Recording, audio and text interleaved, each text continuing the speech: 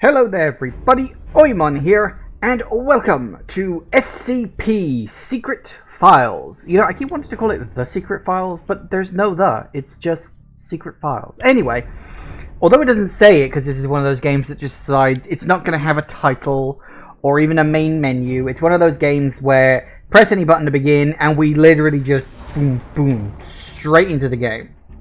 So I always have a hard time setting these things up because I have to press buttons in order to switch between all the screen. You know what? It doesn't matter. It's not important. No one cares, I'm sure.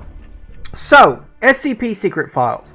I've been curious about this game for a while because I love the SCP sort of universe. I read occasional sort of wikis and stuff like that. I don't know all the SCPs because there's like 4,000 of the fucking things now.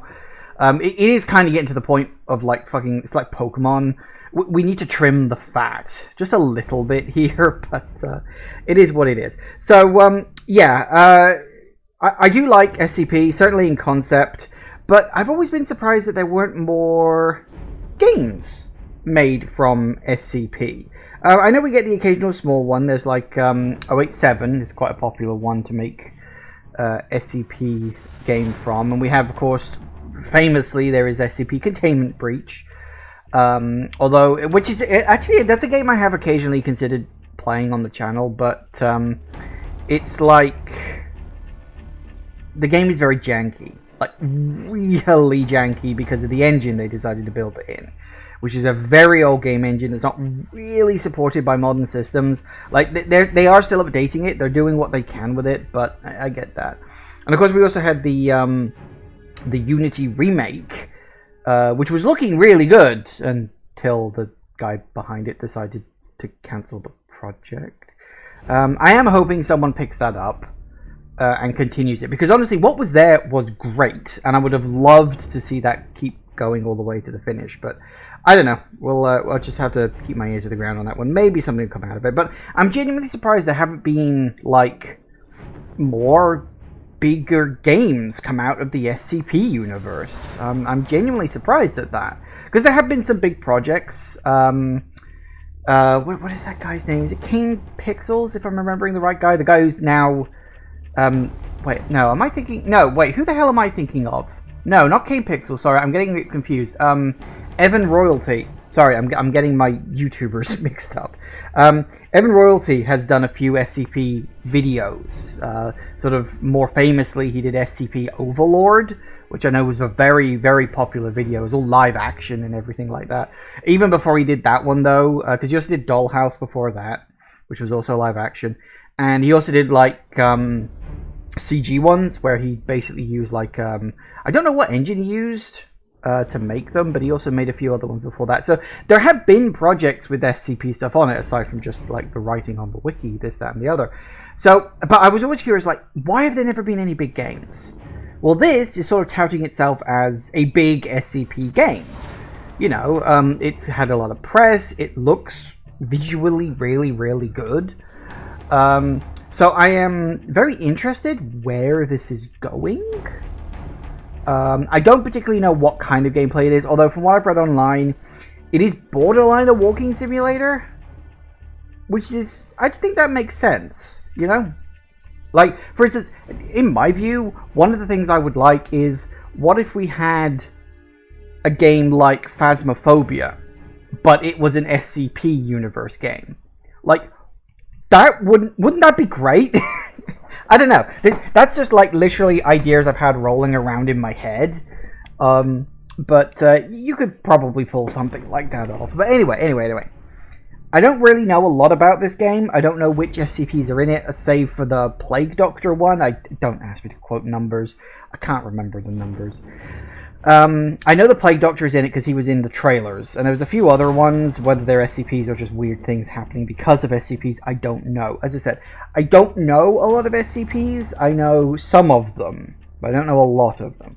So let's see where this goes. Let's see what we've got, because I honestly don't know what to expect. I am Carl Astana. A few months ago, I was preparing my dissertation in a restaurant on L Street. The pipes there were rather to my liking. Pies, sorry. Became startled when the man was sitting across... I can't read that fast! After seeing that there were other empty tables in the restaurant, I said to the man... What was it he was saying? So I guess a guy was staring at me. Sorry, I can't read that fast. Okay, little lesson to game developers. Always let us press buttons before advancing script.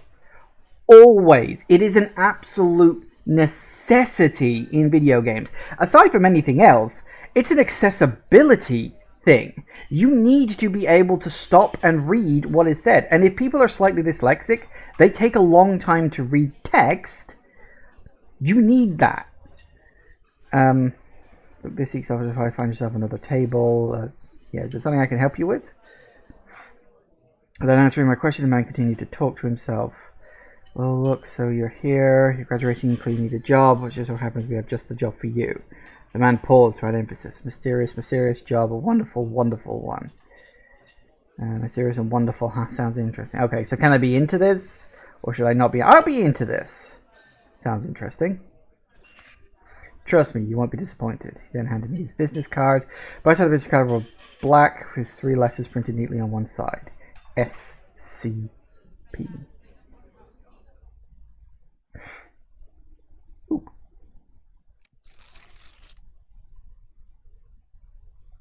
Congratulations on honorable card. Congratulations on the SCP Foundation.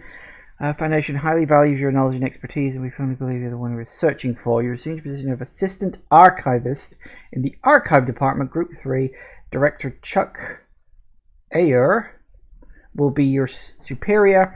Please go to the Security Office of Sector, I don't know what that is, on the 13th of the 8th, 2012, 1900 hours, to pick up your employee card.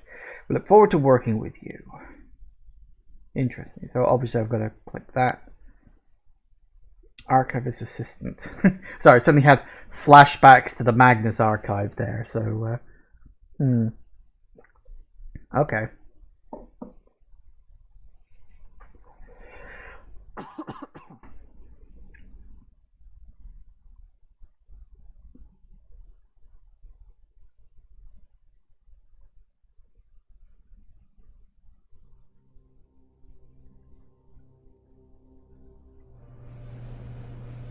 Ooh.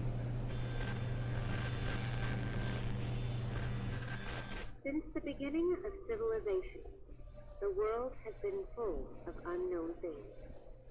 Due to their existence, the balance of mankind's peaceful life has been upset. However, no matter how advanced our technology, no matter how great our scientific breakthroughs, there will always be anomalies that cannot be explained. We don't know where they come from, or what their purpose is. These questions plague mankind, and affect our daily lives. It's because of this that we founded the SCP Foundation, an organization dedicated to containing anomalous items, individuals, and phenomena. The SCP Foundation is committed to maintaining the normalcy of the world so that people may live free of fear. While ordinary people live in the sunlight, we must fight anomalies in the shadows. We must prevent them from being exposed to the public so that people may live in a rational and ordinary world.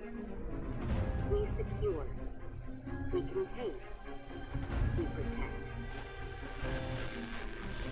Ooh, fancy.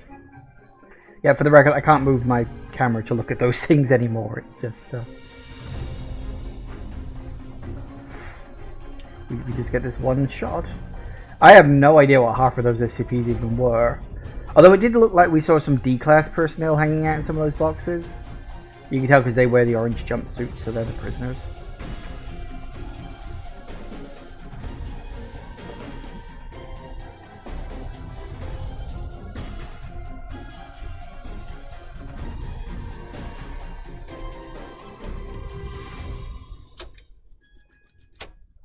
Oh, hey, oh god, that sensitivity. Can I, okay, here we go, mouse sensitivity. Let's change that up to 75 and see where we go. Graphics, audio, sound quality. Well, you have a sound quality thing. Okay, that's weird. Yeah, I guess it's fine, whatever. I don't know. Yeah, let's, oh, come on. Honestly. That's still a bit sluggish. Hold up. It's why normally I have to turn this stuff down, but, oh, I am also very slow.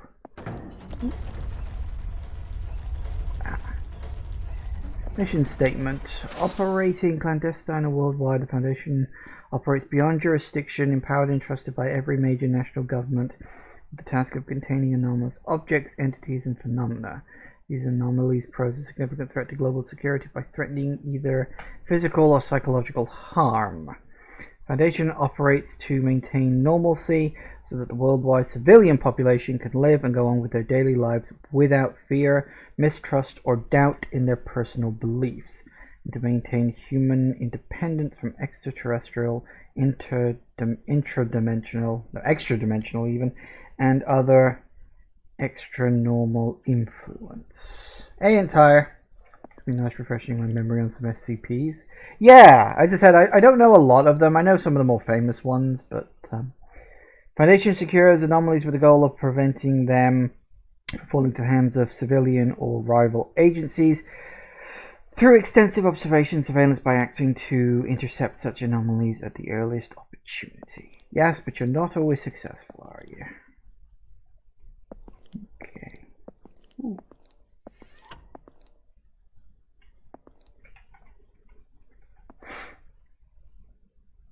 9 p.m. morning safety. There's an awful lot of... Can't read most of that. Okay, that's fine.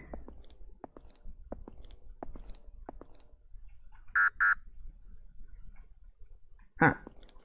Yoink. Hello. Be right back. That's nice of them.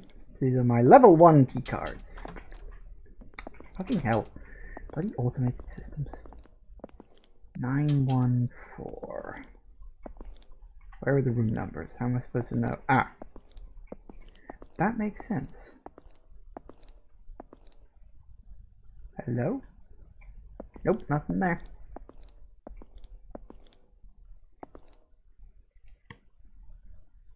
Okay, no idea. That is the same thing, I think? No, not quite. Some of the middle pictures, I think, are different. Ahoy? Damn.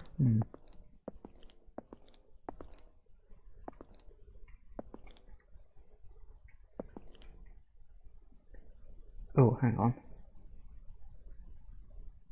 That's backwards.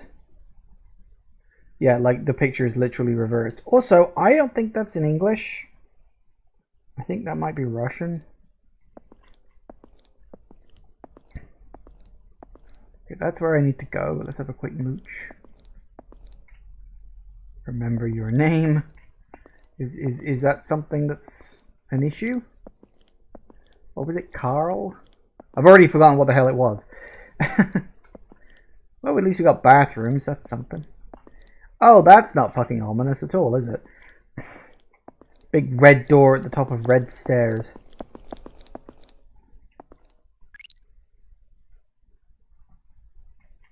Huh. Ooh. Fancy. Whoa, old school. Okay. I mean, I guess that's one way to do it. Also, that clock has stopped. That's not a good sign. Alright, what's this? Well, okay, yep.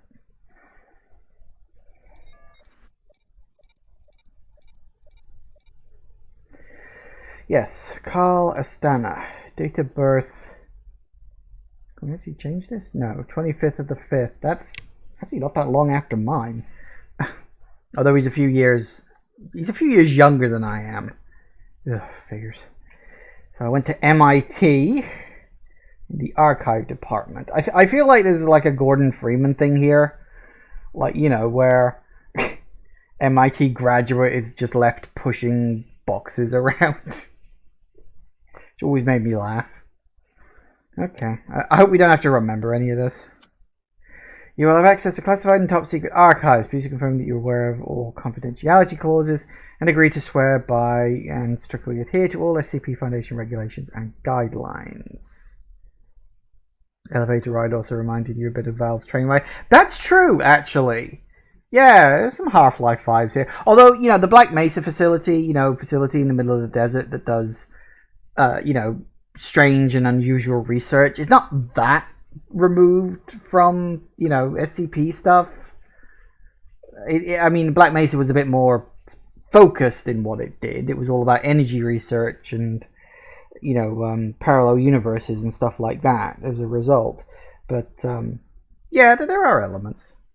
Yes, I agree. Tick. Ooh.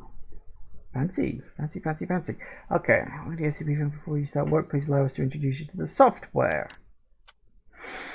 Each day your superior will assign tasks to the mission module, which, okay. Right, so is that in files, I'm assuming? When there's a new task, the button will blink red to remind you. Okay. Communication with the site relies primarily on the instant messaging system. Makes sense. Where information is processed by using level 2 encryption. Please pay attention to the blinking red reminders and view them promptly. Training is an effective means of information sharing within the Foundation. New employees must first participate in new employee training before they may begin work. This page shows public information of all sites around the world. You can view information at any time. This concludes the introduction. We wish you success in your work. Ooh. Scientists at Site 73 have created super material capable of releasing and absorbing extraordinary amounts of energy. The anomalous Development Department hopes to construct new containment facilities using this super material. Well, that's nice. Critically endangered species have been discovered in a Guatemalan sinkhole, one after another. Foundation agents believe may be related to the previous escape of SCP-994. I don't know which one that is. Site-19 is facing a shortage of D-Class personnel, according to the Foundation's Experiment Resource Sharing Protocol. Site-105 will temporarily transfer 40 D-Class personnel to Site-19 to support the operation. Ooh, funny. Oh, hey there, what is that? Bellatrix. Hello, welcome. Oh, hey. Thank you very much for the follow. I do appreciate that. Thank you. Level D fugitive personnel D33921. Site-17 was recently found in the eastern region of Mexico. Foundation has dispatched new mobile task force, I know that one, to arrest him. It is reported that 33921 has obtained all special operation knowledge after drinking the clear water in SCP-769. I don't know which one 769 is either. And there's so many SCPs, it's like I couldn't possibly know them all. Next area. Ooh, blimey, there's like 4 pages of this. Okay. How's my Saturday going? It's going well so far, thank you. Just obviously doing some streaming. Yesterday, 5 members of the Church of the Broken God forcibly entered Site 6 and armed with rifles, engaged in a fierce confrontation with site security personnel. 2 hours later, 4 of the armed rioters were killed, and the last was wounded and arrested. The purpose of their invasion not yet been disclosed to the public. Present Site 6 has temporarily upgraded its security measures and is considering whether to transfer key containment items. Church of the Broken God, that sounds familiar. Because the thing is, there's several sites in Siberia that have had things happen to them. Because Siberia is like a nice remote part of the world where big things can happen. Artwork by SCP-067 exhibition can now be found at Site 77. Art exhibition brings together carefully selected 067 creations made between the years of 2003 2011, including the famous Rhesus Macu impression. It will last for 7 days. Neat. Your favorite one is the Plague Doctor. I'm pretty sure he's got like a big part in this. So, or at least he did in the trailer. Whether he actually has a big part in this game or not, I've literally no idea. Fugitive Robot 2040 was found on a farm southwest of San Diego, California, and has been effectively contained. Pacification of amnesiacs for witnesses is still ongoing. According to the assignment, the impact of the incident will exceed last year's Cocoon incident. Ooh, that sounds fun. Today, an agent of the Foundation discovered an intact human corpse in northwestern forest in Yekaterinburg. The corpse contains anomalous properties and was previously contained in the standard Type A humanoid containment cell. As of now, experts at Site 300-14 haven't provided any explanation as to why 3170 suddenly appeared in the wilderness.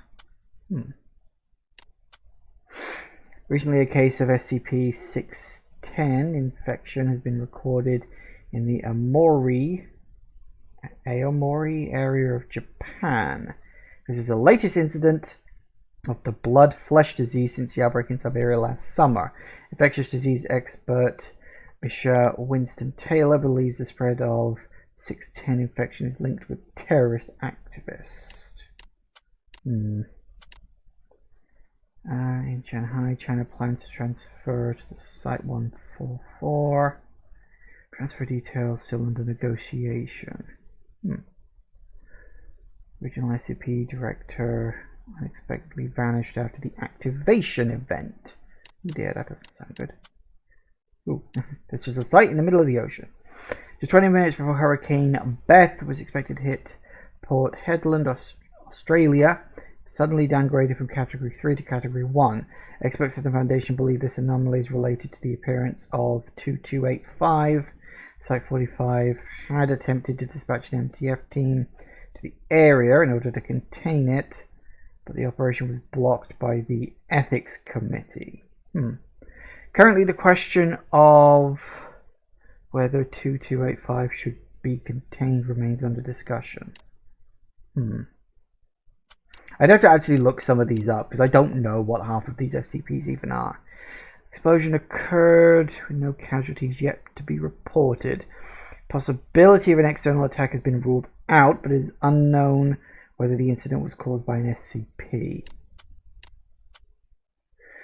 A few days ago, a set of photos returned by NASA's meteorological satellite showed an enormous 600-kilometer long creature emerging from the deep sea region of the southern Indian Ocean. After repeated comparisons, the Global Supervision Department of the Foundation confirmed this creature to be SCP-169.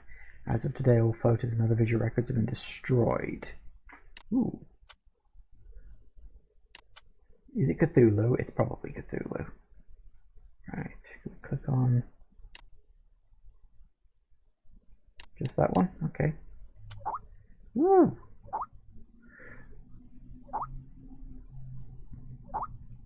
Hang on, how'd the mission go? Information. Stop talking! I need to read this. Stop talking. Oh, for goodness sake.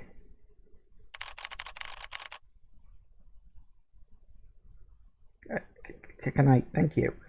Okay, how'd the mission go? Did the information gathering on 1299 go smoothly? Was damn close this time. Luckily, I know how to swim. Glad Chuck didn't send me there. I can't stand the feeling of being drenched in water. I think I caught a cold too. Morning all. Good morning. Guess what? Our group's got a new member today. Carl, how about introducing yourself first? So we got Chuck. Yeah, so this is everybody in the archive department. We got Chuck, Kent, Zoe, and Stuart.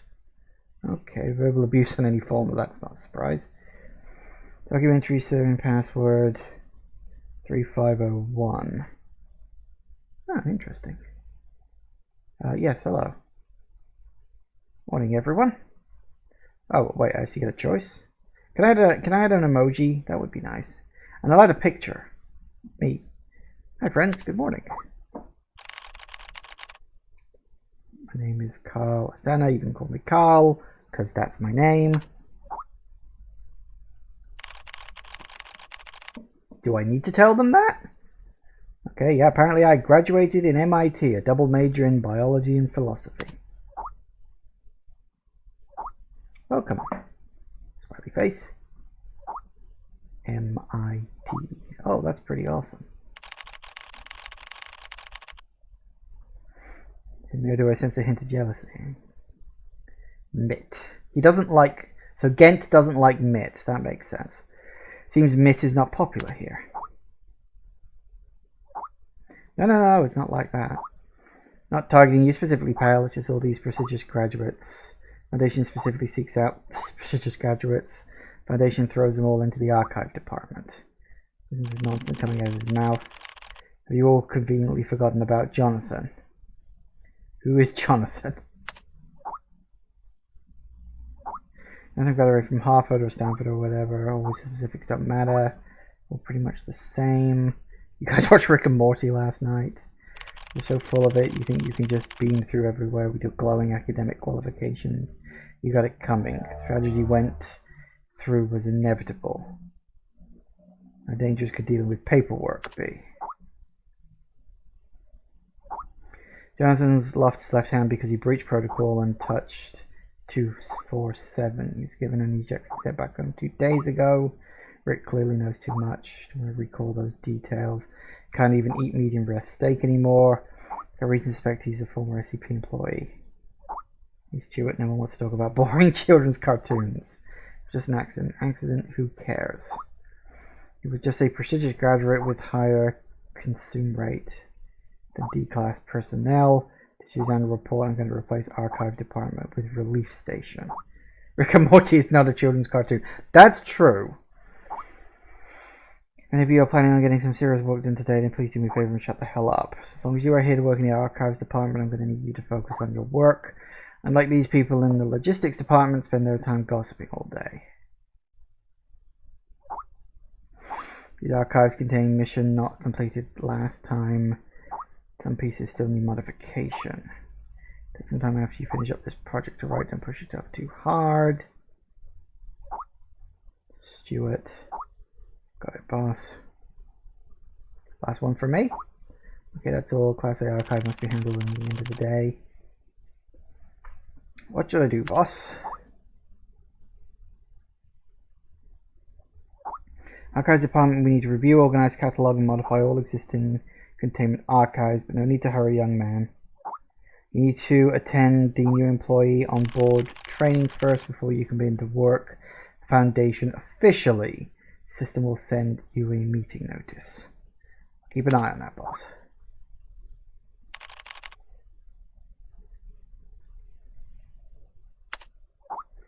Hey, director. You can chance of work here and young. Okay. Apparently I'm going to be a little bit of a brown nose. I didn't want to keep calling him director. That seemed very brown nosing. Young man, this place is not what you think. You must abandon your past self and start again from zero if you hope to learn to survive here. None of that. No one will take care of you. You must demonstrate your own ability. Understood.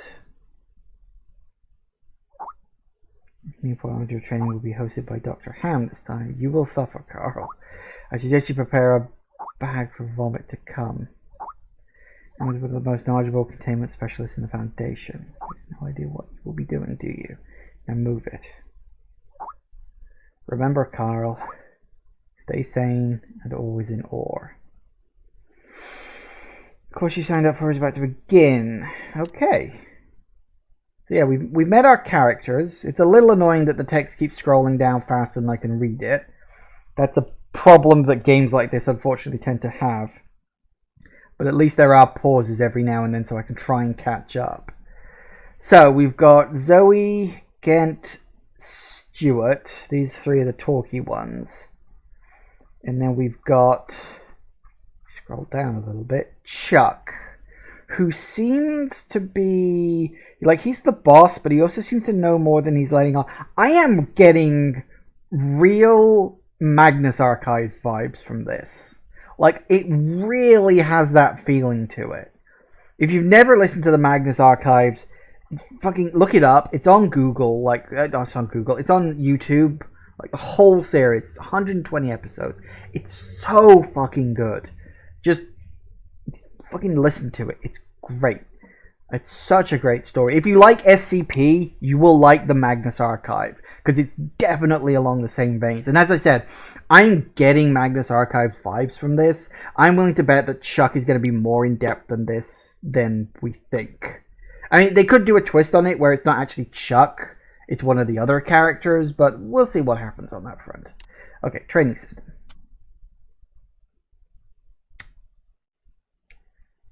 Okay, first class, Raymond Ham, applications of special containment equipment. Ooh.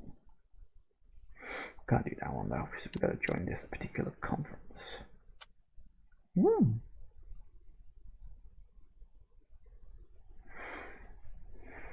Okay, so we're just loading up.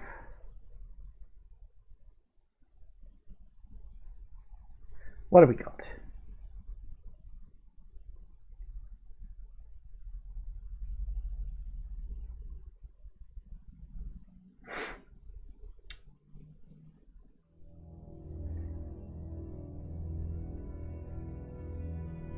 Jason Carter is a death row inmate. In exchange for clemency, he has agreed to work with the SCP Foundation for 30 days.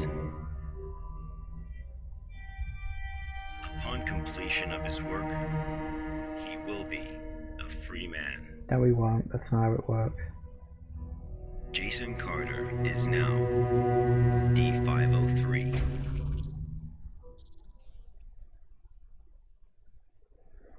Okay. Ooh.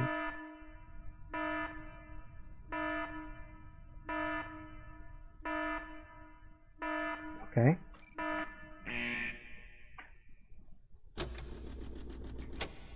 Oh, apparently I'm actually playing this. That's cool.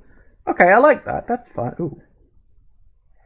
That's really weird, the sort of slightly fuzzy graphical look. Presumably because this is supposed to be an animation. That's why it's got a slightly fuzzy graphical style. It's supposed to... I'm playing an animation that the guy would otherwise be watching. That's actually a really cool detail. Awesome. That's actually really cool. Yeah, their hands. I don't know what this is. Ooh.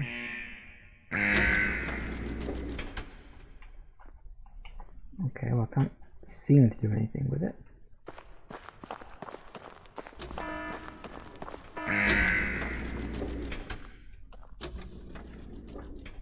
And for the record, D-class personnel don't survive the 30 days. Like, they're not designed to survive the 30 days. And what the hell? D503 was given no clear instruction of the task to be completed. He must find them out for himself. Okay, collect waste apparently.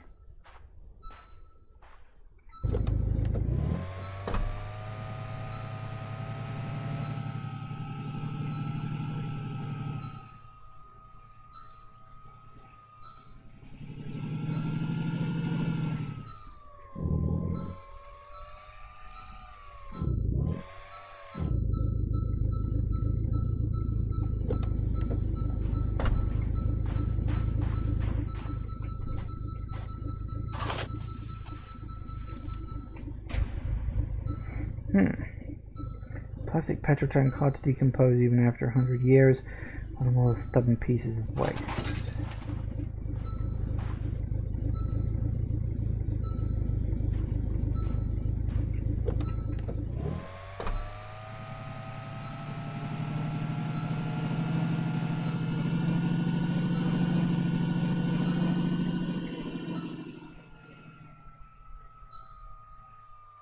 Not really sure what the point of not giving people instructions is. I mean, if you want them to do, you know, what you want them to do, give them instructions. Hold the button down. Discarded tire filled sand. After vehicles became the main form of transportation, discarded tires began to grow in number. Also true.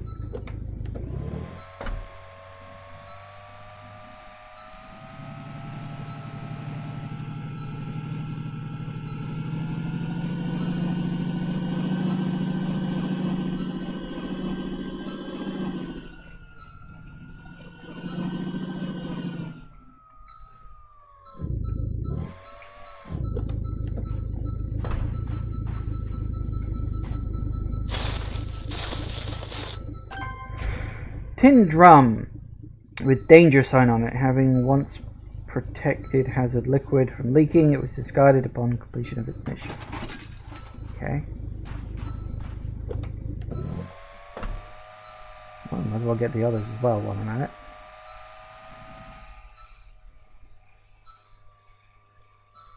Was that tower there before? I don't think that tower was there before. Way careful now.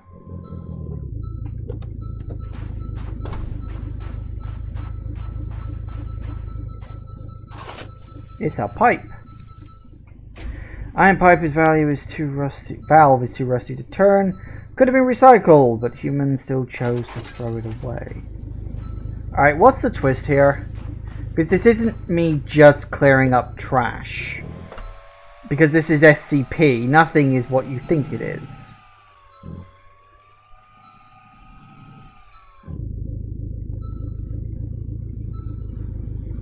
Interesting. It's like, when does the creature pop up?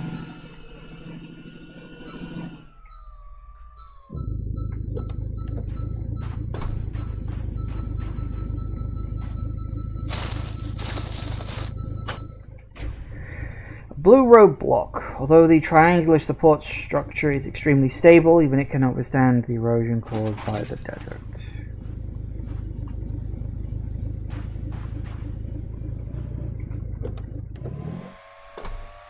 Right, so that's the incinerator, is it? Fair enough.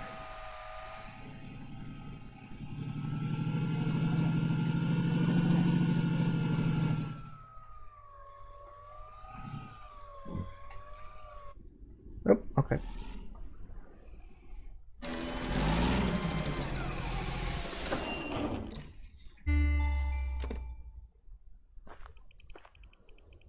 Please pull the lever down to... Wait, we're incinerating the vehicle too? Okay.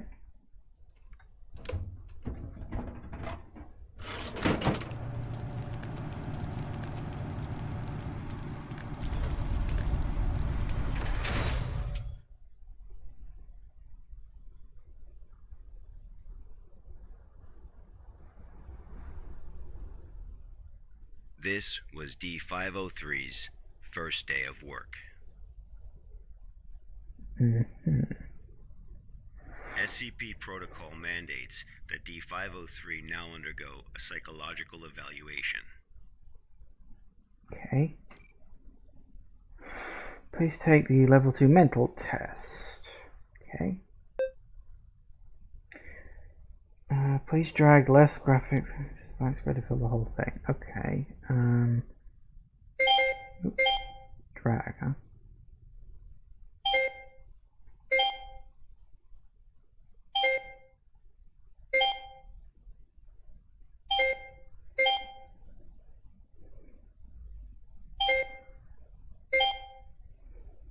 Ah.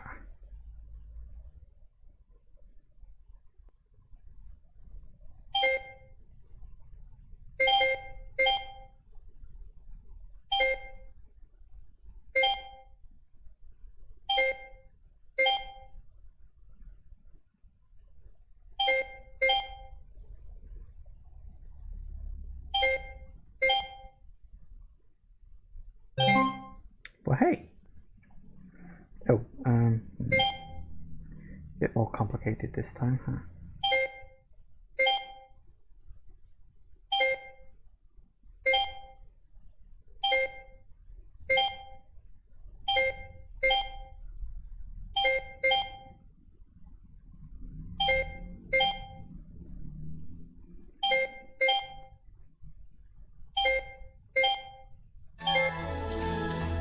Hey! Ooh, hey, not bad. What if you get an achievement for doing that really quickly? Hmm.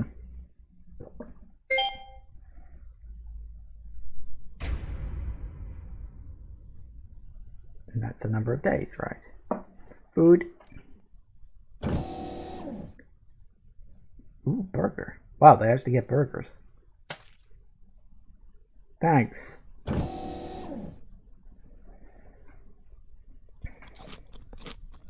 Still delicious. Sleepy, sleepy night, nighttime. Ooh. This was the first day D503 psychological data was collected. But not the last. You're probably wondering, how can this job earn freedom for a death row inmate?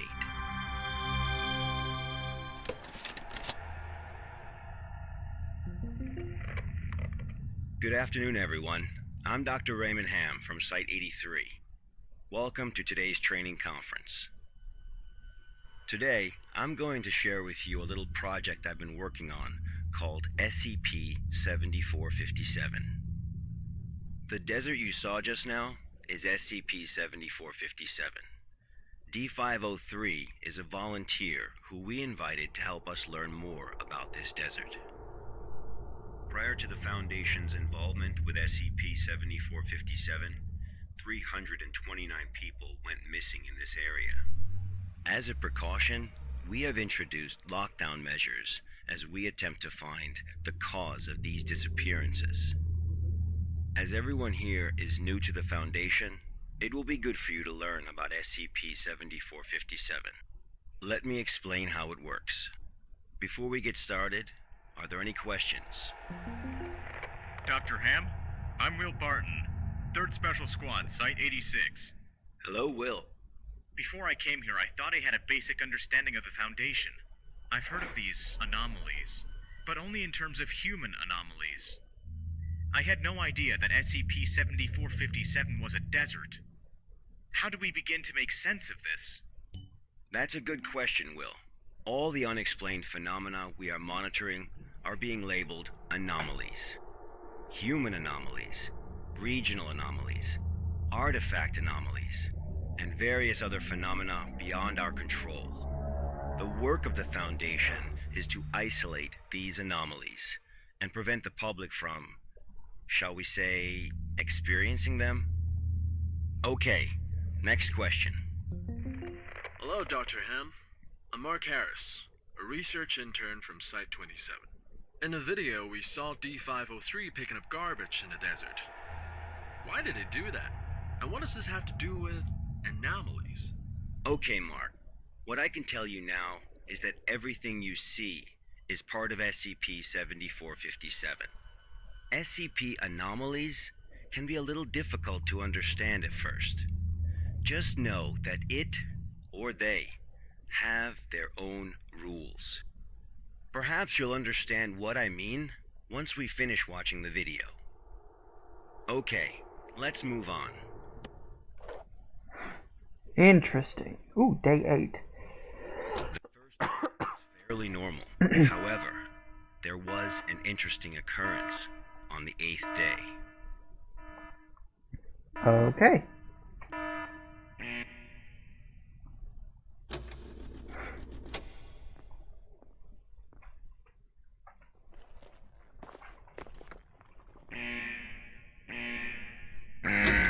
Doesn't even bother looking at his hands, it's also normalized, you know.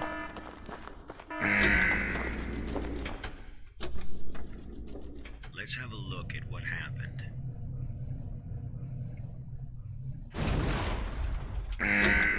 Ooh. It's nighttime.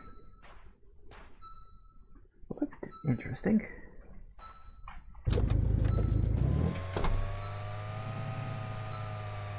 Whoa, careful now.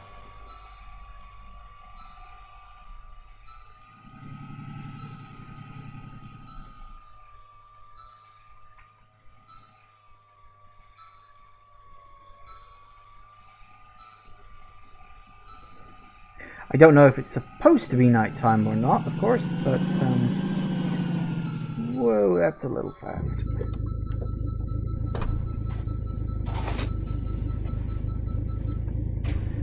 This valve corroded liquid inside is highly corrosive. Okay.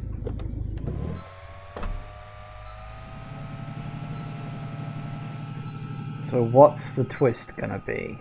Is the twist that it's nighttime? Because it could be. Maybe it's the desert that is supposed to be daytime. Or it could actually just be that it is nighttime. Because I don't know if this desert is like a real desert in a real place. Or if it's like an extra dimensional desert or something. Rusty air conditioner. Fair enough. I mean, I suppose the whole point... I mean, here's the thing. This desert is SCP, like, 7,000 and something or other. And I'm pretty sure that on the SCP Wiki, there's only a... I think they're still in the 3,000s. I could be wrong about that. It may have gone up to the 4,000s already. I'm not sure. Sorry, I thought that was something for a second. I was like, oh my god, what is that? Wait, where's the thing? Oh no, actually it's a little further ahead because I stopped. I sort of saw that thing, I was like, what the fuck is that? Wait, is that it?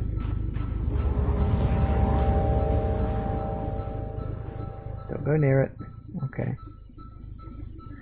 I don't have a torch.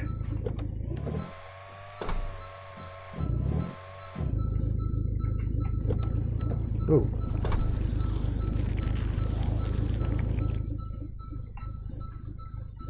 Oh, I didn't like that.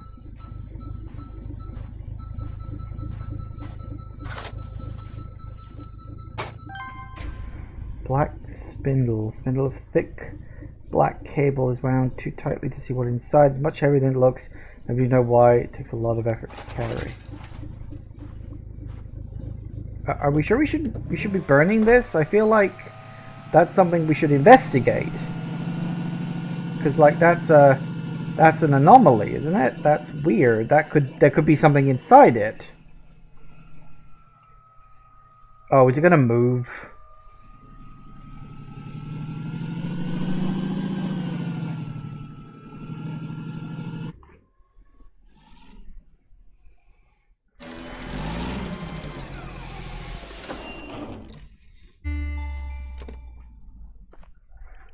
Black spindle. D503 had completed his task. However, he did not realize that he had already encountered his first anomaly. Did it moan?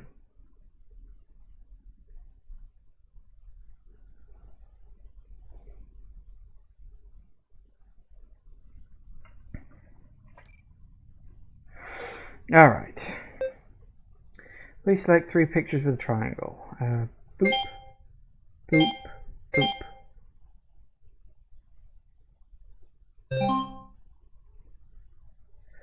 Select 3 pictures that the calculation results are... Oh, for fuck's sake. 5 plus 5 plus 5 divided by 3. Yep.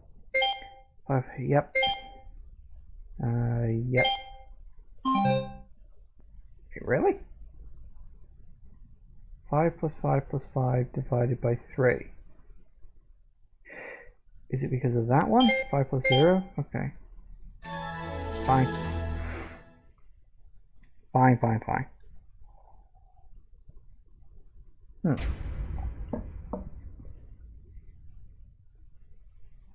Oh, no food?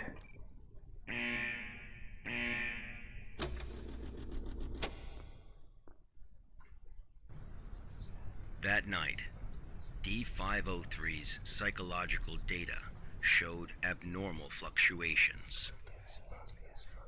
Analysis tells us that D503 is dreaming.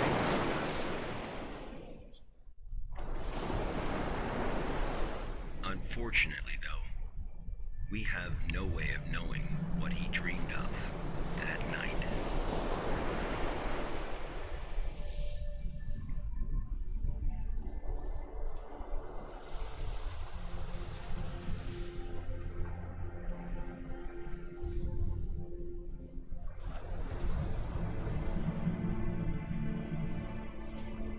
water, apparently. It's very dark. I can barely see it. Ooh. That phone booth. Looks like a phone booth.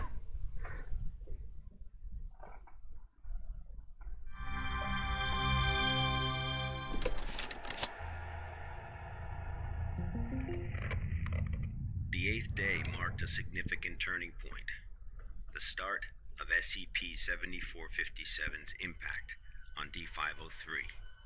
Are there any questions before we go on? Hello, Dr. Ham. I'm Spencer Jones from the Special Operations Department of Site-21. Hello, Spencer. It's still unclear as to why D503 needs to pick up all of this trash. If you wanted to monitor his psychological response to SCP-7457, why not just leave him out in the desert? Why assign him these tasks when there are already psychological evaluations taking place? Okay. Our analysis has indicated that SCP-7457 produces a new cluster of trash every 8 minutes and 37 seconds. If waste collection is not done regularly, all that trash may soon flow into our world.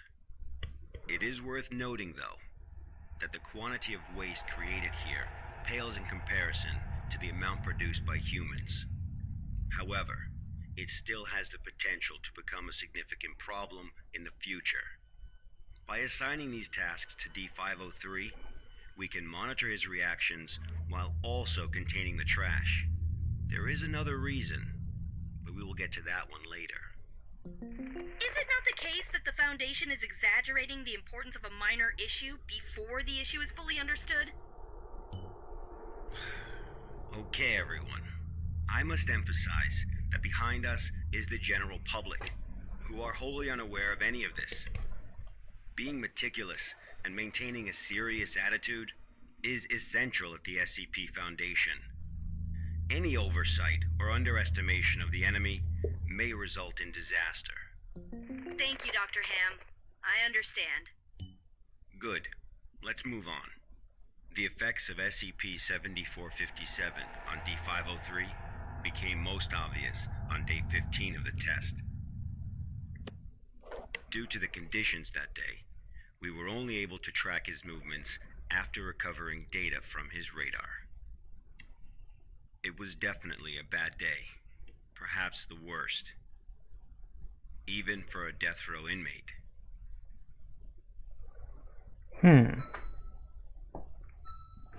Well, that doesn't bode well. Ooh.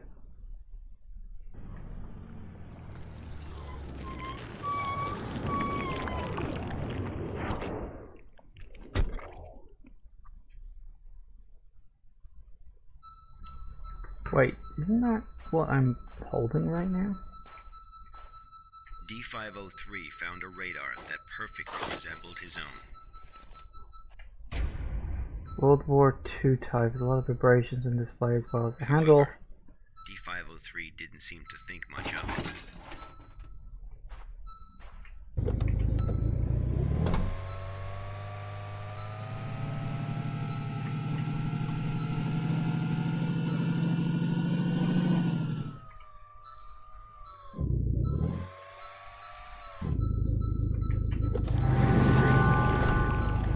Another bundle of rags, huh?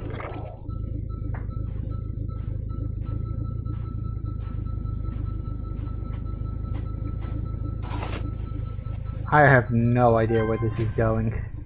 Spindle of thick black cable that is wound too tightly to see what's inside. Same as before then, huh?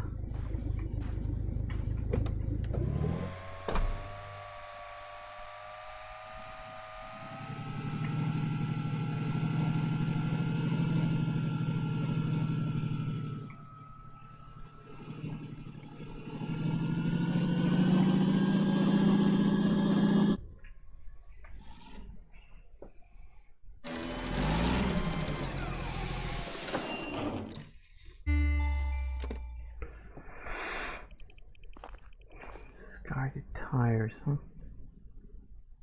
Persistent adverse physiological reactions proved to be a challenge for D503. he still managed to complete his work on day 15. It definitely sounds like something's moaning when I do that. But then he encountered an incident.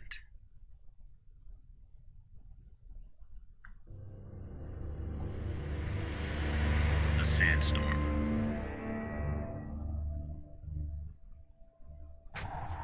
D503 walked in the sandstorm for a long time, but he couldn't seem to find his way back.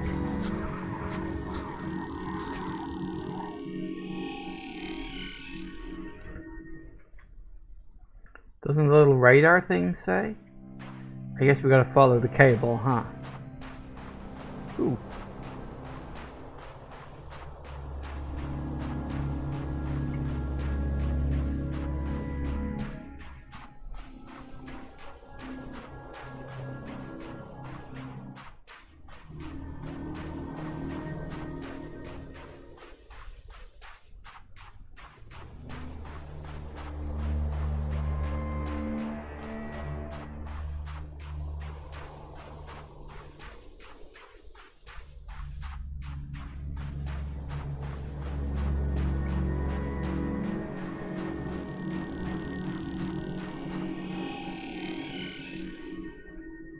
Complete and total blackout.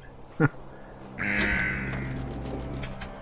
is going to be the wrong one or something. D503 managed to find a site just as he was beginning to grow weak with exhaustion. A site he was not familiar with. I was going to say, is it the wrong one? Yeah. Okay.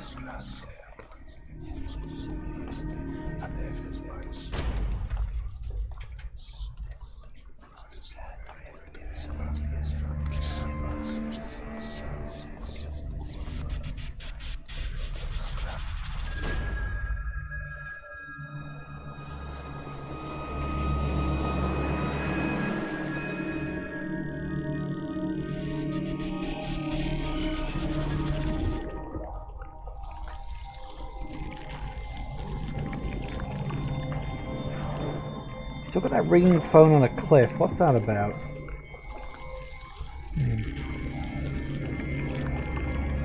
Lie.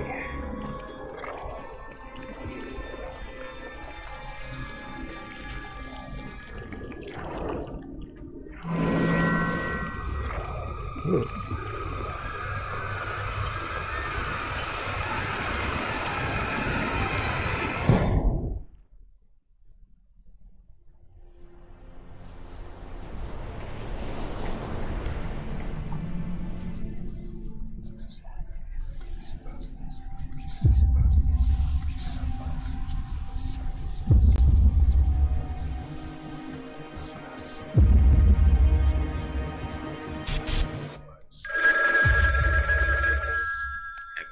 Experienced a call from an unknown voice.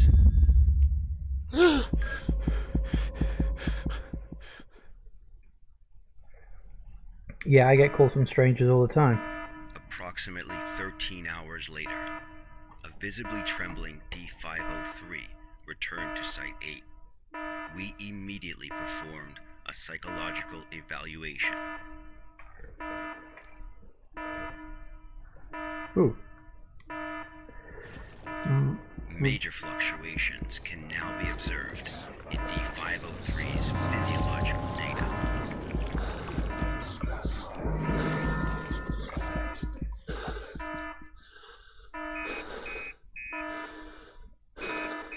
The results of the psychological evaluation were so troubling, we had to abort the mission.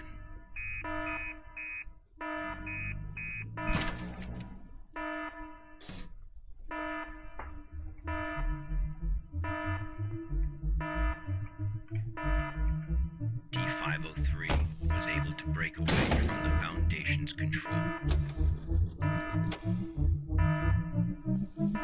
He has seen the test results of other Level D personnel who were analyzed at SCP-7457. That's right, none of the Level D personnel at SCP-7457 have ever been able to leave this desert.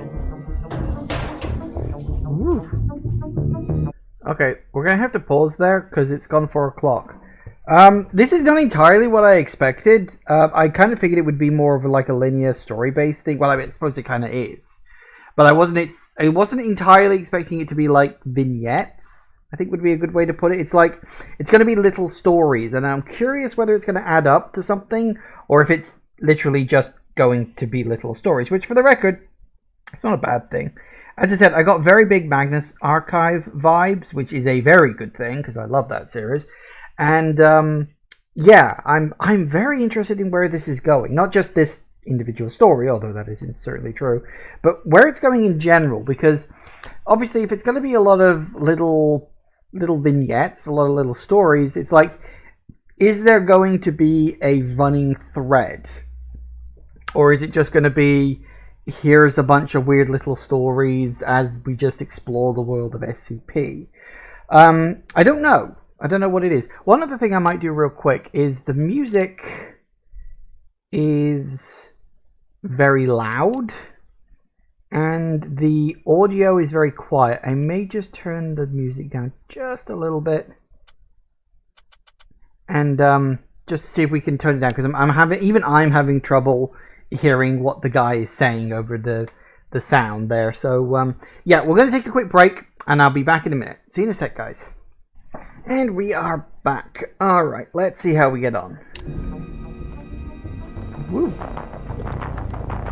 Okay, apparently we're just driving.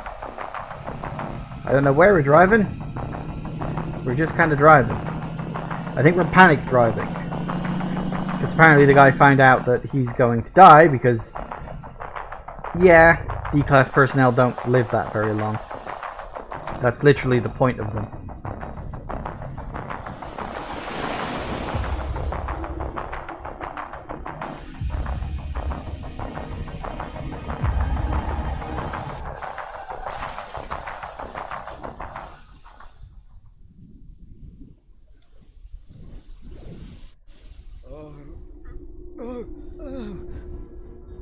Ooh.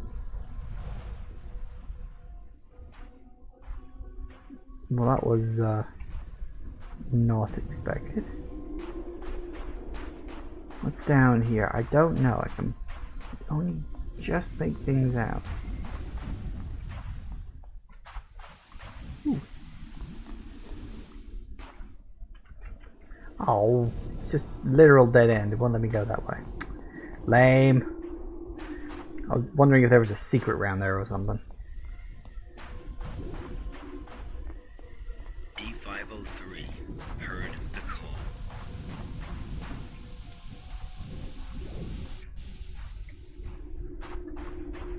Humans often believe that their fate is in their own hands, that all choices come from their own free will. They don't realize that we humans form only a small part of this world. Out there, in the unknown world, we are as insignificant as a grain of sand in this vast desert.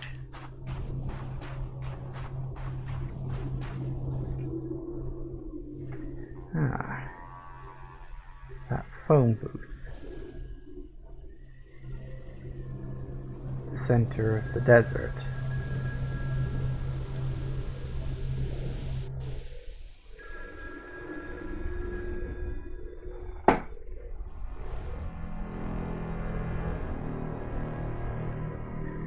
Oh, it's a web.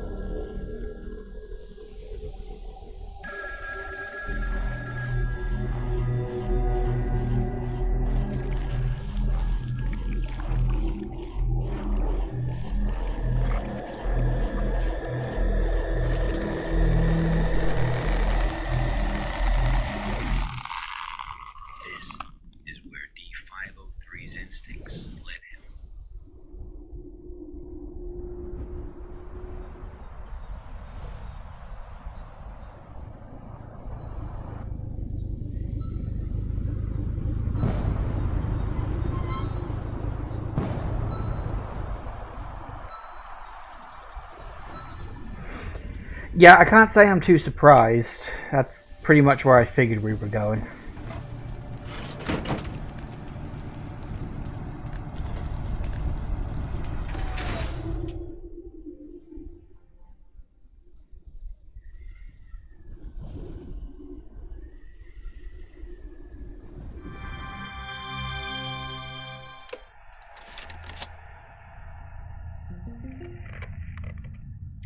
Days later, experiment participant D722 found the radar that had belonged to D503. The radar was 31 miles away from the waste treatment facility.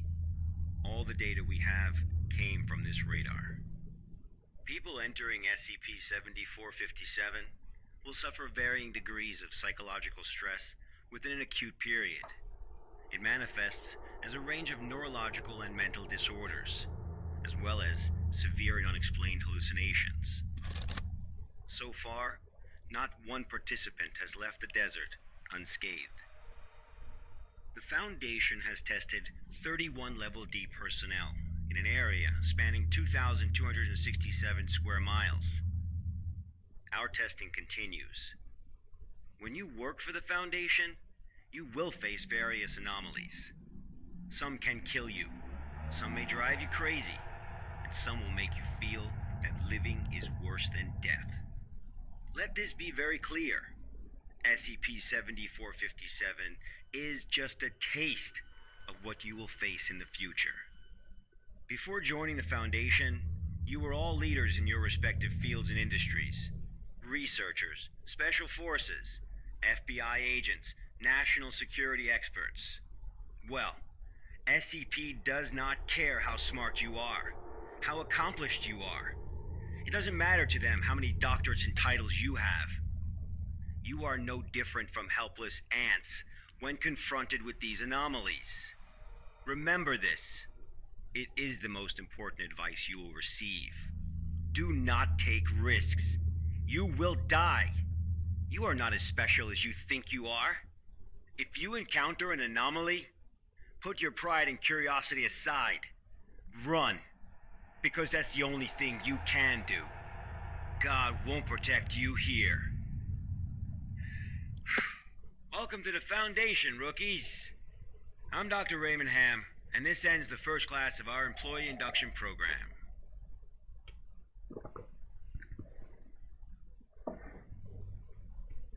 I mean, that's one hell of an introduction, I will say that. Comments. What the flying fuck? Okay, course lesson 1. Quote was arranged appropriately. Yes, I would say so. The lecturer was qualified. Yes, the connection was smooth. There was some minor fuzziness on the screen I noticed. So, notice that the meeting was punctual. Yes, that was actually very good. Alright. God, it helped me. I don't really feel anything. Good. It helped me realize that if I don't strictly abide by the rules, I could be injected with amnesiacs and sent home like Jonathan. I only saw a Boy Scout instructor scaring a rookie. I mean, that is true. But, don't really feel anything. Let's go with the second one. I probably shouldn't mention Jonathan, but I mean, presumably other people would assume that I would be told about that. Because presumably they haven't been told, don't tell anyone. Let's go with that. Okay. Oh. Whew, okay. Let's play catch up. Hey, Carl. How did it feel? Anyone got any aspirin? I could use a few. Hey, buddy, don't throw up on the floor. Stop messing with him, Stuart. Carl, that was only the beginning. You gotta learn to use it. Live with it. Yeah, I got it. And everyone here wants to teach you something, Carl. Live with it. Come on, Stuart. Thanks, I feel better.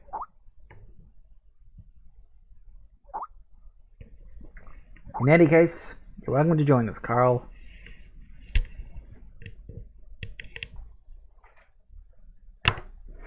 Past hour has been torture. Don't know how the others managed to hold on. Messed up during the training session. I jumped off a cliff, fell into icy water. I choked hard. I don't know, recall any of this because I have no memory of ever visiting any cliffs or waterfalls. But it was all so real. I can taste it in my mouth now, the foul taste of river water. But in any case, it's the first day of the Foundation. I gotta go to the cafeteria and get something to eat.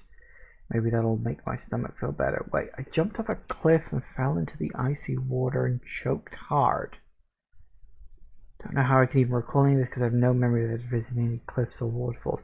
Wait, so those visions we were getting, those were actually happening. Those weren't part of the experience. Is it possible that this story is going to end with me being classified as an SCP?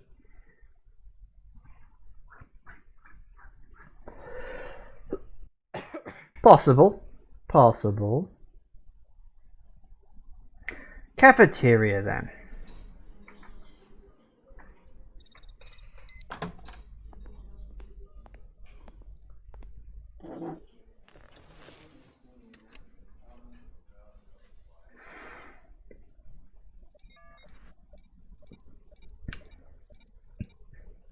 Ooh. Are we back? Is it day 2? Super material, that's the same.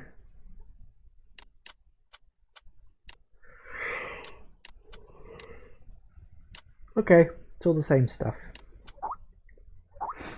Zoe, got it.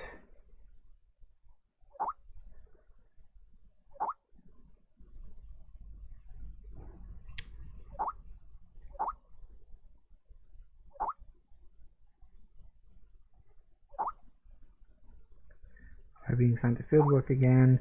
Something went wrong. Site 74. Personnel to provide support. So we need to take on more fieldwork. Just like I said, our department should be named Relief Station. Stop complaining. Oh, how do you feel?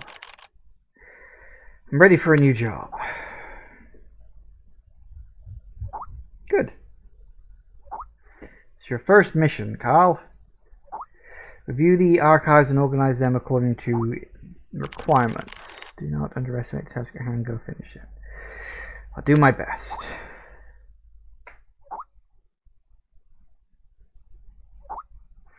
Just one thing, MIT boy.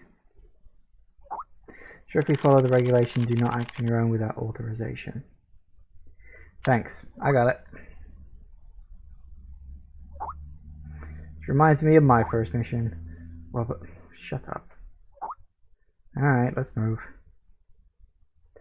Files. I got. Ooh, okay.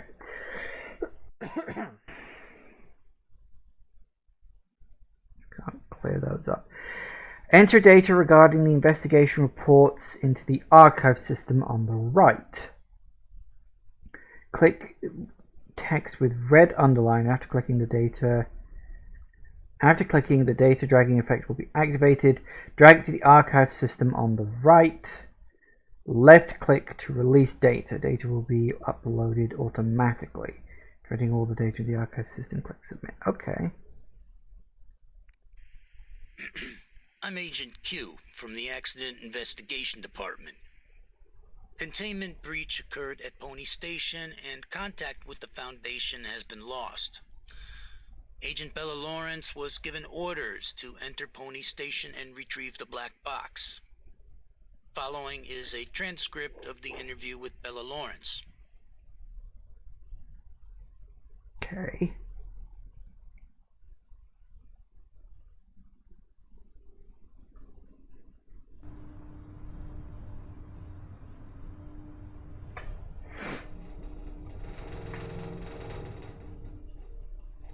Black box. Right. Heart rate 105. Blood pressure 175 over 110. Experiencing mild convulsions. Administer 5 milligrams of methadone to help control blood pressure. Bella? Bella?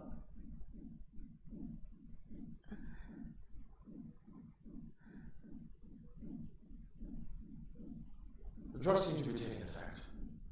Go ahead and ask questions. I can't be certain how long she'll stay awake for.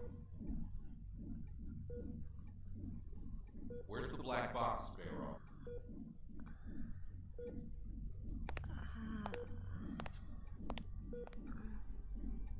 3 days ago, you were tasked with investigating the situation at Site 74, Pony Station. You were assigned to retrieve the black box. Now, out with it.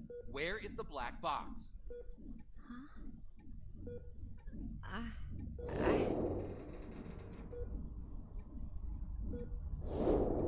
I brought it back. I brought the black box back. Don't lie to us. You never brought it back. No, that's impossible. I remember. I completed my assigned task. I swear. Shit, my head. All right, here now. This isn't an interrogation. We are not here to lay blame or point any fingers.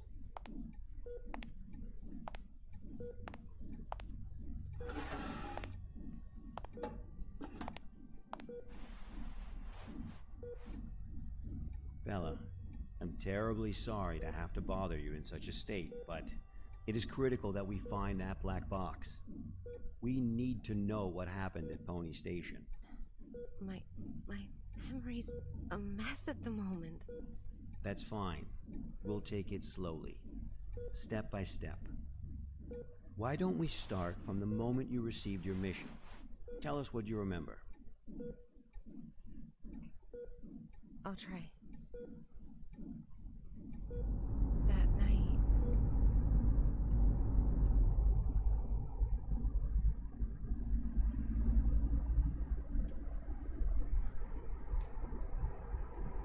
Currently heading to mission site Site 74, Pony Station. We'll arrive in about 3 minutes. Very good, Sparrow. It's been 48 hours since the Foundation lost contact with Pony Station. SCP-701 experiments there have been ongoing. We have reason to suspect a containment breach. What is my mission? According to Foundation security regulations 709S, each site must have a black box placed in a secure area to assist in identifying the cause of an accident, should one occur. Your task is to investigate the situation and retrieve the black box. Black box? Got it. Okay, I've arrived.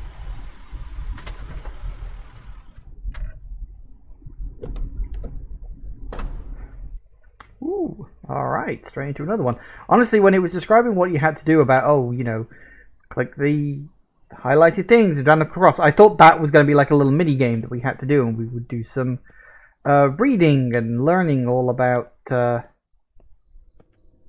SCP stuff, through some documents that we have to work I'm with. able to observe the mission site from here, but it doesn't seem like one of the Foundation's secure facilities. Pony Station, officially known as Site 74, was originally a hydroelectric power station. After it was abandoned, the Foundation repurposed it as one of their sites. Initially, it was used only to contain a few safe-level anomalies, but recently it's also taken over SCP-701. I don't know all the details. We won't know the truth until you retrieve the black box. Got it. I'll complete the task as instructed and retrieve the black box. Okay. Former hydroelectric power plant, huh?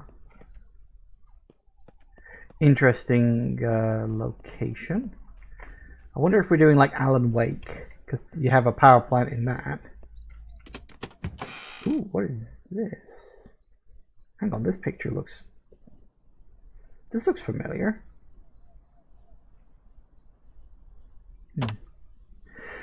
Cant counter. A device capable of measuring the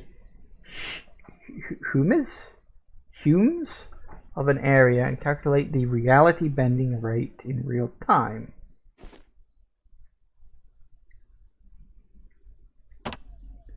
Reality anchor. Device capable of staging the humes of surrounding area. Is it humes? Humes? Hummus? Hums? No, it can't be hums. I want to say humes, but I could be wrong about that. One of the best weapons for combating against reality bending and reducing psychological damage in an area. Y blocker. Inject this blocker to stop neurotransmitters from behaving erratically as a result of unavoidable reality bending. Polaroid photo of a black cube. The objective. This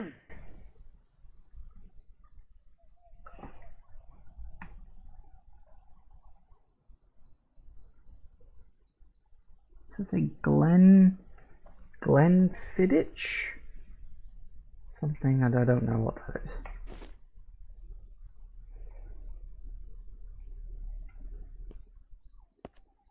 Oh, now we can crouch. We don't have to crouch for ages. I can also do with a torch. This game is very dark.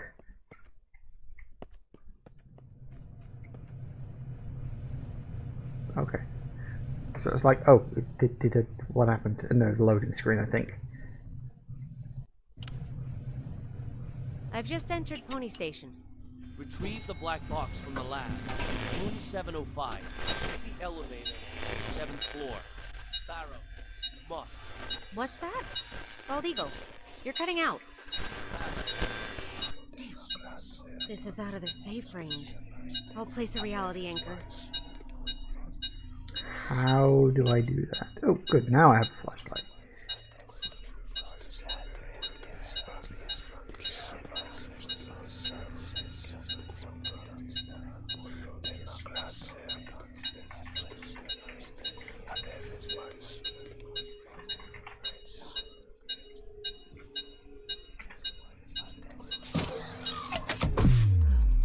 Okay. Much better. Now let's find that elevator. Okay, that was a thing.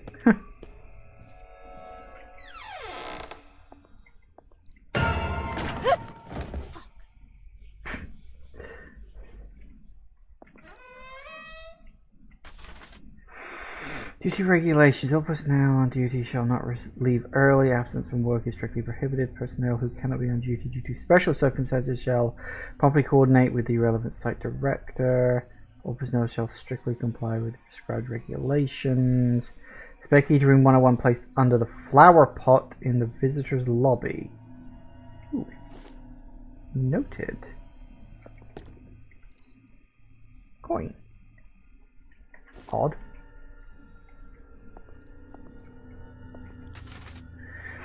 Today I read Dr. George Thompson's research log for 701. Could it be true? Has he really been performing comparison experiments on chimpanzees this whole time? What could he have planned? Does he not realize what he's up against? The whole thing is turning out to be an ungodly mess. Oh, that's what it is. Oh, that's why I couldn't switch before. Okay. It's now abundantly clear why the Foundation transferred him out of Pony Station, leaving me to take over his post. He was performing the experiment all wrong. The whole direction of the project was all wrong. 107 holds great potential. I still believe that. I will have to adopt a new method of study. Efficient, fast, and direct. It all begins tomorrow. Tyler Cooper. I've heard of this guy. A bit of an eccentric and a thrill seeker.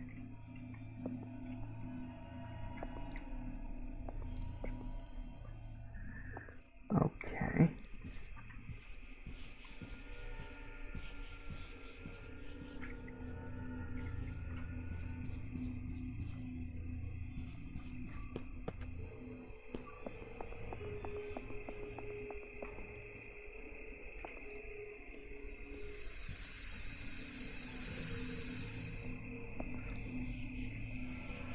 Cool.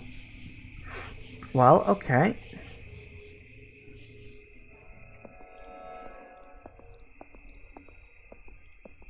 Let's see.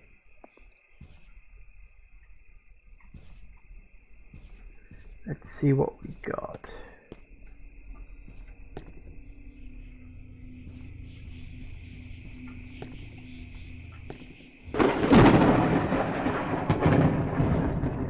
A storm, apparently.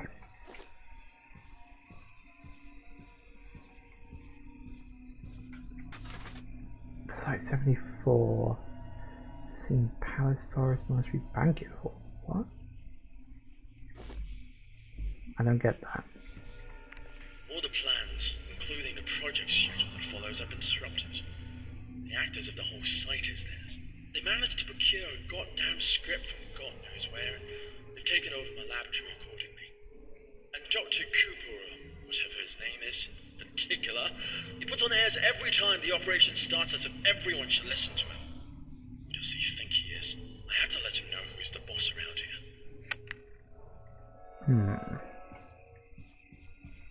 Okay, let's go back.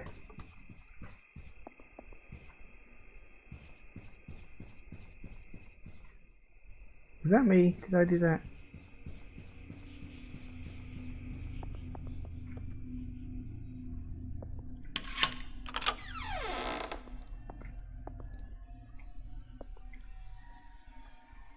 Oh. Was I supposed to go this way? Hang on. I kind of figured the stairs over here was the way forward, but... Okay, I might have accidentally gone the right way. Yeah, okay, he's not even letting me open that now. Alright, clearly I went the right way by accident, as always. I kind of figured that would be like a side thing, but no, no. It's not that kind of game. Nope. Okay.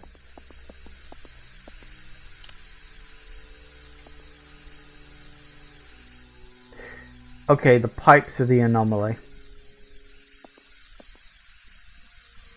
Or... Oh god. Did a person turn into pipes? I mean, that's kind of what it looks like. Ooh.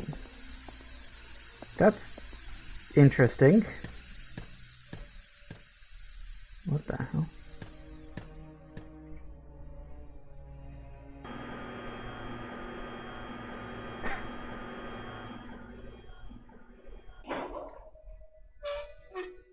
Sorry, I laughed because I recognize that sound effect.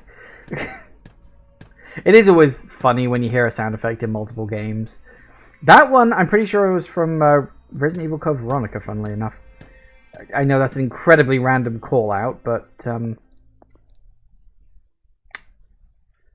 Right. You know, when I saw the mannequin in that thing, I was like, is the mannequin going to be the SCP? It might be. Or it might be a part of it.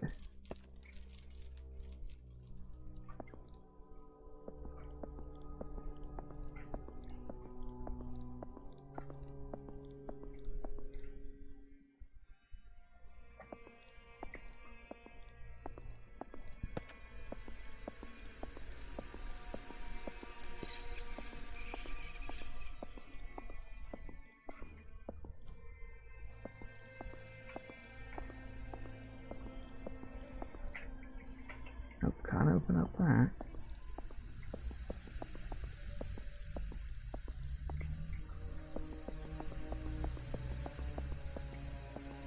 Hello.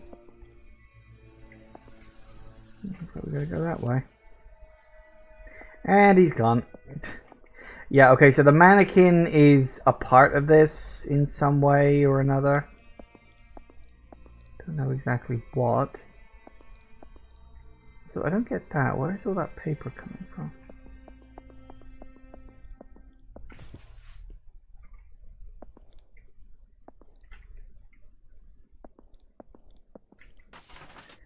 Supplied by Friendly's Department Store. Multimeter maintenance kit wires. 240 arc lamps. Sorry, 240. Freaking 4,200 even. Read the numbers the right way around, you idiot.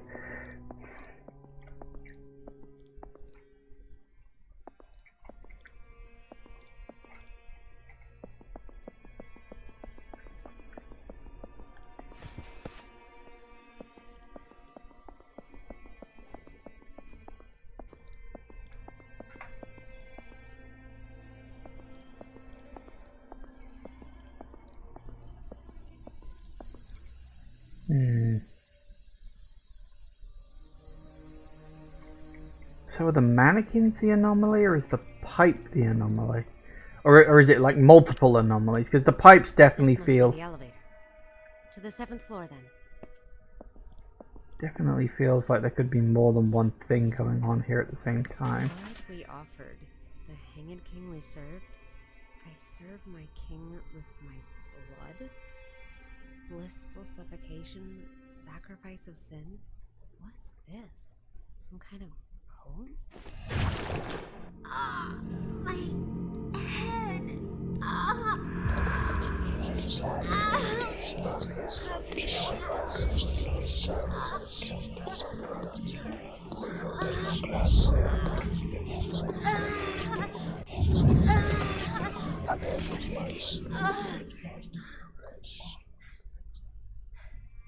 Holy shit!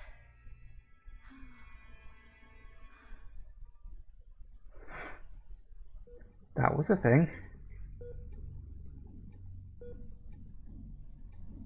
I'm very familiar with cognitohazards. I've been trained to deal with them. But this wasn't anything like that. I couldn't breathe. It was like there was a knot tied around my throat. I was weightless, hanging, gasping. No matter how much I struggled, nothing helped. That does sound terrifying. But perhaps it was just a nightmare, though. No. We wake up from nightmares. Not from this.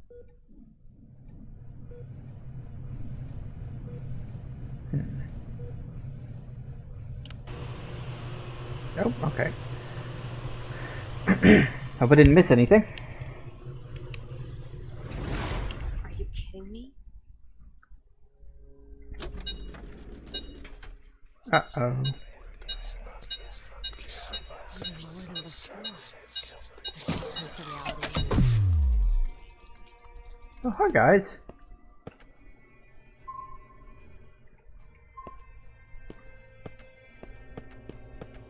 I guess I'm taking the stairs. It's locked. I would take the stairs, but I can't.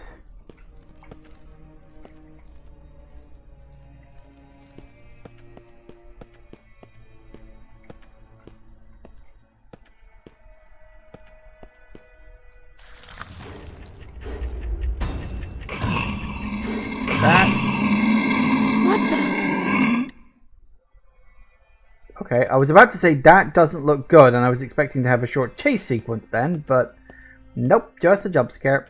Just a spook. What does it say? Sword of...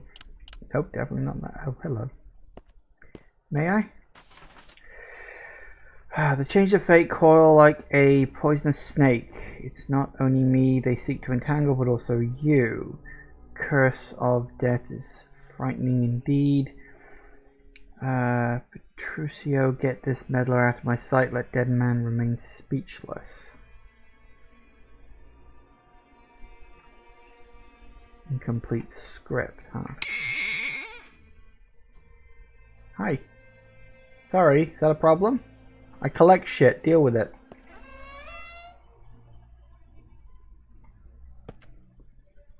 Thy king?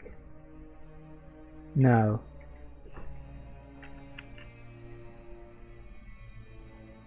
I can't tell. That might be thy king. Help.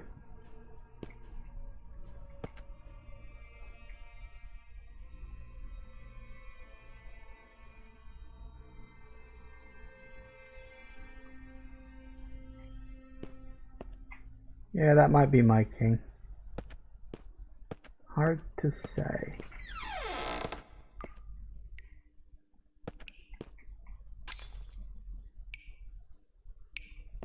Okay. I know of one SCP with a king in it, do ya? Yeah, I want to say I'm vaguely aware of one. I can't remember what the fuck his name was though.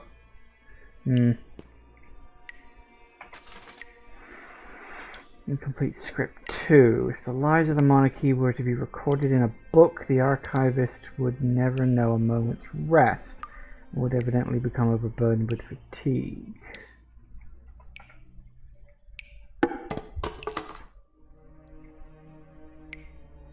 Philistine.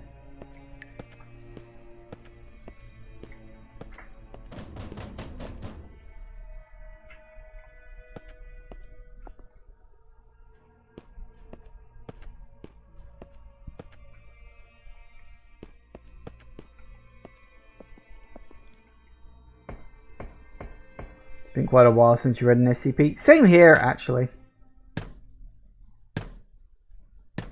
This cognito hazard. Could it have something to do with SCP-701? I don't know which one's 701 much more serious than I expected.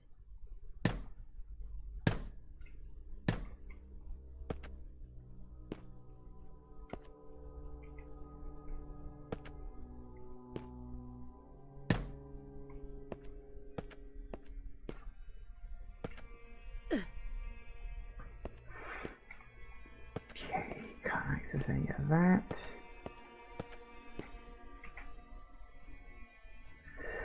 Okay.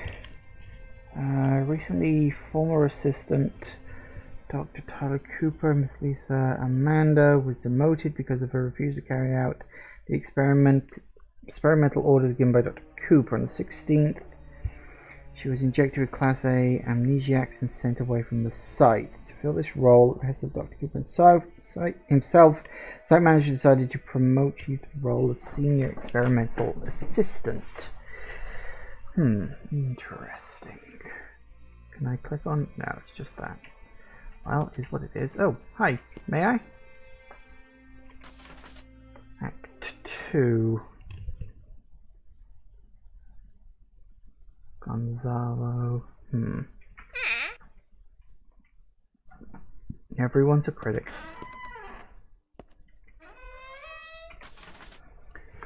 7/19 local time, a mass blank incident involving several students in the auditorium of Prenchester High School took place. It's escalating a violent riot with fighting on a mass scale. An incident reportedly took place in the auditorium while blank, as all participants were in the process of blank. This triggered the audience to attack each other, resulting in 13 deaths, 27 injuries. So many files. This must be the archive room.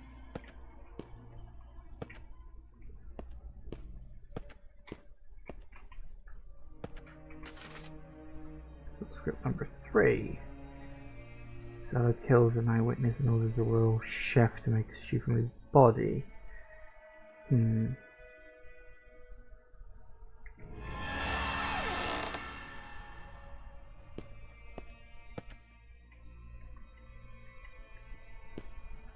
Show off. You think she'd be more worried about that, but apparently not. The fan. It's a king fan.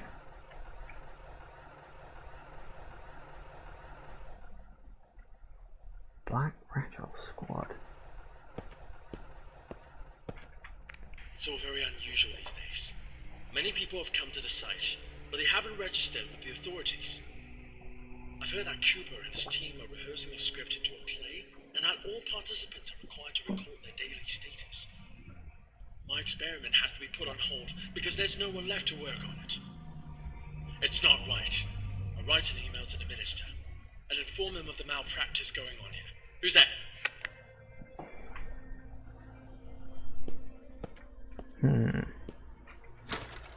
Ooh. Was that the Hanged King's Tragedy? Uh-huh. Mm-hmm.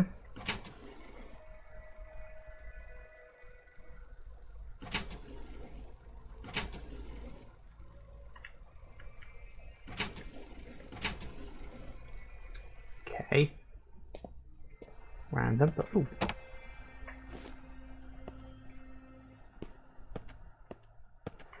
Not sure what all that stuff specifically meant, but alright.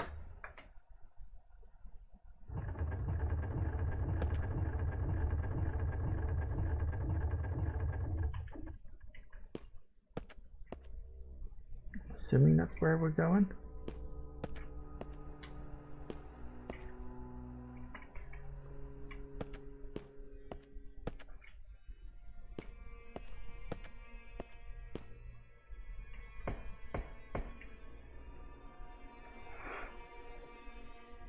This is the Hanged King, is it? Which, I mean, would make sense. I mean, the first mannequin we saw was a hanging one. I kind of figured that might actually be a thing rather than just being a prank, but I wasn't sure. First, most of the on-site personnel were apprehensive about participating in the project, but after distributing some 701 documents to a few volunteers that became widely circulated, the number of people coming to sign up suddenly increased. It's rather curious how it happened, and I haven't quite figured out the reason behind it yet, but it's welcome news. I've taken it as a good omen. Now I've managed to mobilize the entire station to participate.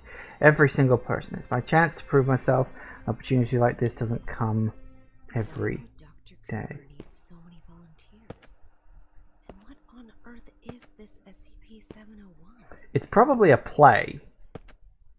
Or something that wants a play, at least. I think that's the point.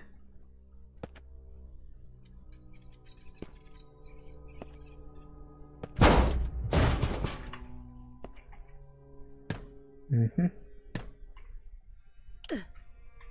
Finally, luck is on my side. This ought to get me to the 7th floor.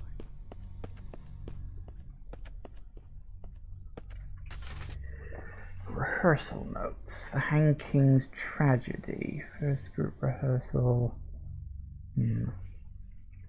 Oh, that's alright. Wrong button. Rehearsal notice?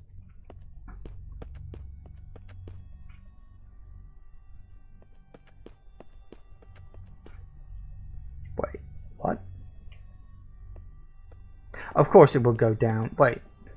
No, why would it go down? Well, hang on, man. If it goes down, then I want to go up. What the hell is going on here? 4th floor again? Ah. Right, so it wasn't... Right, okay.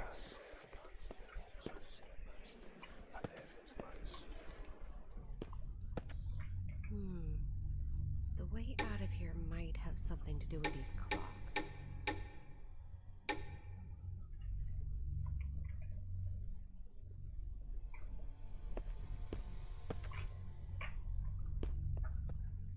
Is there more than one, or is it just the yellow one? So hang on, yeah, we got yellow, we got red. Haven't seen any hint of any colors or anything. That's where I came in. We got yellow, we got red, we got blue. And then back to yellow again. Okay, so...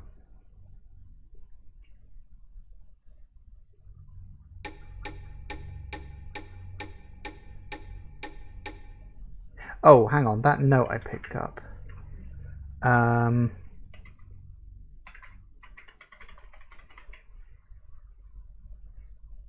5th floor, 6th floor, 7th floor.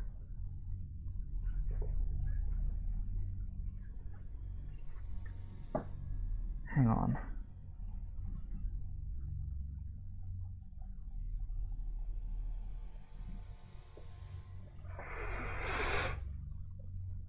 Okay, so if 746. Problem is that the one I've got on the clock is the second hand I can move. It's not the minute hand, it's the second hand.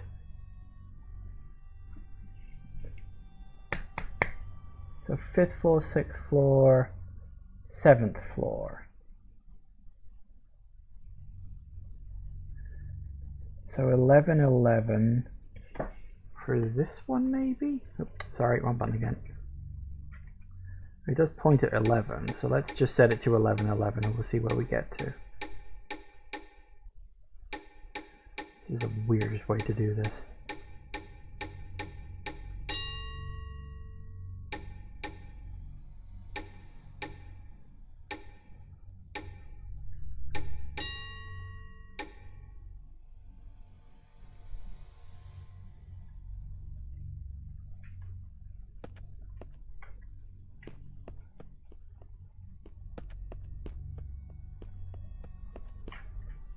That's 7 something or other. Yeah, 746.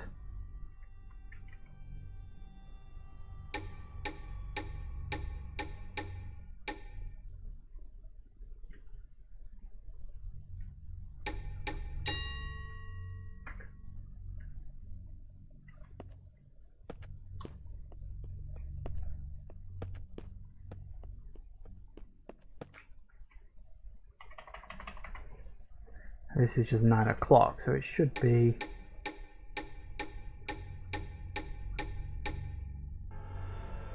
Yep. That actually kind of worked. Kinda.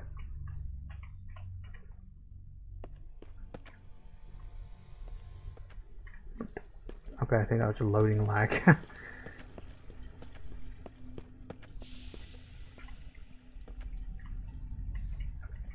Okay.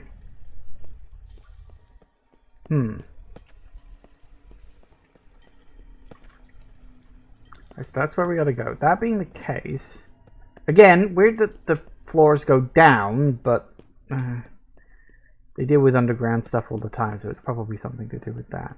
I want to go and check other floors just in case there's something extra, because you never know. Alright, that's where I came in before everything changed.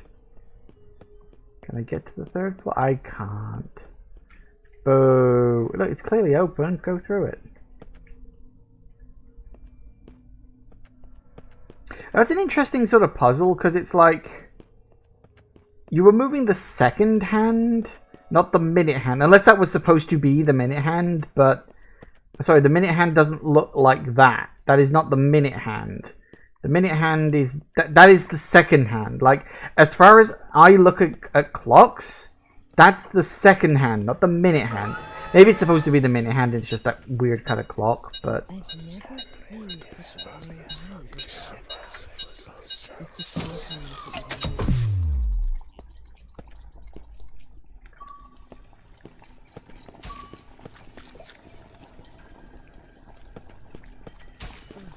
what is that smell? When was the last time I cleaned this place? am I getting up backwards or something?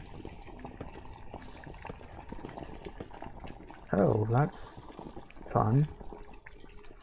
Wait, wasn't that part of the play?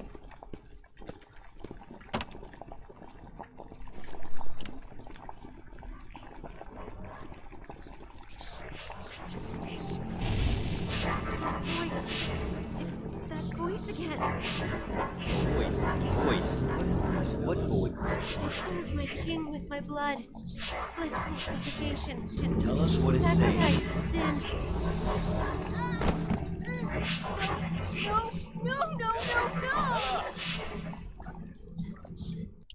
Bella, are you feeling better now?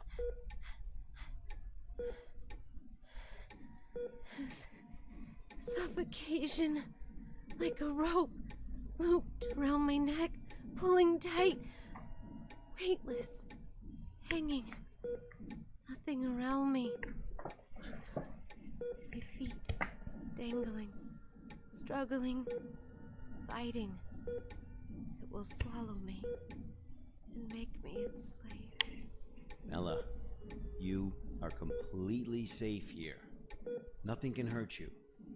Okay, let's continue. The situation there was much worse than expected. Much worse. I knew I had to get in touch with the Foundation. I managed to find a phone, and I called for backup.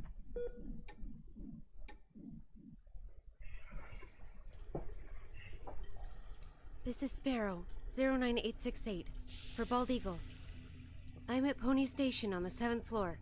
The situation here is much worse than expected. I need backup. Bella, are you sure this is actually what happened? What do you mean? Yes, of course I'm sure. Come on, Bella. Try and focus. What are you talking about? Bella, you never made that phone call. Of course What?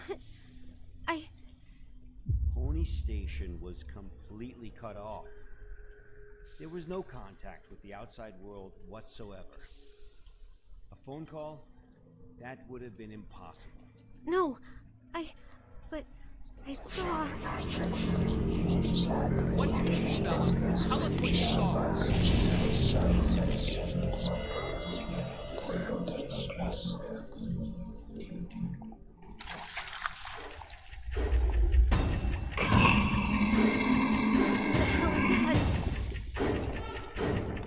Uh-oh.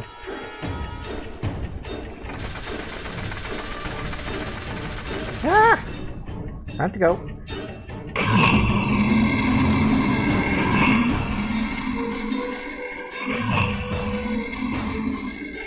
I did run. Oh, door's still open.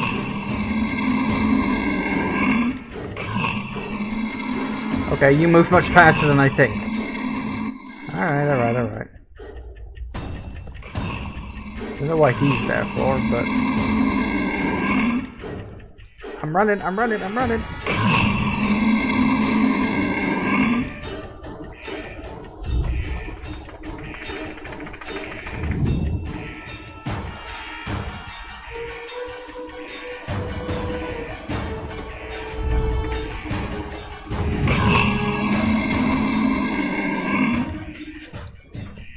It was a bit janky, but I think I got there in the end. Paul even never said anything about that.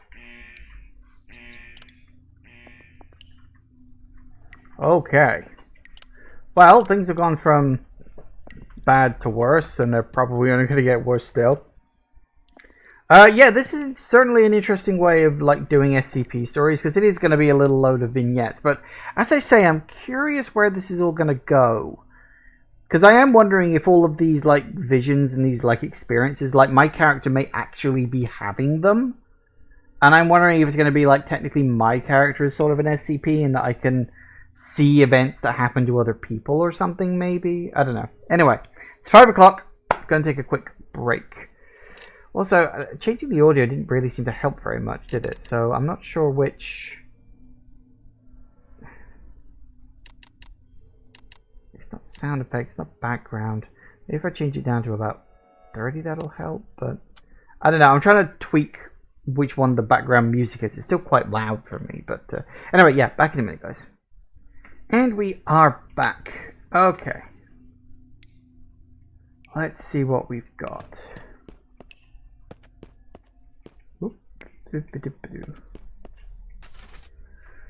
Tyler Cooper's journal. The scripts have been out for a week now, and the participants have had minor rehearsals that describe one thing continues to baffle me. They always seem to recite the wrong lines, every single person. Strange, almost like it's orchestrated, and when I try to correct them, they become defensive, insisting that they read the correct line. But other than minor hiccups, everything else went well. Very much looking forward to the first full rehearsal in 705 the next day. The full rehearsal will bear witness to the potential of 701. My name will become synonymous with it. Oh dear. Whoop, God damn it. Sorry, I keep pressing that button. Rehearsals? Play? What is up with this SCP-701 experiment?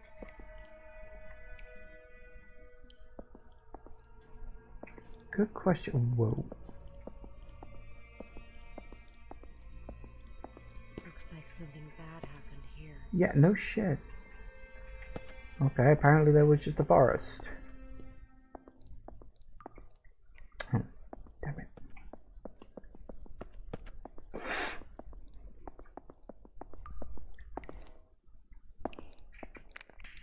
We're evacuating.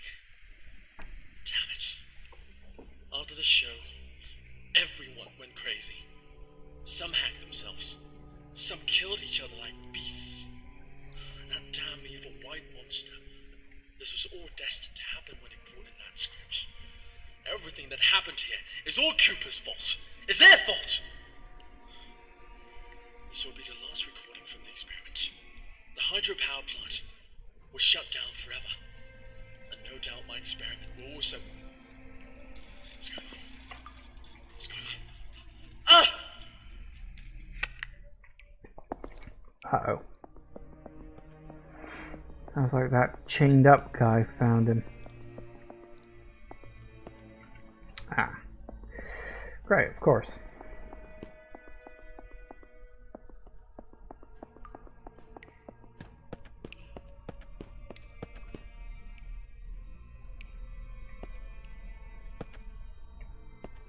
Hi guys.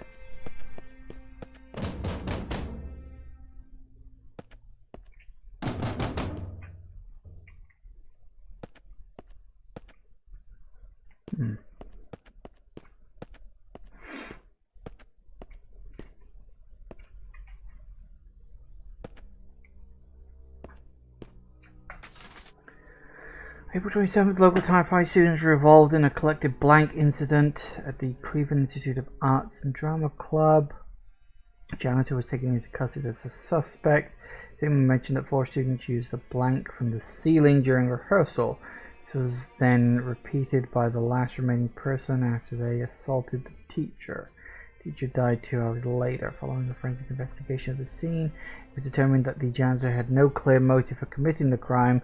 There would have been further observations at a psychiatric hospital. Makes sense.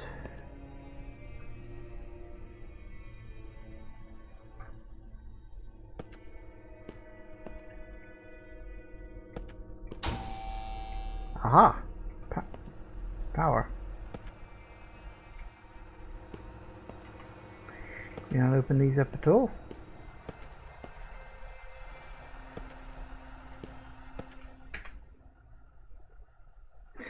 All personnel at Pony Station. 701 will officially begin tomorrow. Not to present the dissemination of classified information.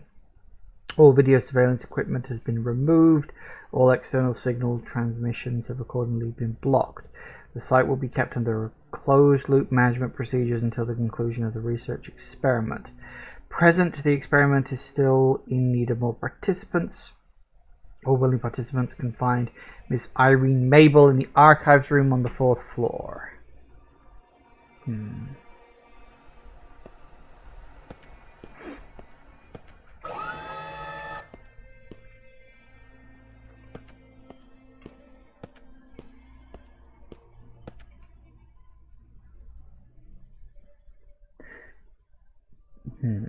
27. That's interesting. Why 27?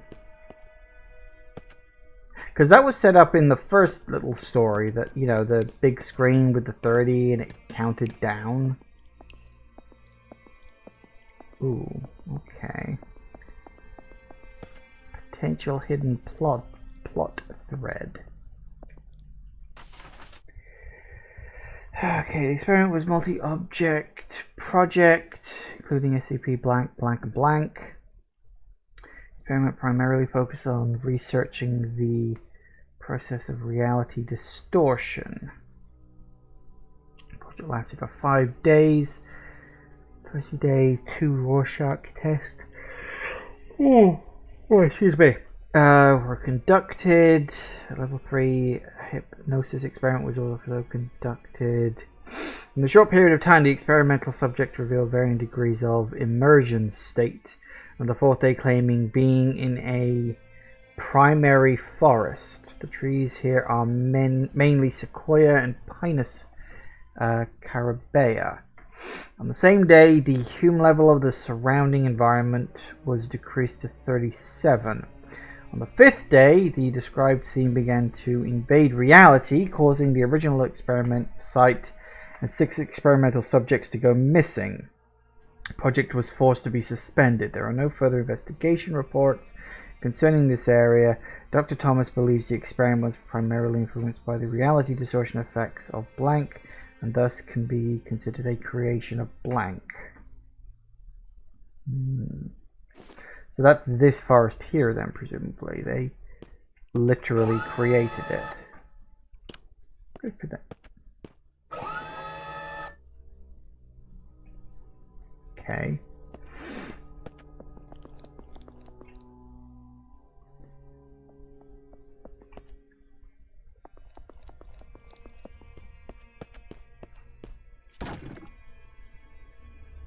Keep it together now. No point in falling to pieces at this stage.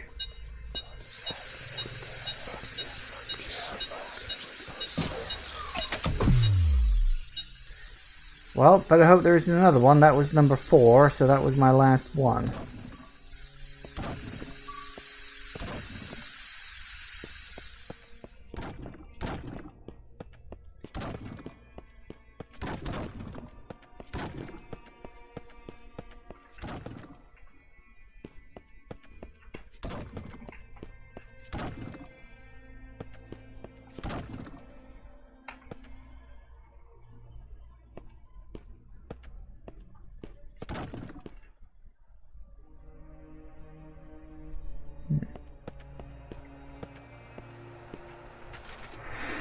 Rehearsal script number 5. Rest of the audience. The banquet, Antonio bursts in. Gonzalez murderous crime. Okay.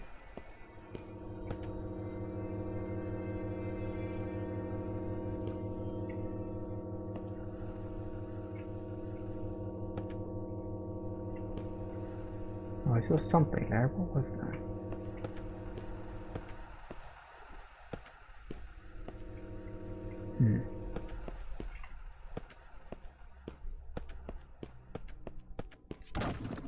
Why does it look like they're all going to the same place?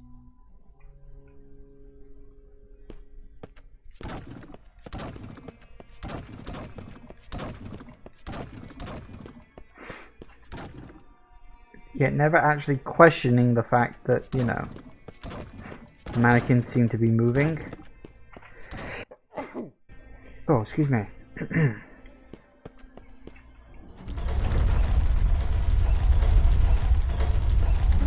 Aha.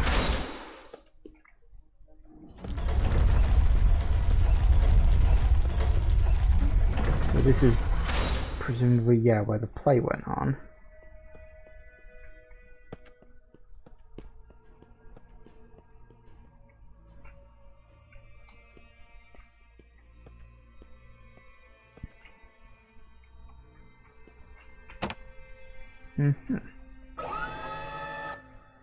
Assuming that was, of course, the real black box, which, I mean,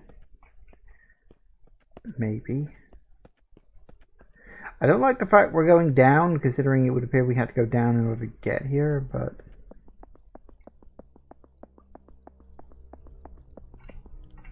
is what it is on that front, I suppose. Hello. Ooh.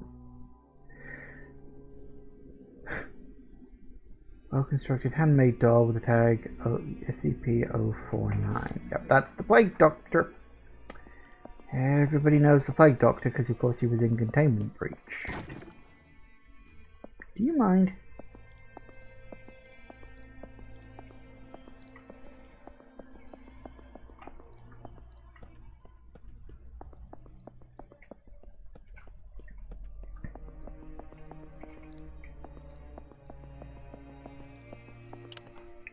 Okay. Cutscene time.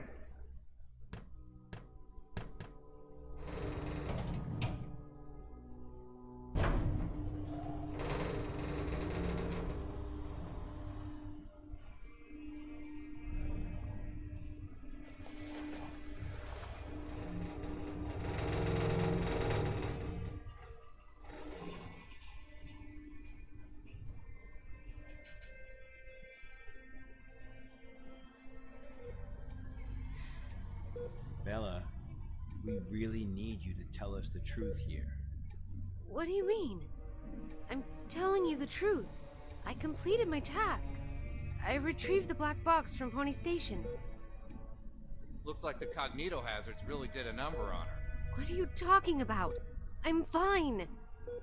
Bella, there was no black box in sight when we found you. That's impossible. I'm positive.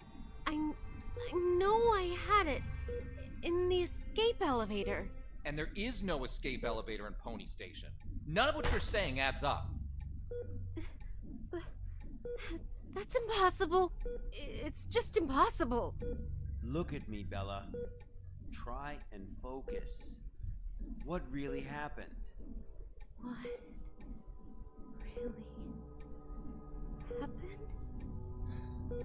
Bella, think carefully.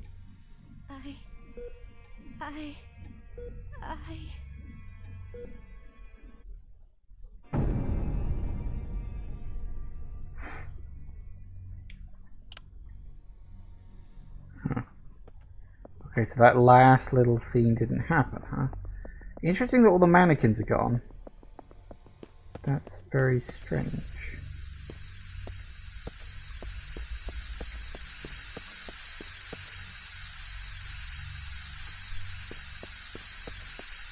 Okay.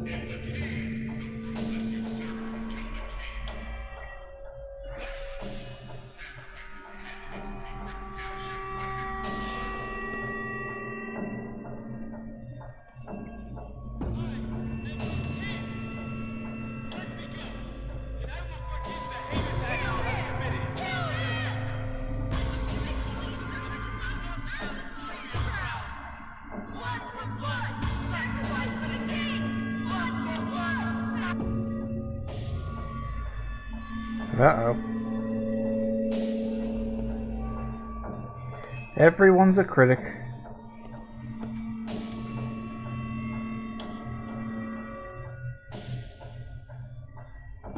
Fuck! Not again. Whoa! Okay. He moves really fast. Where can I run though? There's like nowhere to run. No, really, where the hell am I running?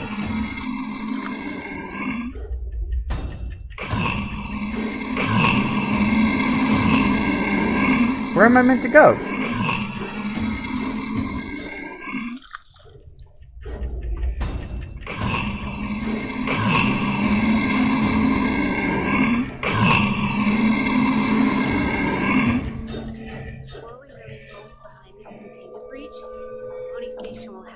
Down. That much is for certain. That chase thing is very random. Like, I hope they don't do that too much, because that guy moves way too fast. Okay, the rehearsals have officially begun. Positively brilliant. My hands are shaking now as I write. This experiment, the exciting avenues ahead. Although some sections stray from the original 701 script, everyone remains perfectly in character, wholly consumed in the act. The audience, too, seems to be entirely absorbed in the performance. A strange thing, though, I noticed a certain something, a person perhaps, appear on the stage.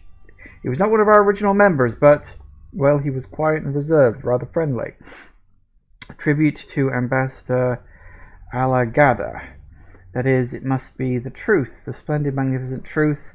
Hang the traitors one in one, hang the betrayal and the ignorance together with the noose. Cheers, cheers all round for our king. Uh-huh. SCP-701 is a script. One performance and now all the police station is ruined. Dr. Cooper, what have you done?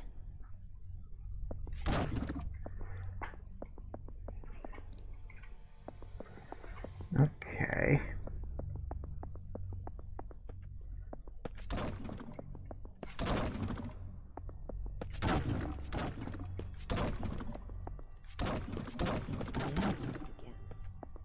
Where are they heading? Where have all those volunteers gone? Really? Are you this dense? Rehearsal script 1. King passes away. King's brother succeeds him. Drunken Queen professes that she colluded with him to kill the old king and hang his body from a tree. Queen goes on to confess that the great nobleman is in fact the son.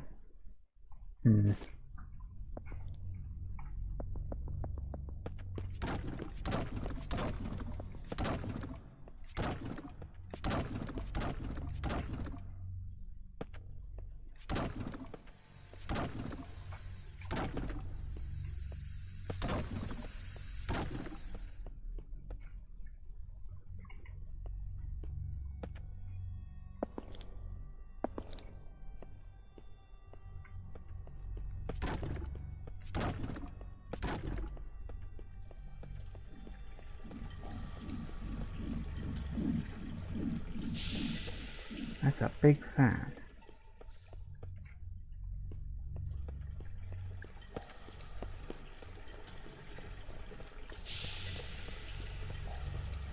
Uh-oh. Holy fuck. Guess this is the ending of their performance. SCP-701. The Hanged King's Tragedy.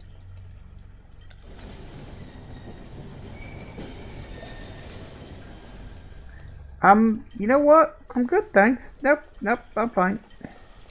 I'm gonna go this way. If I could. Oh.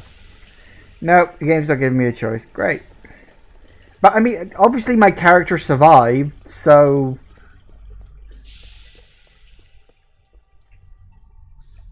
I serve my Who's there? With my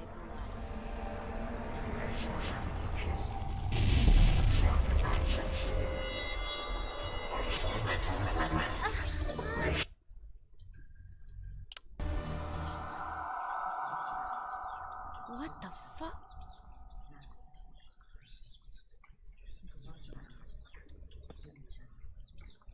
Mm-hmm.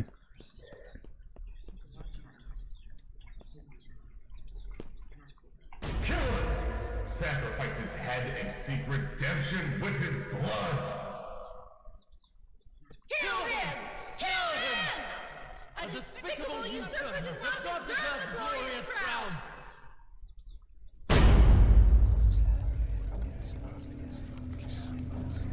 What the hell is going on?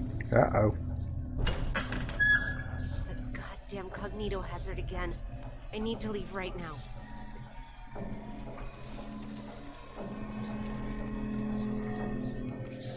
With this, our blood is hanging!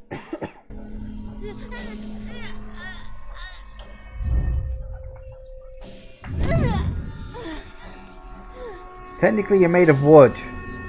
A knife can't do anything to you.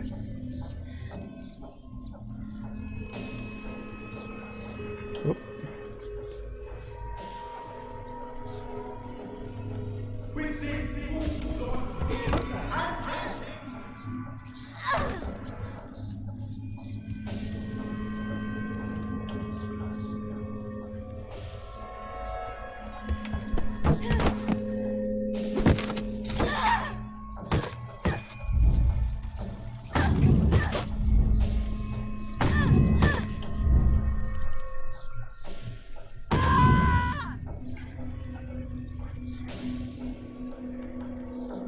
Mannequin on mannequin fighting.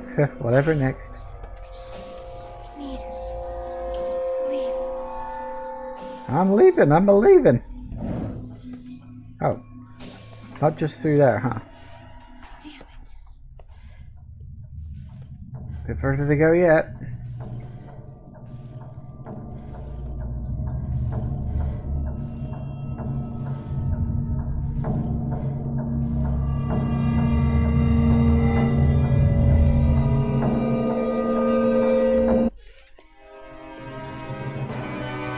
Uh-oh.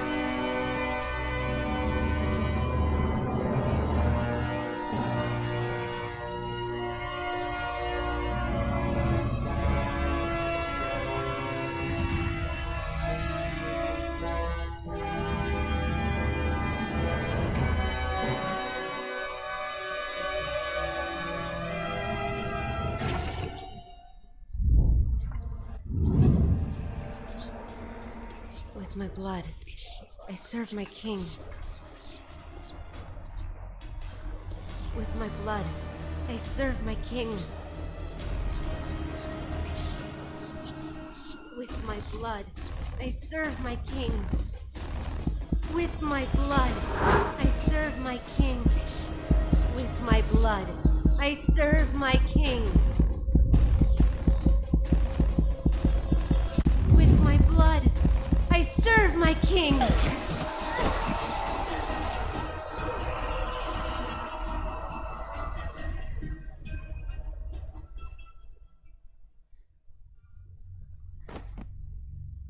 Ooh, I think I killed him. Was it because I completed the play or Her something? condition is unstable. I've just injected her with a sedative, but you'll need to let her rest for a while. Thanks, Doctor. Well, let's go then. What? We haven't found the black box yet. You still don't get it, do you? Get what? What do you mean? A black box is merely a vehicle for recording the truth. But a black box isn't always a black box. You mean... That's right. She is now the black box. Got time for a cold one? Because our work here is done. I did wonder that. There was never actually a black box for her to go in to pick up. It was always about, just her going in to find out what happened. I serve my king with my blood. Blissful suffocation. Sacrifice of sin.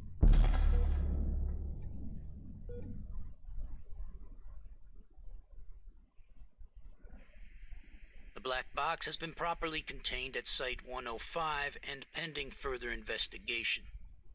Above is the full record of the inquiry. Ooh, Okay. Oh, we're actually doing this now? Oh, blimey, we are. Okay, Hand King Tragedy is a 5-act revenge tragedy from the Caroline era. Performances of the player associated with psychotic and suicidal behavior among both audience members and participants, in addition to the appearance of a mysterious character, SCP-701-1. Historical estimates place between the number of lives claimed by the player at 168 and 173 over the past 300 years.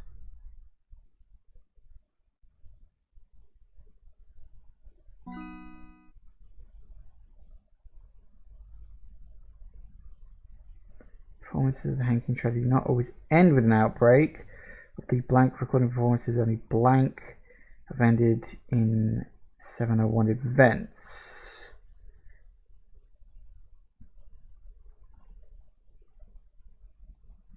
One to 2 weeks prior to the event, during the dress rehearsal period, cast members will begin to spontaneously deviate from the published text of the play, rather than improvisational gaffes associated with going off script. Said deviations will be both orderly and consistent, as if the actors were working from a new version of the script. The cast and production crew will seemingly be unaware of any change. If it's brought to their attention, will state that new players run that way from the beginning. A couple hours prior to the event, the outbreak generally occurs during opening night, or else the production with the greatest planned attendance. 701-1 begins to appear on stage at the final scene of Act 1, generally in the background or to the side of the main action. The event 701-1 appears fully on stage during the banquet scene in Act 5. Here it will be incorporated into the action as the player is the Hanged King.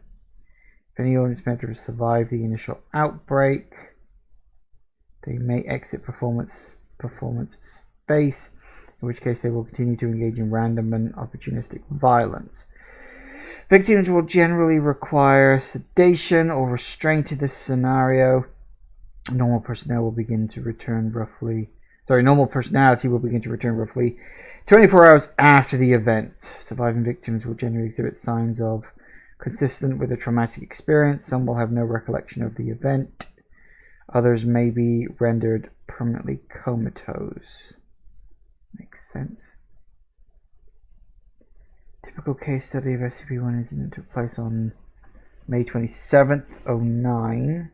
During a group test experiment, presiding project research leader at the time was Dr. Tyler. According to research logs, 107 is a self-evolving memetic virus that spreads through unknown means via dramatic text. Pony Station is currently under a full-scale lockdown. Archives pertaining to 701 are scattered throughout the site.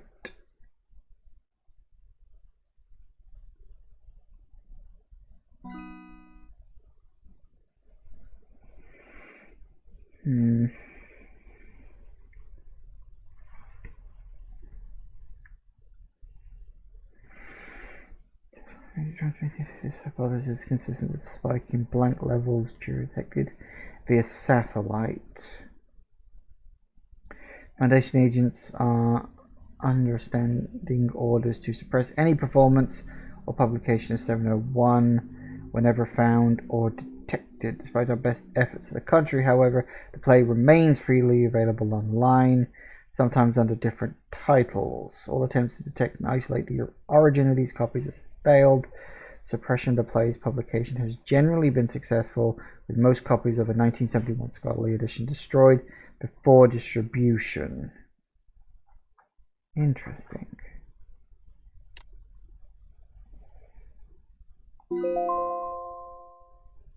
Hey, success.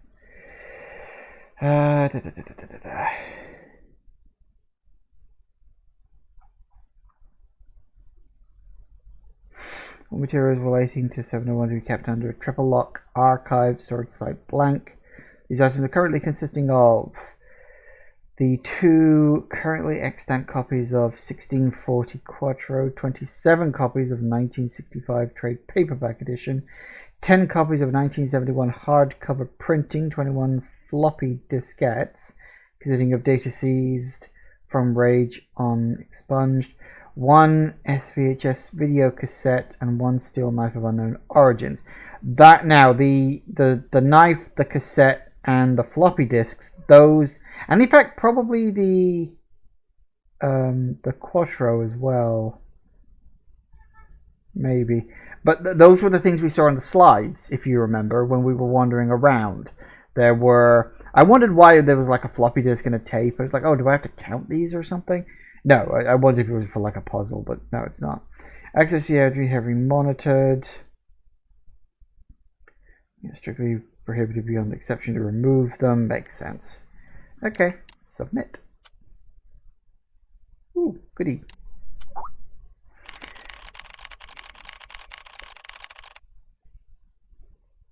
I was a bit confused at first, but I got over it. Good. Got to admit, you're no worse than I expected about Taco Night celebration. So, are we really using a living being as a tool to contain anomalous objects? Hey, MIT boy. I've seen a great many field agents. They are prepared to sacrifice themselves at any time in order to complete a task. Secure, contain, protect. For them, it's a creed worth paying the ultimate price for. It's our duty to record all this truthfully and honestly so that people may remember them forever. I understand.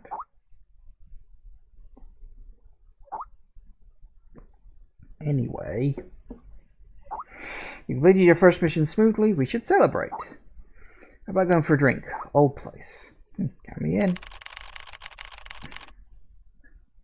That sounds cool, but I can't drink too much. How about a taco night? Or a donut night? Donut night sounds better than a taco night. Celebrate the completion of my first ever archive mission. My colleagues to a small party. It all started to grow on me. My colleagues' this place. I didn't really enjoy it. Maybe it was all the drinking. I dreamt I was lost in a strange cave. It was dark, damp, it smelled of decay. And in the depths of the darkness I saw at all times 2 red dots monitoring my every move. What a strange dream. Tequila is too strong a drink. I need an espresso to sober me up. Yeah, excuse me. Oh, let me back. A lot of reading in this game.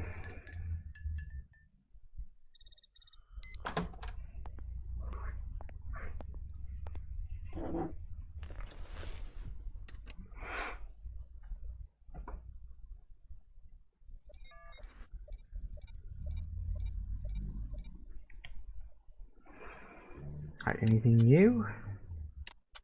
Look like it.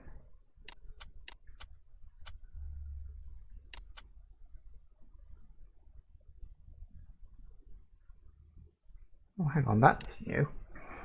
Agents of the... See, I wish it would tell you which ones had new stuff on them and which ones didn't. Because that's not new. Don't think that's... I think this is new. Oh no, that's no. My mistake, that ain't new. No, I remember that now. Yeah, these are all the same as before. Fair enough. Guess they haven't changed. Files. Okay, appendix. Object is an irregular clay pot with a height of 23 centimeters and a diameter of 28 centimeters, but not before by its appearance. It's an organism, a womb. Yes, an earthly womb. SCP-660 may be safely stored in a standard safe deposit box, provided its mouth remains covered up with inert perspex disc and sealed with tamper-proof tape. Logs of tests involving human experiments with 606. Skin flap harvested from left thigh of the cadaver of D612. Donor was healthy in all respects prior to death. Tissue sample left in 660 for 2 months duration. Daily biopsies indicate viability of sample. Cell samples taken when tissue grafts are cultured in vitro revealed a predisposition towards precancerous and cancerous growth. Tissue sample lasting for 2 months duration, grafted onto torso of D-class personnel with second and third degree burns. Recipients anomaly testing record has no contradictions with 660. Result tissue graft takes without complication. Healing according to usual steps of adherence, serum inhibitions, and revascularization. However, as is common with severe burn cases, the compromised skin barrier led to infection and eventually fatal septic shock. Post-mortem biopsy and analysis indicated skin graft would have turned to fully histological structure and function had the recipient survived. Member of mucus house mouse. Usually SCP blank was incapable of restoring 613's consciousness to its original body after removal. Computer interface was developed to facilitate two-way communication. I guess I have to take your word for it. How did that feel? Suffocating and stretching? Could you be more specific? How the hell do you think it felt? Even mice need to grow and move and live. Every part of me was straining, but I was stuck. I thought I would explode. Right arm lost in traumatic amplification just beneath the elbow. Civilian incident involving SCP blank. Lost limb recovered as part of cleanup operation. Subject would not have survived immediate reattachment surgery due to other injuries involving severe vascular compromise. Biopsy revealed no precancerous cell growth. Transplants ruled a tentative success. Human testing with 660 is suspended due to the sudden death of 778 from teratoma with malignant transformation. I've seen fetus in fetu before. I've never had one try to grab my probe during an autopsy. 6601 has been neutralized, no longer exists any other forms or shapes, and classified as safe. That's weird.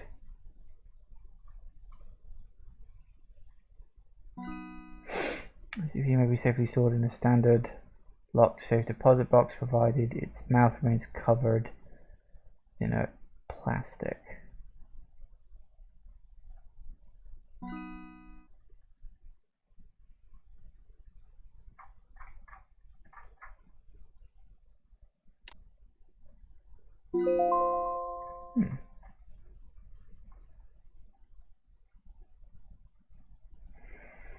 And now it looks safe. That's interesting. I do kind of wish there was more of an actual puzzle element to this. Like you had to work out where each bit goes rather than just drag and drop. Like I don't know. I kind of wish that would be just a little bit more there. But I can understand why they didn't, because the point of this is to not test people with hard puzzles. You're not supposed to be working things out. This is an almost exclusively narrative game. So I get that. I get that. Okay. Trees were grown on site from saplings contained from parent plants located in Nara Prefecture of Japan. I can't read all of this because my voice is going to give out if I'm not careful. The original trees are still in Japan, owned by the government, and still tended to by the same family. However, the government has denied all existence of the trees, and any products made from them are kept within the country. Watered twice a day on a regular basis. Personnel are not allowed to enter the enclosure without level 4 administrative clearance. I advise not to touch any of 143 nor stand beneath them unless wearing proper protective gear. Important that no one be within the containment area when 143 begins to shed. However, after the shedding is concluded, the collected fallen petals for testing purposes have been authorized by the project director. Plus 3 staff today. The collecting petal drops by the tree from the previous day when a sudden gust picked up, shaking a good deal of petals from the tree, blowing them around. Stayed that windy for the whole day. I sent a clean-up crew, but it's still pretty windy and the odd petal is still falling. Have to pick up the remains when the wind dies down for a couple of days.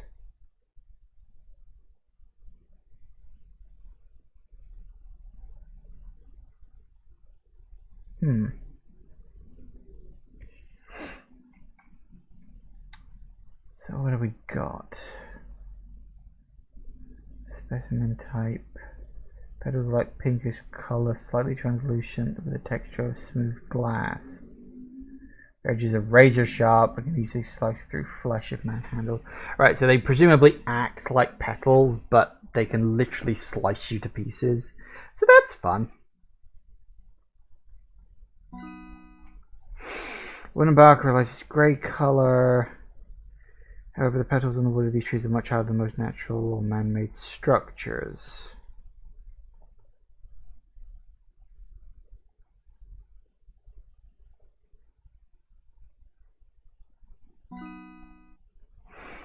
SCP rewaters twice a day. Yeah, so it's like, what it is like, the data here is like, oh, this is what like people in the field wrote up, and I've got to like translate this into actual kind of like,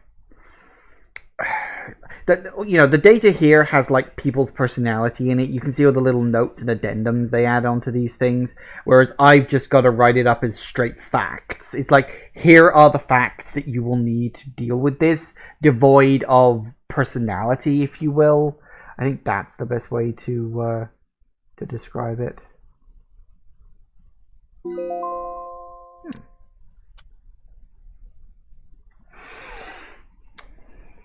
Log of items vended during testing 8.5. Hang on, must be approved by staff. Blank. Testing approved by site command is not under these restrictions. Let's say what it is. It looks like a dispenser of some kind. Coke Zero, packaging in English, Cheetos. Black, single pack of caffeinated chewing gum. Yan Yan, single Yan Yan cone, each peach, dipping, frosting, Pepsi Dragon Twist. Can of Pepsi Cola with a trace of fruit flavor, packaging in English, flavor identified as dragon fruit. PepsiCo does not produce this product. I wonder if they got, like, copyright to use the word Pepsi in this game. Almost certainly not. Then again, I think you can use the word Pepsi. I think like it's okay because like the names of products are considered, I think, generally common use. I think it's like using like logos and stuff is where they draw the line, but I'm not sure on that. Dark side color, a can with clear plastic sides, packaging in Japanese. Liquid inside is clear. When open, liquid appears to react with air and changes dark black over a period of several seconds. Black colorization looks like billowing smoke and cannot be reversed. Liquid taste described as cola with something spicy in it. See, that sounds awesome. Little bakery, 7 grain, small tube, size of a candy bar with a green button made of aluminium. Packaging in English. When the top is twisted off, a mass of dough is extruded. Dough contains several enzymes and bacteria that have not yet been identified. On contact with air, these cause the dough to rise and bake, killing the microbes in the process. Produces a small round loaf of bread weighing 250 grams. Taste described as good but chewy. You don't want chewy bread. Bread should be soft. You should be able to tear it and then just bite down on it, no problem. I mean, I was eating bread for lunch because I had soup. You always have to have slices of bread with soup because that's always tasty. Lemon clams. Thick packaging baggie with a plastic tube on the side containing water and 12 clams. Investigating clams match no recorded species. There's a surprise. Diet Ghost. Can contain an instance of SCP-2107. Testing done on this instance provided similar results to other contained instances of 2107. Marks the first time 261 has vended another SCP object. Unknown. Small mesh bag filled with small multicolored pyramids, packaging in an unknown language. Pyramids found to be very hard and unpleasant tasting compared to chalk in taste and consistency. When placed in hot water, pyramids open and produce strings that quickly dissolve, coloring the water the same shade as the pyramid. Water has no additional taste, but testing reveals a sharp increase in mineral, carbohydrate, and protein content, with several minerals unidentified at this present time. Content was found to be consistent with the recommended daily intake of nutrients for an adult human. Researcher ingesting the water reported stomach cramps within 2 hours, but no other effects. Unknown. Aluminium. It's fucking aluminum. Actually, it's aluminum. I think they got it wrong on both counts. Anyway, box with a small glass window on the side, large brown button on top, packaging in an unknown language. Box is seamless and appeared to be filled with small round animals covered in fur. Each of the 3 small paws and a single large eye. Pressing the button caused the inside of the box to rapidly become superheated, cooking the small animals alive. Muffled noises and scratchings were heard for several seconds during the cooking process. After 1 minute, 30 seconds, the front panel opens and gives access to the now cooked animals. Professor Kane volunteered to eat one, with no other researchers willing to do so. Taste described as crunchy and very spicy, with a small hint of beef. Tall, thin aluminium can, packaging in an unknown languages. Opening the can caused a chemical reaction with the liquid inside the can. Liquid was apparently not intended for an oxygenated atmosphere and detonated violently, causing several injuries and killing 2 researchers. Testing discontinued and area cleared. Testing area observed to smell like citrus for several days. Blimey.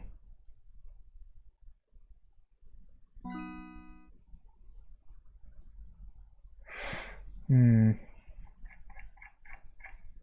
blimey.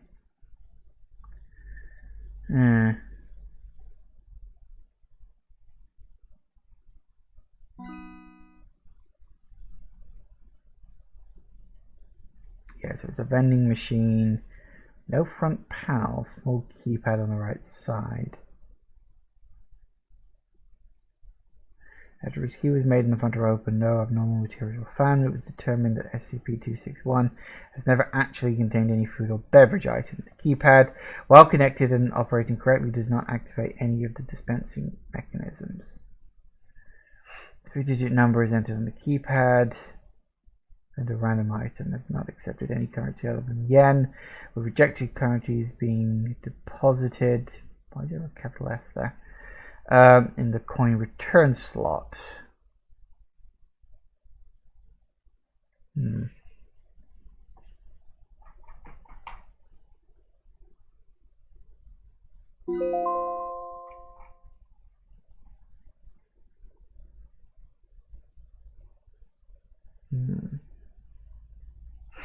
Fair enough. How interesting.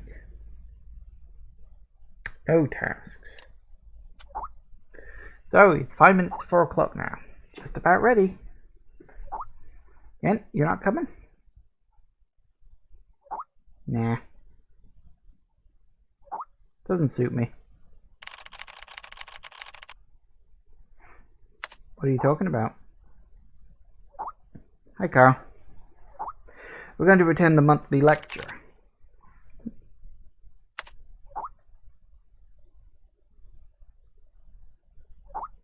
Each month the Foundation invites someone famous to hold a lecture to share new knowledge and insight pertaining to SCP. This month's lecture invited Dr. Trevor. He held high reputation within the Fountain.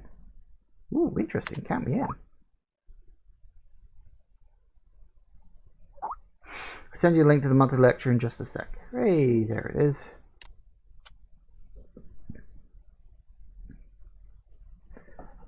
Antiemetics from entry to amnesia. SCP-207I. So I'm assuming it's this one, so he's got the red button by it. Can I join other conferences? No, I can't. That's a shame.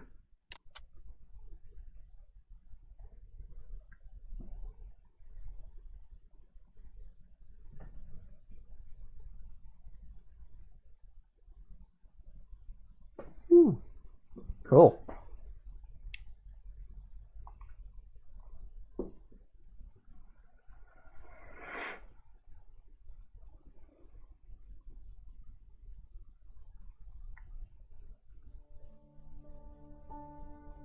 There are many stories in this world.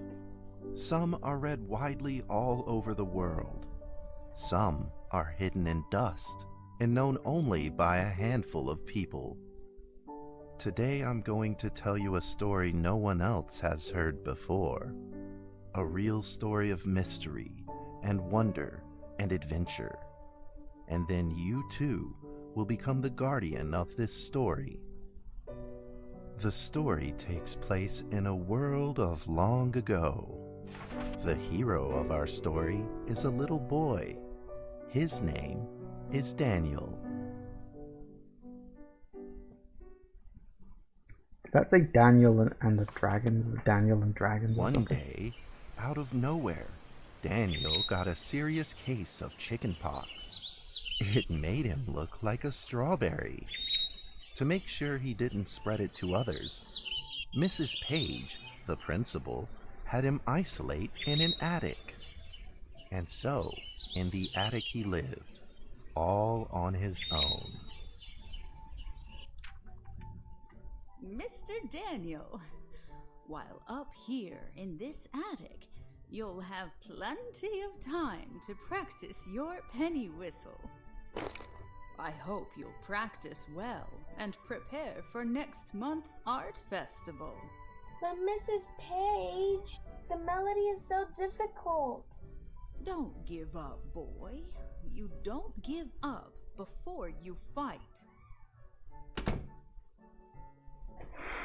Interesting. Unfortunately, it's 6 o'clock, and I think I'm just going to have to leave it here for today. But I got a bad feeling I know where this story's going.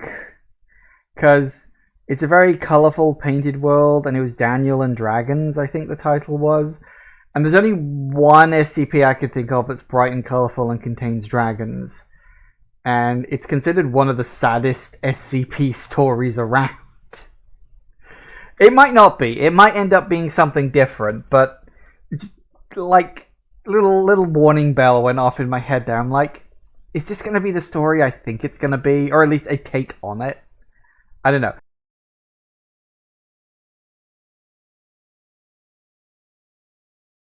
The art style is all cute and colourful. It's got lovely, happy-go-lucky music. And I'm like, yeah, if this story is the one I think it's going to be, it's very sad. Because, well, here be dragons, to put it bluntly. And I could be wrong. It may go in a completely different direction. But considering how popular the Here Be Dragons story is, I would be surprised if they didn't include it. Like, if this turns out to not be the Here Be Dragons story, at least a version of it, I would be very surprised. I could be wrong, but that's just my theory on where we're going with this. So we'll see what happens. But from what I remember, the basic idea is that you got the kid called Daniel, and he was like off sick with chickenpox, so he's been quarantined to the attic of his house. For his sake and the sake of everyone around him, presumably. I don't know. So, yeah. So, we'll get back into it. I'm pretty sure this one is narrated, so I may not have to say much, although I'll interject when I can. And we'll see if my theory is correct or not. One day, out of nowhere, Daniel got a serious case of chickenpox. Yeah, there it is. It made him look like a strawberry. To make sure he didn't spread it to others, Mrs. Page, the principal, had him isolate in an attic. And so, in the attic he lived, all on his own. Mr. Daniel, while up here in this attic, you'll have plenty of time to practice your penny whistle. I hope you'll practice well and prepare for next month's art festival. But Mrs. Page, the melody is so difficult. Don't give up, boy. you don't give up before you fight. Well, okay then. Daniel was reluctant at first, but he trusted Mrs. Page, and he knew he should listen. And so he practiced the penny whistle. Oh god, we actually got to do like a... Is this going to be like Guitar Hero? Oh, hang on. A-S-D-F and space. Oh, I am so going to fail at this.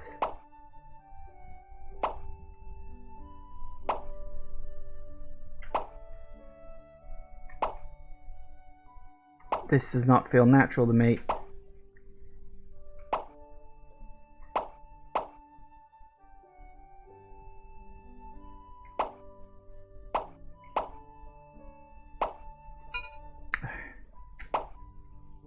See, missed it. Okay. Suddenly, he heard some strange noises in the corner of the attic. Pia? Huh? Who's there? Daniel decided to go over and take a look. Nope. D.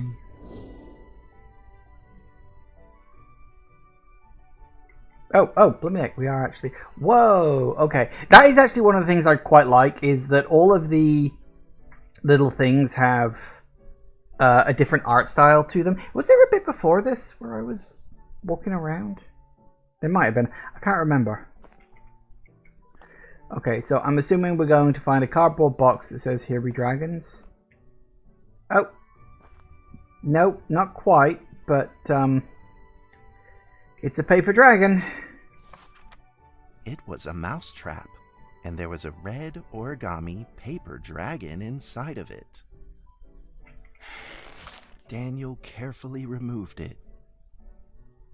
It was marvelous and beautiful.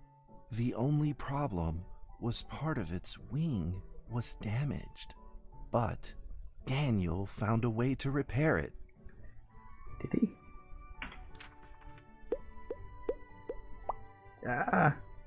Choose item to repair paper dragon.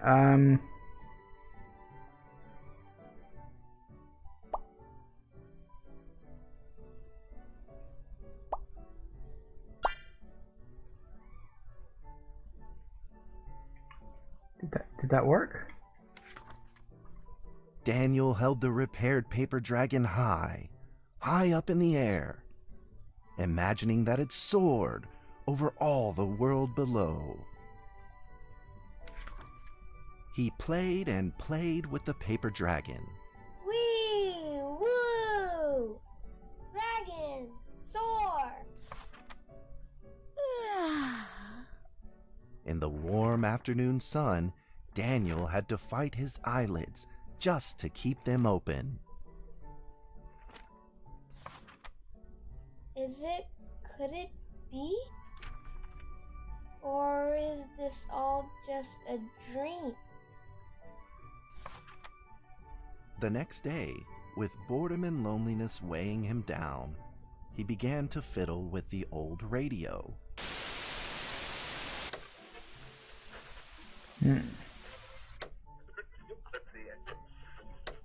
town is located in the plains, where earthquakes are not particularly common. Although there are 17 fault zones around us, they are all inactive. Okay, that's a random bit of exposition. I'm assuming that will come into play at some point. A scrunched up ball of paper rolled over to his feet. Where did this paper ball come from? Just as Daniel went to pick it up, the ball suddenly came to life, and it rolled away. Daniel chased after it.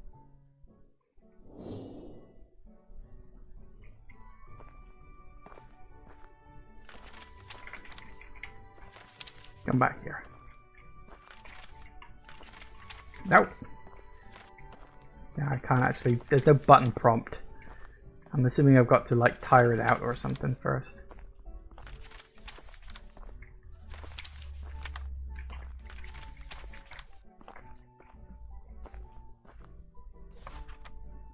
Just as he was about to seize the rolling paper ball, suddenly, terrible sparks erupted from it.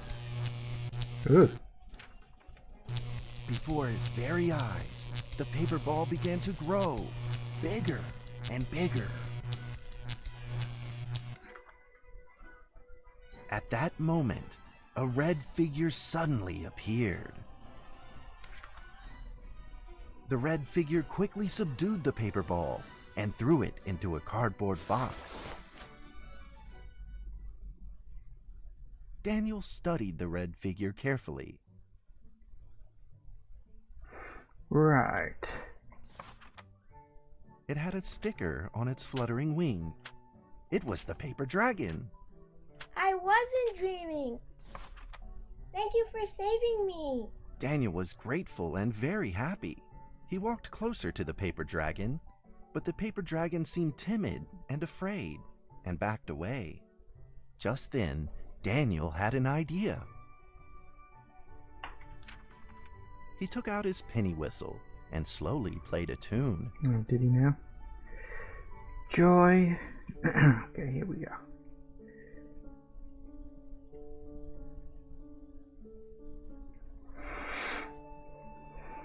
At least this one isn't too hard.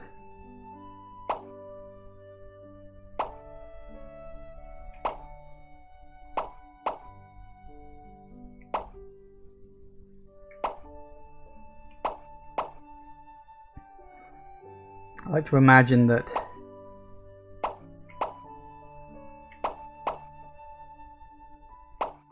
the popping noise is actually the sound he's making. Oh, come on. I did that.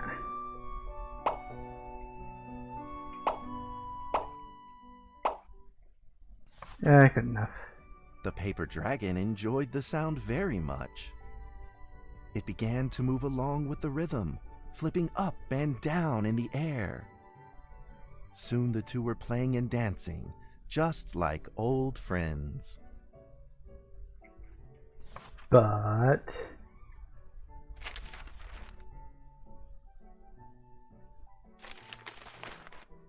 the paper dragon traced out a beautiful arc in the air, communicating with Daniel in a unique way.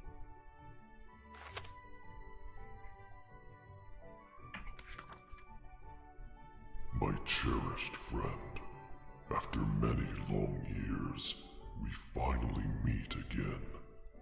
Tell me, how has your family been?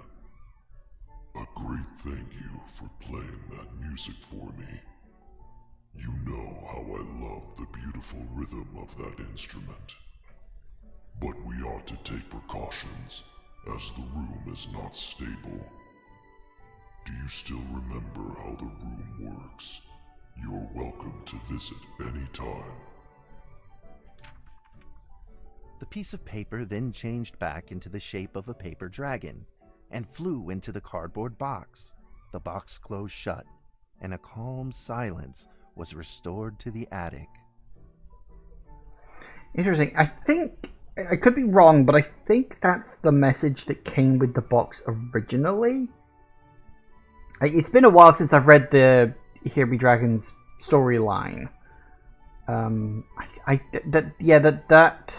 That letter feels familiar to me somehow. Daniel rushed to find a watercolor pen and marked the box with excitement in his fingertips. Here Be Dragons. So this is the prequel story, I guess?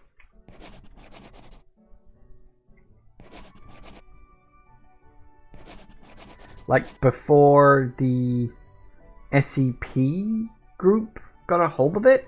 Because the story on the wiki is what happens when it's in the SCP containment pod. And I guess this is supposed to be, oh, here's who owned the box before SCP got their hands on it. Which I suppose makes sense, filling in a bit of the backstory. Over the next few days, the paper dragon came out often to play with Daniel. During this time, Daniel introduced many of his friends to the paper dragon.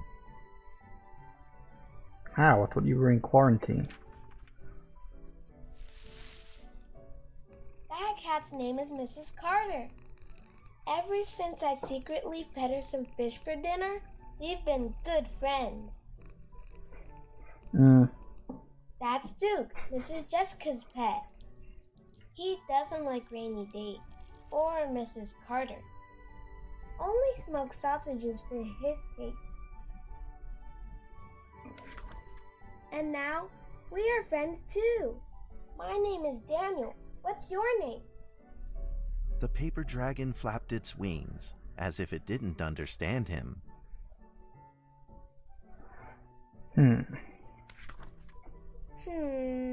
Well, since you like the sound of the penny whistle so much, why don't I just call you Penny?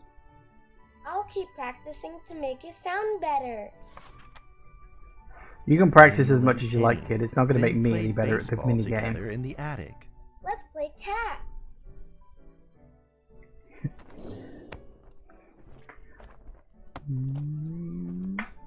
Woo!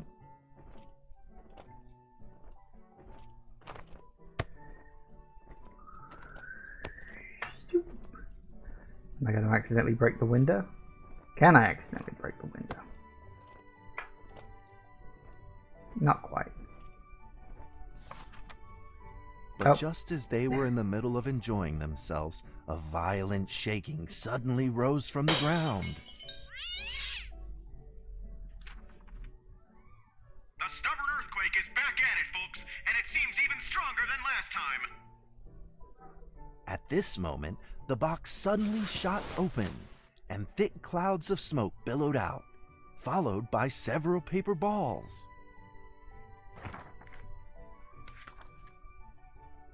Penny attacked the paper balls without a moment's hesitation, and promptly threw them back into the box.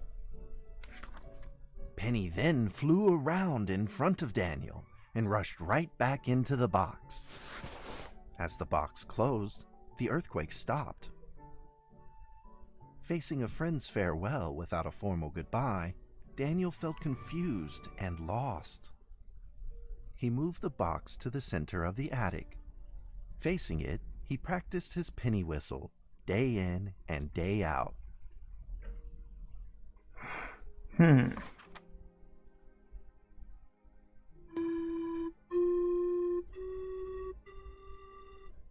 As the days went by, Daniel's playing became smoother. One day, the box suddenly began to move.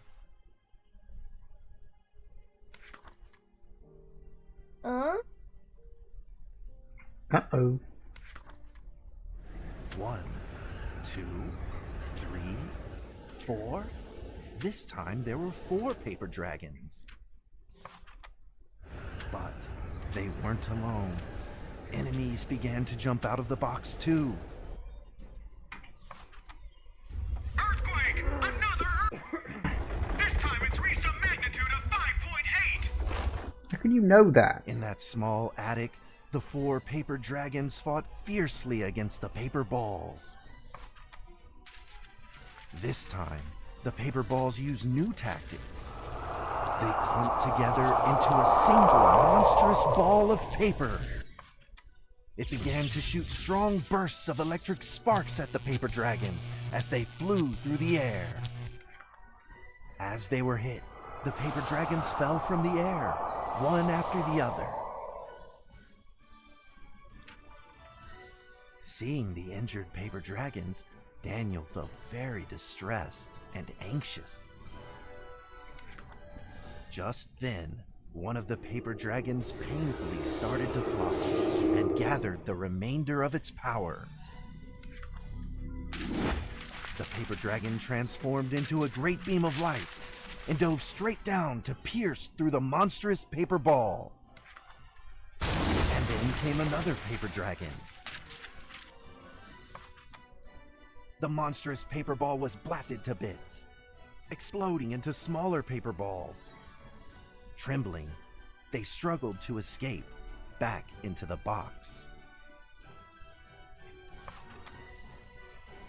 The sacrificed paper dragons were reduced to swirling shreds of paper, and a silence pervaded. Peace and tranquility were restored once again to the attic. Daniel saw the remaining 2 paper dragons lying on the floor, badly wounded. He rushed to grab some stickers and treated them at once. It's interesting that, like, I could easily see this whole story as being more, like, happening in the kid's head. I mean, like, the giant paper balls, like, growing bigger, shooting lightning. It's like, yeah, in the world of SCP, that could actually happen. But it could also just be in the head of a kid trapped in an attic, bored out of his tiny little mind. You know?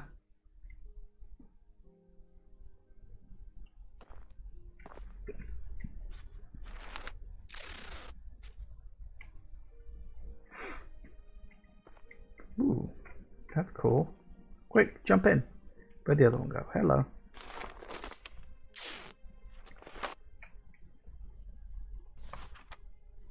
Suddenly, countless paper dragons began to gush from the box.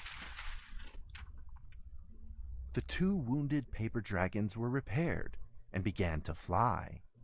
Like 2 colored threads, they merged with the other dragons, flying in unison.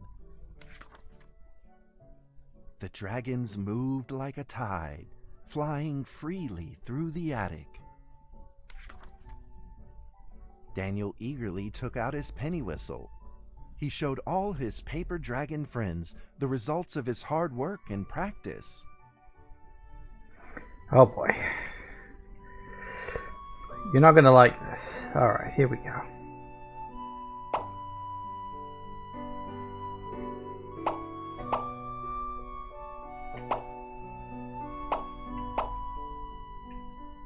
Even the colors on the buttons aren't consistent.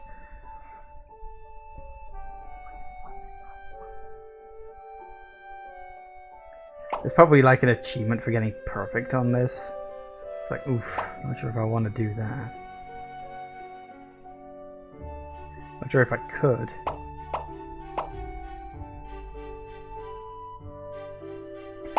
Wait, since when were doubles a part of the equation?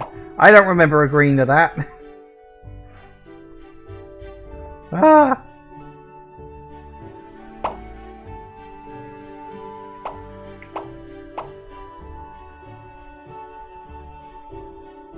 I didn't sign up for this. I mean, the music is very nice. Although I feel like I'm ruining it with all my popping.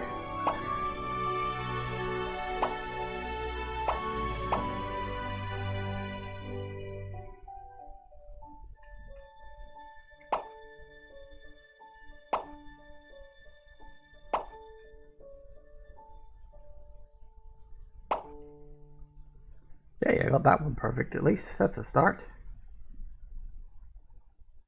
Honestly, I only made a couple of mistakes. Like, I did quite well. In the sweet melody of his playing, Daniel felt himself enter into the world of dragons. Ooh, pretty.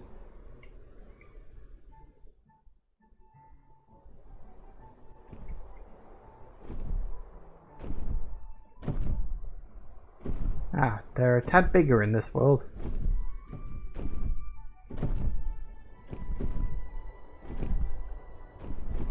Which I suppose makes sense.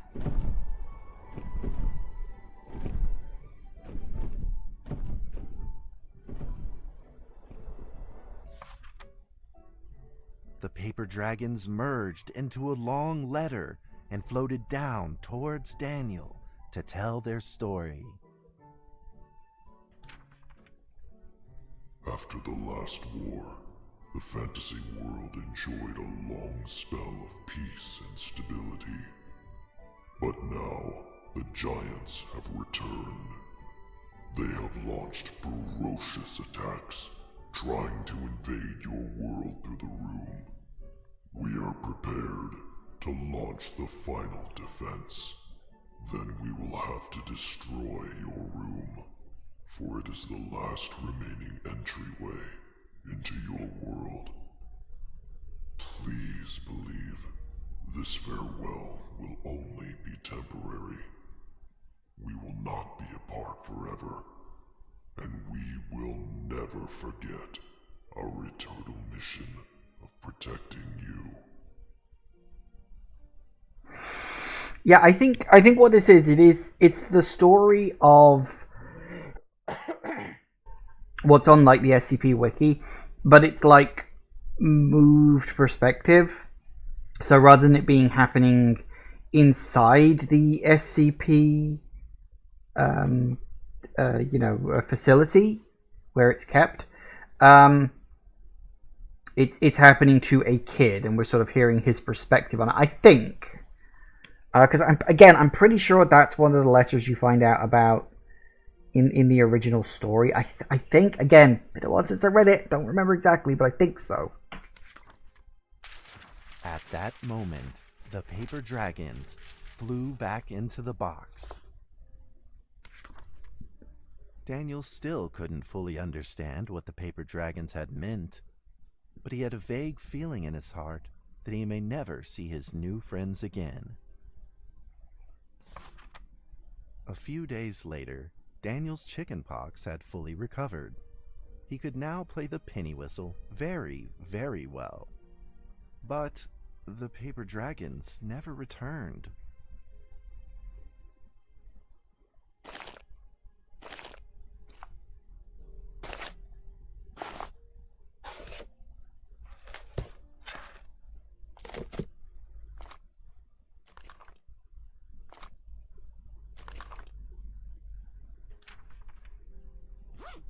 Maybe it was time to leave and move on. Earthquake warning! Magnitude 6.2! A massive earthquake is hitting our town! All townspeople, please leave your houses immediately and move to safe open spaces! Just then, countless paper dragons shot from the cardboard box. However, it seemed like they were under attack, spinning and falling through the air in confusion. What's happening? Daniel quickly grabbed the stickers out from his bag and did his best to heal the injured paper dragons. Oh dear. Can I even? Okay. Yeah, I can't even interact with most of them.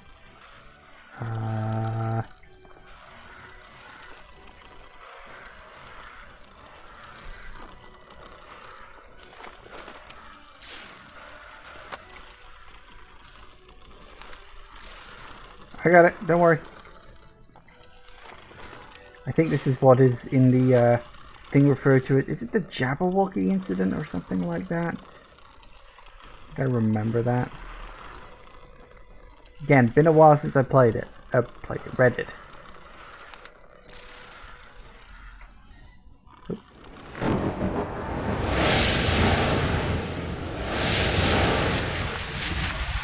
Uh-oh. But the paper balls swarmed together and pushed Daniel away, subduing him firmly in the corner. He couldn't move.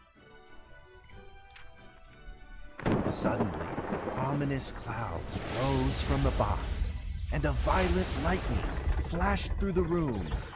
The figure of a giant slowly emerged from the thick clouds, and the entire attic became overwhelmed with its evil aura. The earthquake is growing stronger, now with a magnitude of 7.1! Heaven almighty, are we doomed? The giant unleashed its power maniacally. The paper dragons struggled against it, with no means of fighting back. At this critical moment, two paper dragons shined brilliantly. Together, they heroically crashed their bodies into the giant.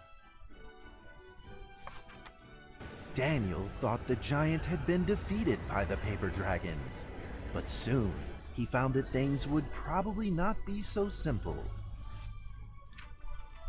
The giant's figure could still be seen in the thick smoke, looking evil and terrible. The attacks of the paper dragons had had no effect, and the giant had only grown stronger. It fought back with a new ferocity. The paper dragons were simply no match for it. The earthquake is growing stronger still! The greatest disaster this town has seen in over 100 years! My heavens! Will this nightmare ever end? With the paper dragons now all but defeated, Daniel spotted a frail figure in the distance. It was Penny. It flew gently in front of Daniel and affectionately rubbed its head against his fingers, as if this whole crisis had never happened.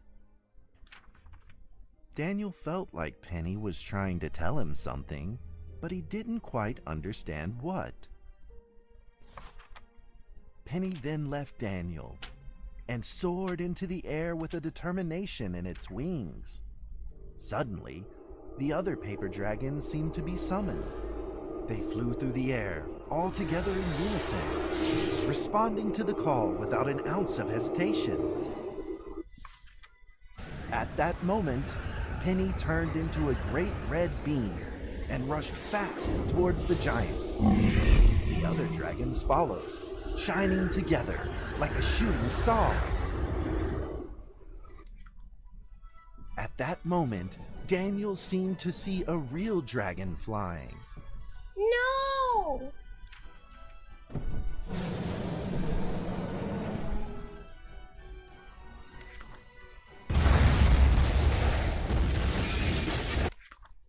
A huge explosion from the impact drowned out everything else in the attic. The attic rained down with countless pieces of paper, the leftover scraps of the paper dragons. Daniel wanted to collect all of the pieces. He thought he could still fix them.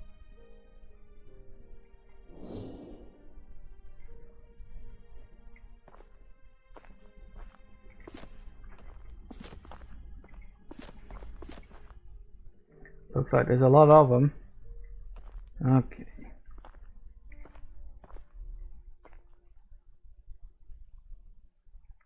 Anything else to interact with?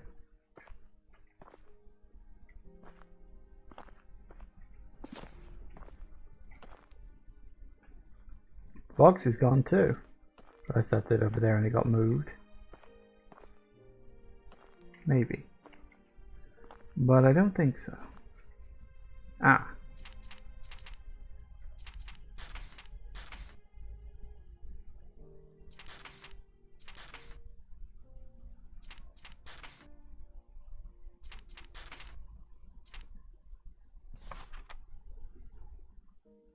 Goodbye, my friend.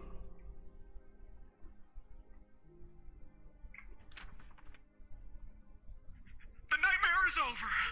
The earthquake has stopped. With God's mercy, our town is safe. We thank you, Lord, for your protection.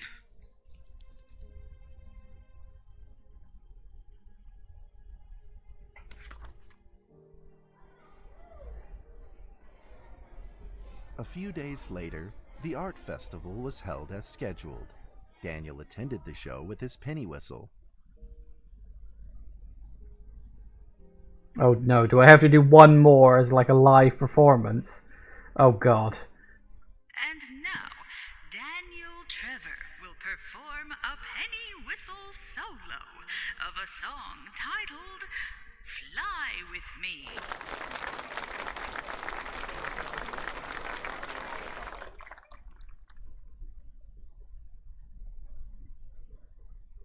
Have I actually got a... Yep, okay. Get ready to balls it up again.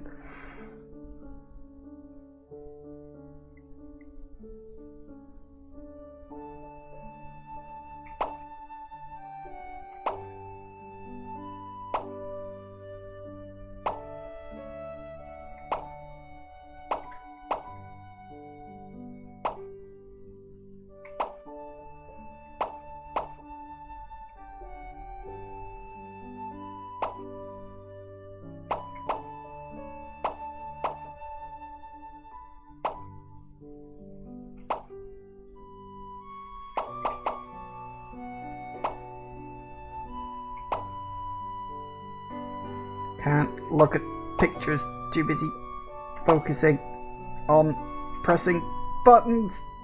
Ah! Did I ever mention that I'm not very good at rhythm games?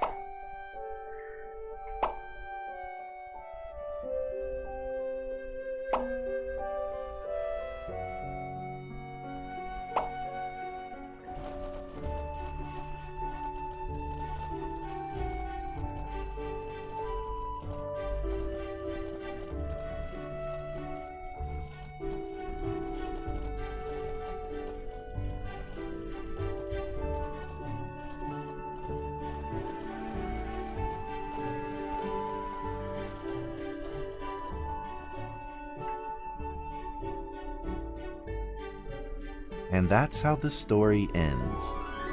Now, you might be wondering, what happened next? Are there still paper dragons in the world? Well, that's a difficult question to answer. But I believe that they are still protecting us somewhere in this world, just like they promised they would, forever, into eternity. So it is kind of a prequel story? Interesting. Oh yeah, that's right, we were doing a thing. I forgot that we were doing a conference. I forgot that's how we got into that. Okay. Dragon soar. Well, lovely paper dragons. I love them so much. Awesome, but what happened to the cute little ones?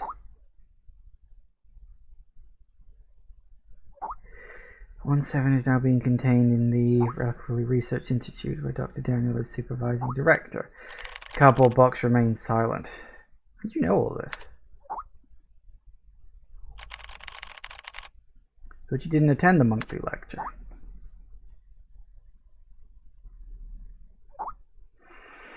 And Trevor Grant spent 2 years researching 1762, so he knows far more than we do.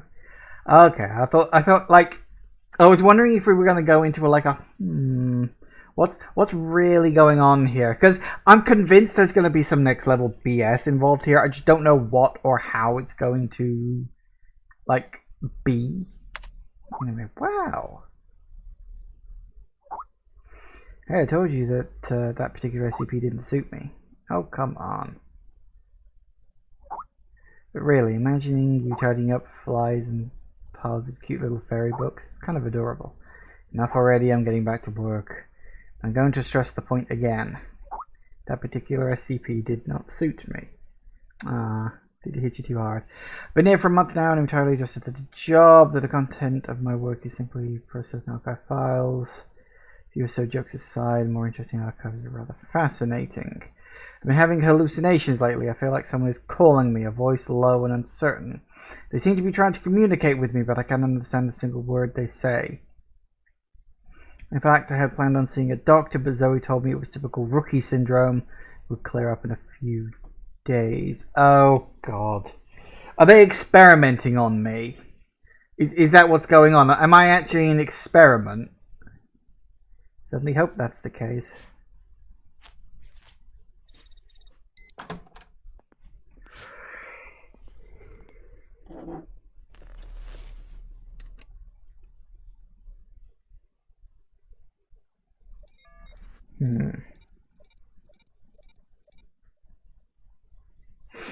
Any of these changed yet?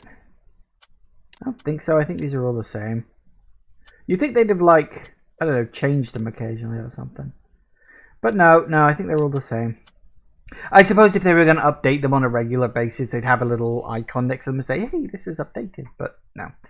Whatever. Okay, Yorkshire, England, Site 83, antique glass perfume bottle. So it's an antique glass bottle. So stored in a locked, climate-controlled container. A simple drop of, hang on, content consists of a blank, unidentified colorless liquid. Sorry. Drop his view through a standard optical microscope, an animated scene becomes visible. While no two drops have shown precisely the same scene, the scenes generally take the form of pastoral woodland scenes consistent with that of blank. So far, presumably these blanks are what we're going to fill in here.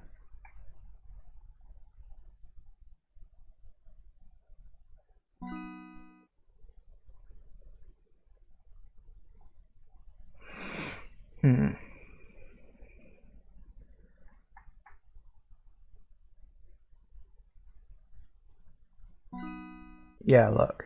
Yeah, it's gone in there. Where did the first one go in then? Ah, yeah, the UK. Okay. Seems to have an antique glass perfume bottle. Presumably that one goes in that one. Oh no, this is without a Victorian era England. So far, attempts to analyze the exact chemical components of 300-2 have been explicitly failed. Spectrometers reporting widely variant or false data, thus making attempts at replicating it impossible.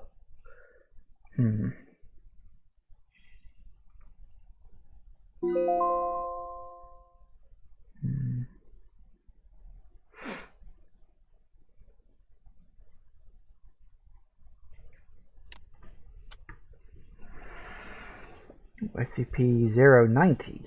Why put the 0 in front of it? You don't need that. Just call it SCP-90. Blimey, there's a lot of stuff there. Try to how to secure bunker. What is it?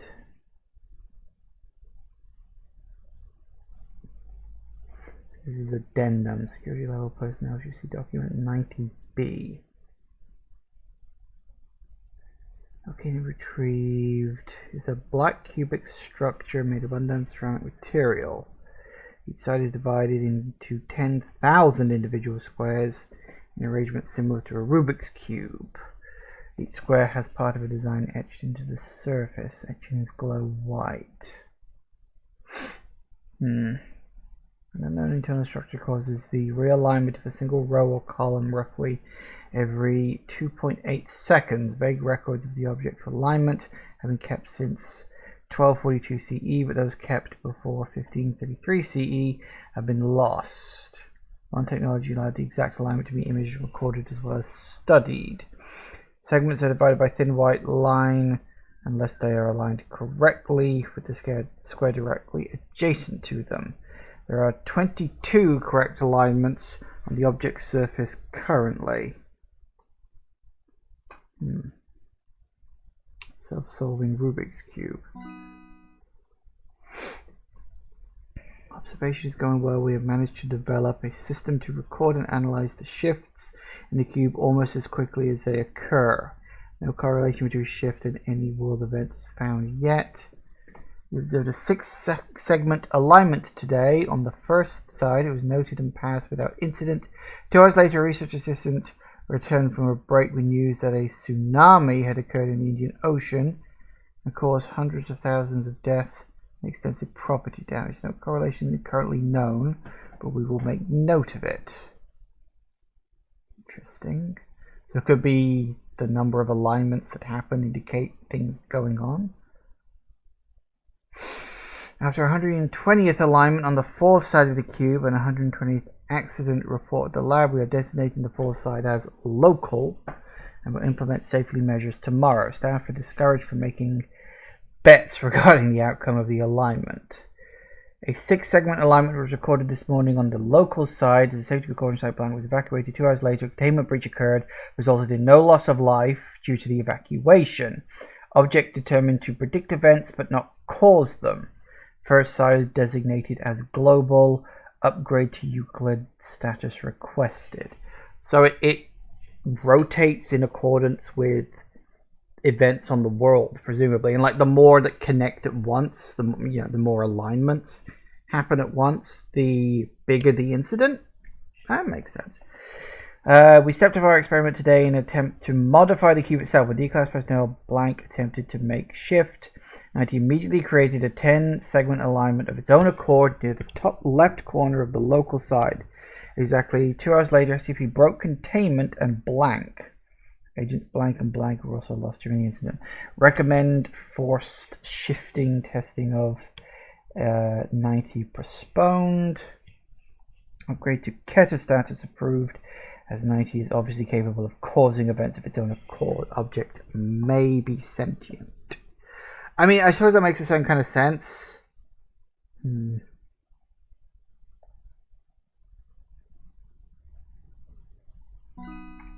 Which of course adds object class Keter. Yeah, because there's safe, there's Euclid, and then there's Keter, for those who don't know. Safe speaks for itself. You're not in any direct danger. Now, it is worth pointing out that just because it is designated as safe doesn't mean that it cannot hurt you. It just means that nothing spontaneous or direct can happen that will cause you harm. You could still do something stupid and get yourself hurt, but it cannot actively do anything against you. Euclid is that it can potentially hurt you, but only under certain conditions. And as long as you are very careful not to activate those particular conditions, you'll be fine, more or less. And Keter is, this thing is dangerous, don't fuck with it. It will kill you at the drop of a hat if you're not careful.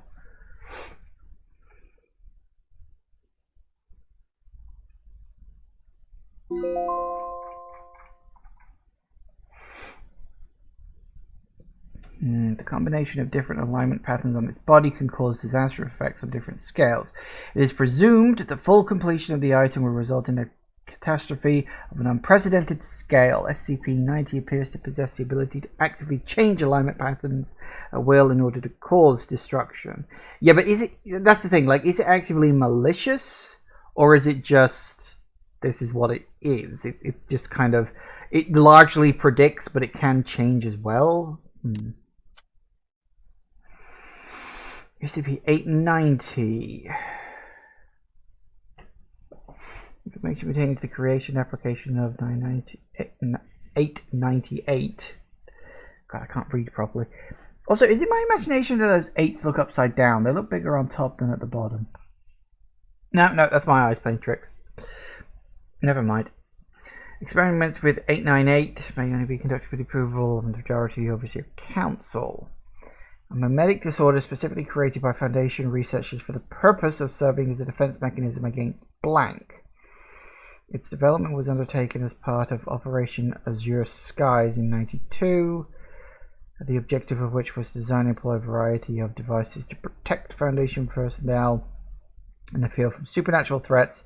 The conventional technology was not sufficient enough to guard against. Yes. Conclusion, subordinate reach was a blank to that end. Inco proposed that a simple biologically motivated catalyst might be the solution. Clues theory developed when the subject's mind had already been infected by 898, detected a potential mimetic invasion. 898 would automatically stimulate the subject's sympathetic ganglion to flood the subject's system with adrenaline, provoke a fight or flight response. Subject would then dismiss the invading meme. Yes, that's literally where it comes from. The mimetic is meme-based attack. It's weird because it started off as kind of a joke, but it also then got adopted as like a serious thing, where they basically use the term mimetic to kind of mean psychic. It's really weird because the term mimetic is a little interchangeable with other terms that would otherwise be used.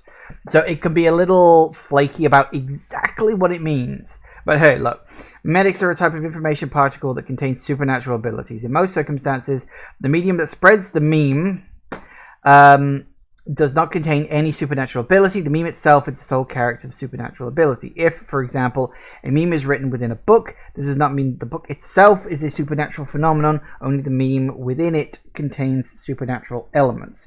Memes do not have any direct physical influence on humanity, but all humans exposed to and having perceived the mimetic SCP are at risk of being influenced by it. To be sure, mimetic SCPs do not emanate any detectable form of mimetic rays or auras, and abnormal phenomena will take place only once a human perceives it.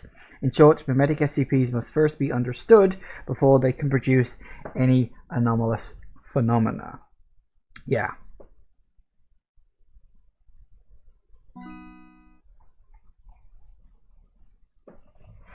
Yeah, mechanism against other mimetic or mind-affecting attacks. First complete draft of SCP-444 after all the subjects were safely locked behind the soundproof doors.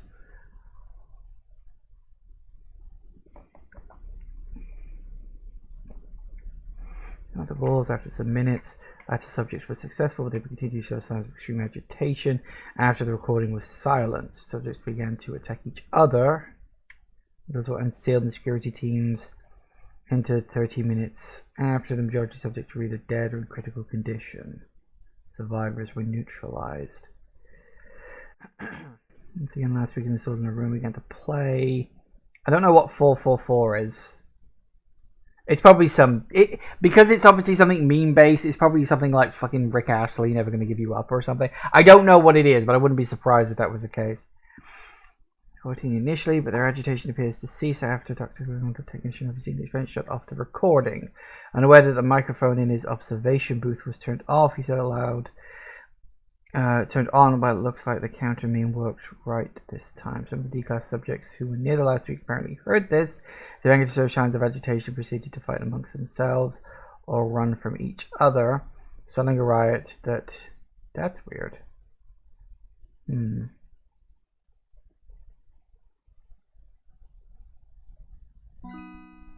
Since any mimetic compulsion by definition involves the inspiration of an idea in the target's mind, the most obvious defense mechanism was another type of inspiration, preferably one that would create a more powerful compulsion and override the first meme. Because that is kind of what memes are. The problem is the term of meme has changed. Originally, meme did not mean what it means now. These days you think of a meme and it's basically just a slang term for funny joke on the internet. It's kind of what meme means in this day and age. That's not what it originally meant. Originally, a meme is an idea implanted in the public collective consciousness and is spread by the public until everybody has it because it's such a common, ubiquitous idea. It's often joked about these days that Revengeance, the Metal Gear game, has someone say memes, the DNA of the soul, or however the hell that line goes. I don't know, I've never played the game. But it's said that he says that, and people think, oh, he means funny jokes. No, he means memes in the original meaning of the word.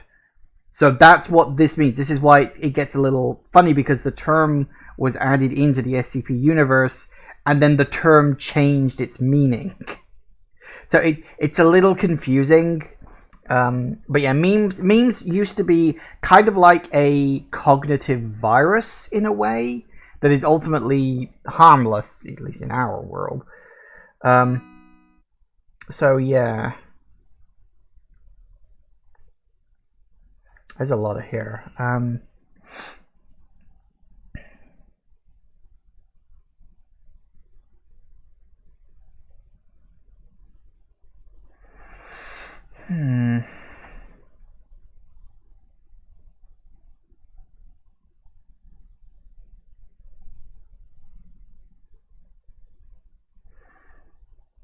Our early attempts at making Academy toyed with the idea of compelling the infested subject to be blind or apathetic towards incoming memes, but those had even more serious drawback than the Berserker serum.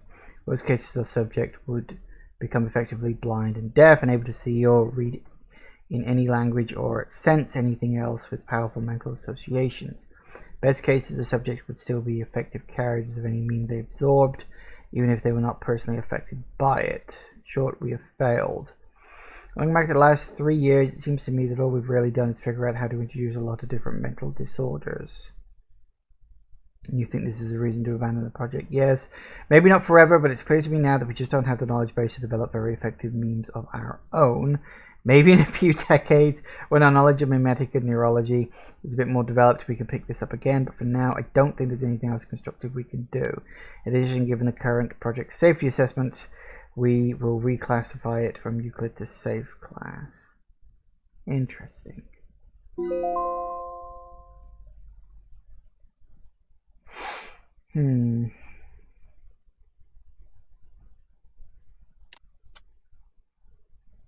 Ooh, no tasks. How nice. Carl. What happened? It's a temporary archive that needs to be sorted. The others are in the field, so you'll have to take over. Am I qualified enough? Mission's emergency, Carl. It's beyond your current level, but your recent performance has proven that you have the ability to accomplish it. You can count on me. I'm not going to keep calling him Director. Remember, stay sane and always in awe. Alright, get to it then.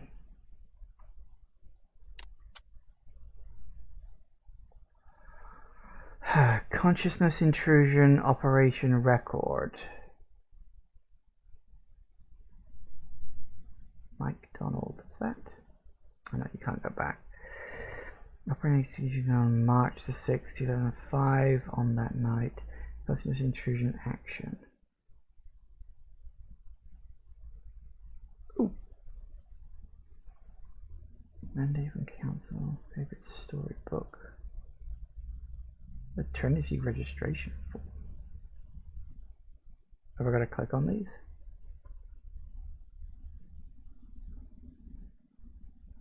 Oh, no, never mind, it was loading.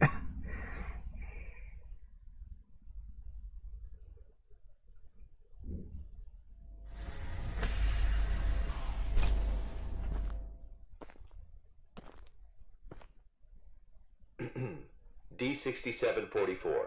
Please provide your identification code according to the mission letter. 4 and 20 blackbirds. Tell me, Doc, when was the last time this rag on my head was washed? D6744. According to the 7th edition of the Security Regulation Amendment, you must first provide your identification code. Otherwise, you will be executed. Alright. 4 and 20 blackbirds baked in a pie. You're a real fan of these formalities. Everything's got to be right by the book with you. Oh, God. Fuck. Mike Donald, consciousness intrusion expert, former leader of MTF UP2, codename Spider. Now, level D personnel, number 6744. Enough with these damn formalities. Just what the hell you want me to do? D6744, do you know about the Witch Plan? I've heard the name, that's all. The plan is under the direct command of O5. Every last detail of the plan is protected by the strictest confidential terms. So what? D6744, what you're about to witness is top secret information of the Foundation. And I think that's a decent enough place to pause. Yeah, sorry, I can be a right bastard sometimes. Okay, so apparently we're now playing another D class. Makes sense. Who seems to be a former employee, which that happens way too fucking much in the SCP universe, by the way. Like, considering that D classes always get executed at the end of the month, I don't think there's a special exception if you used to be a former SCP member, but the number of SCP personnel who end up as D classes it must be a high percentage. Even in SCP Containment Breach, it is vaguely implied that the D class personnel that you play as used to be a member of SCP. So it's very strange the number of times that seems to happen in these games, but okay, gonna take a break and we'll see what the biggest mystery in the SCP Foundation is after a minute. See you in a sec, guys. And we are back. Alright, so let's see what that big thing was, because honestly I had no clue. I hadn't seen anything like that before. It looked like a big mass. It looked like a big brain with cables in it. I don't know. Let's have a look. Ooh. What the hell is going on? A few hours ago, something went wrong with the Witch Plan experiment. The energy of the human anomaly, SCP-239, is out of control and has begun diffusing outward, disintegrating everything it touches. You guys seriously never cease to amaze me. SCP-239 is now a ticking time bomb. She could go off at any moment. D-6744, I need you to enter the consciousness of SCP-239 to stop this bomb from exploding. The neural key is fully charged and ready to enter the target consciousness space. Begin the program. Consciousness begins to link. D-6744, we don't have much time left. 3, 2, and size.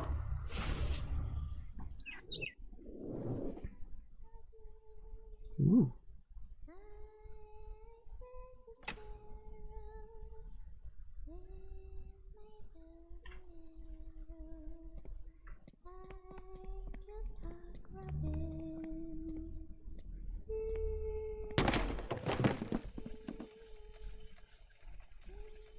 That's one way to do it.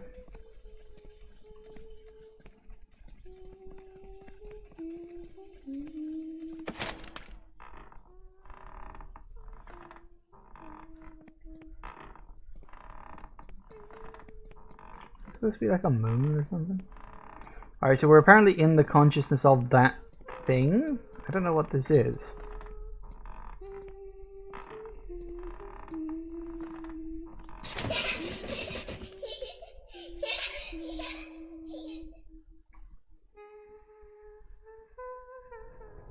D-6744, can you hear me? Son of a bitch! Fuck you! The situation is urgent. If you were still the way you used to be, you would have done the same. Hello there? Hey, wait! D-6744, what did you see? A little girl, but she ran away when she saw me. That little girl is SCP-239. What else have you discovered? Music box? Sorry. I'm sorry. Help me. The girl's consciousness is severely damaged. That probably explains her total loss of energy control. Then how should we proceed? Good question. I'll have to enter her preconscious. If there's a solution to this, it's gonna be in there. Good. D-6744, you really are the right person for this mission. D-6744, I must remind you, SCP-239 is no ordinary girl. She is uniquely dangerous. Do not forget. Yeah, I got it. I'm dangerous too, don't forget. Okay, looks like we've got 4 sections to go into. I have no idea what this one is. This is not an SCP I'm familiar with. Like, Anxiety, close pain, lust. Ladybug, time clock. Summer, bird, movie, snake, cry, turkey, eagle, 16. Eternal blood, science. Zeus, rainstorm, whisper. Butterfly, garden, activate, wings, fan, passion, French, resin, roarer, ladybug, time clock, summer, bird, movie, snake, cry, turkey, eagle, 16, eternal blood, science, red, sleep, stone green, touch. I don't know what that is.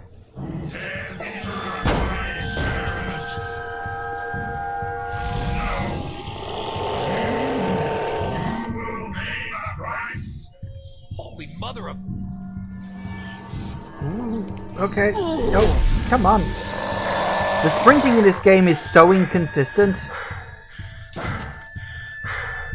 Like, you'll just stop sprinting at a moment's notice, and the game won't tell you why. Oh, balls. Ah! Go! Go! Not fair! Not fair!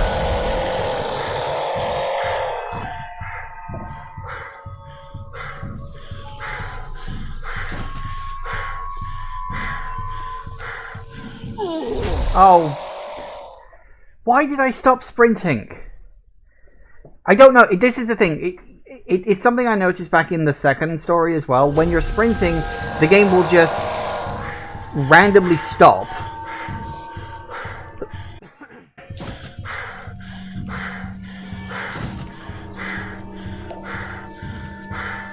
I don't know if you get caught on a corner or something. See, look, it just stopped. Why did it just stop?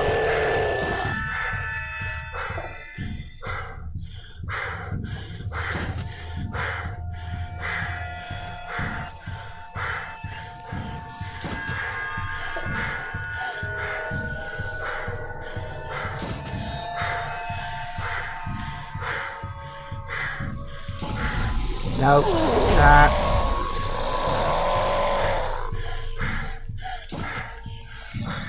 Oh, it did it again! It just stops running! Why does it do that? Like, it's the only problem I've got with this game. It has run sections, and then randomly your character will just stop running. Oh, it also doesn't help that it's auto-saved me after a first attack.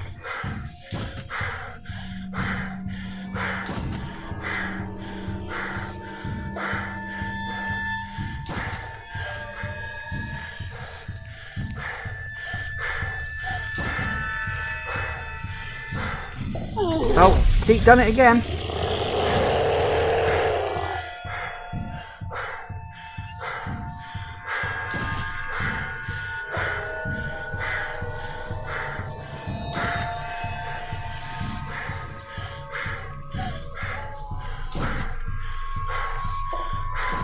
There we go. I don't know why it does that. It just randomly stops you running during running segments, and it's like, it's the one big problem I have. I don't know, I'm assuming it's a bug. Like, I'm assuming that's just like a bug that they haven't squashed yet, and something like that. I don't know. But it can't be intentional. What the fuck is this?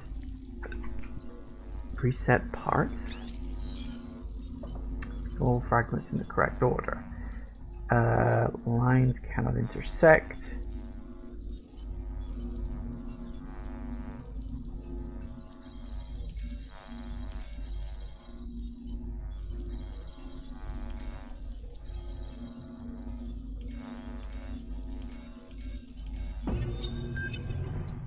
I'm Dr. Pierce.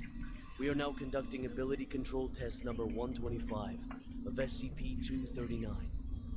Okay, let us begin. First, set voltage strength to 30 kilovolts. Power on.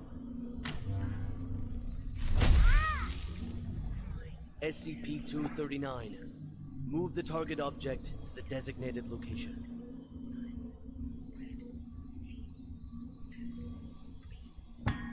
Ability control test number 125 has failed. The voltage intensity must be insufficient. I'll need a new test site, along with new equipment that can handle a greater voltage load.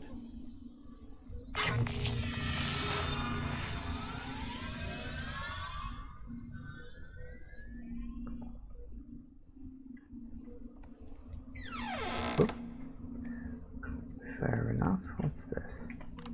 Ooh.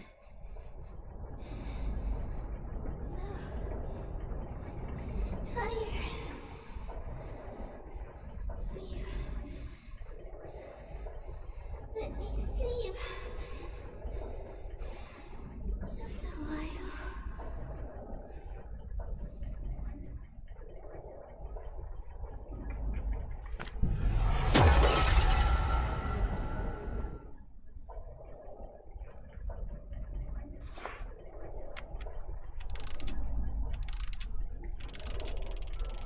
Bird's Nest calling D6744. Do you copy? Copy. The energy of SCP-239 is still diffusing outward. What's your situation? Situation's more complicated than I thought. I'm gonna need more time. Be quick about it. I got it. Quit rushing me.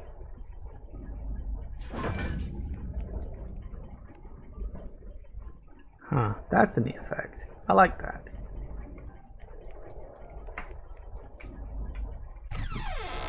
Uh-oh. Ooh. Humanoid sector, huh?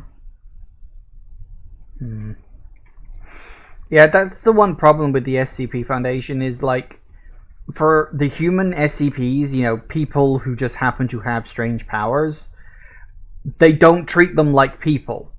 They treat them like objects, and it's always been, like, one of the big Have you heard? problems. Heard what? O5 is displeased with the slow progress of Dr. Pierce's experiments. They've appointed a new director to take over the project. You sure it's not just a rumor? Today's morning session was chaired by Dr. Pierce. It's true, trust me. If I'm being honest, I don't really like Dr. Pierce. Something about him, you know, just gives me the creeps. He's coming. Stop.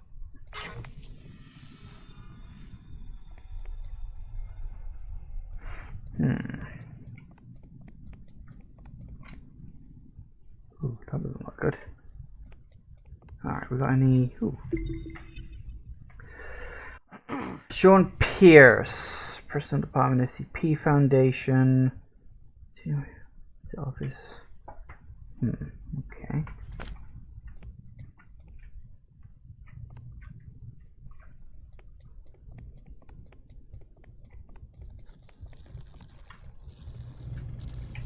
Nope, never mind.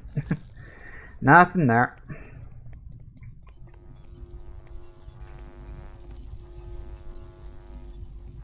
Oh, hey, yes, I did see this. There's something over in that room, too.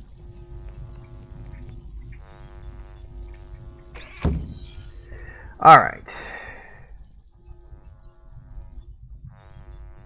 Hang on a second.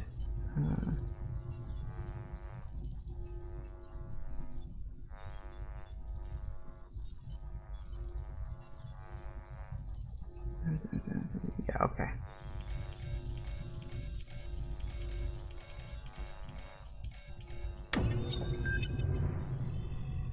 How are the preparations for the experiment coming along? Equipment's been checked. Everything is ready. Good. Anything to be aware of? Sam went to the counseling room after yesterday's experiment. Give him an injection of amnestic agent, and let Arthur take his place.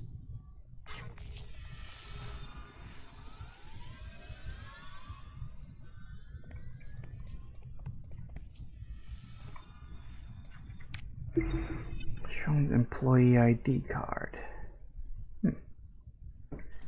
Fair enough. Group photo, Team Black Honey Badger. Have we seen that before? That looks familiar. Sean's diary. To say I'm displeased with the experiment results will be a gross understatement. Each day we seem to step on the critical point of success, only to never quite cross the line. It's a never-ending cycle of anger, frustration, exasperation, and excitement. Thousand mixed emotions swirl within me to the point where I can no longer distinguish one from another. But to give up now is not an option. I know that much. The successful conclusion of this experiment must be seen through to the end. With failure comes experience, and I now know where the main problem lies. The maximum safe voltage permitted by the Foundation is still too low. I need to find a way to increase the limit. Resistance, agency, free will, rest assured nothing will stand up to the power of extreme voltage. Wow, what a dick.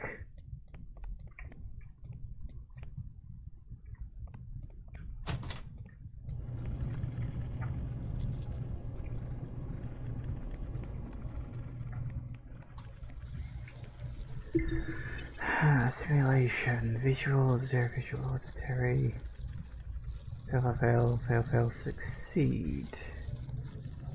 Auditory at the 150 to 250 kV.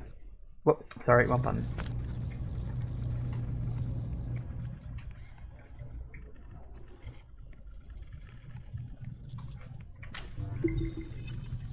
Try again. Set voltage strength to 250 kilovolts. Dr. Pierce, the heart rate of SCP-239 has now exceeded 160. Her physiological indicators are quickly approaching their limit. Perhaps we should consider pausing for a while. Continue. Pressurize. Set to 250 kilovolts. Go. Now. SCP-239. Pay close attention to my instructions. Crush that car in front of you.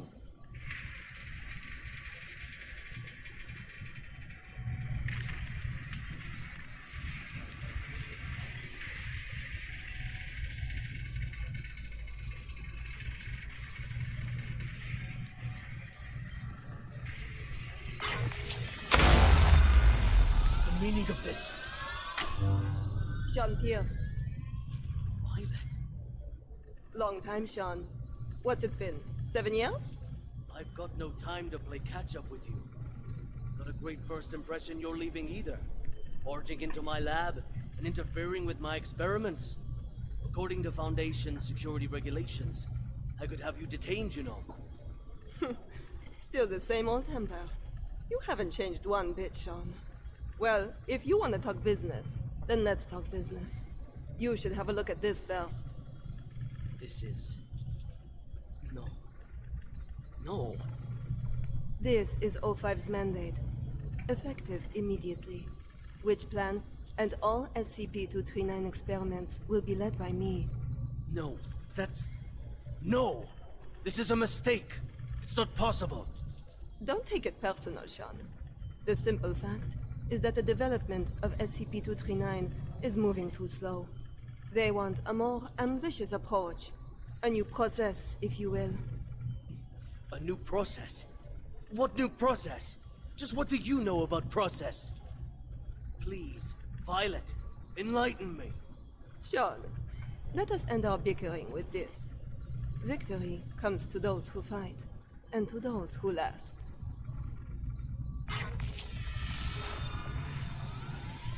Interesting.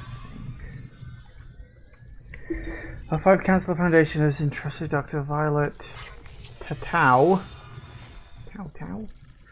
as the new principal investigator of 239, replacing Sean Pierce. Didn't take that very well, did he? What is this?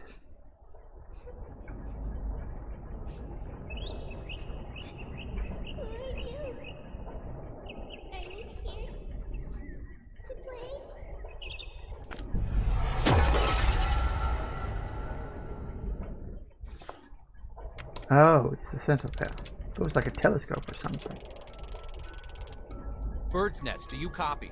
Copy, loud and clear. Just what exactly is Witch Plan? That's not your concern. Focus on the mission at hand. Stop the spread of energy diffusion released by SCP-239, and do it quick. Yeah, sure.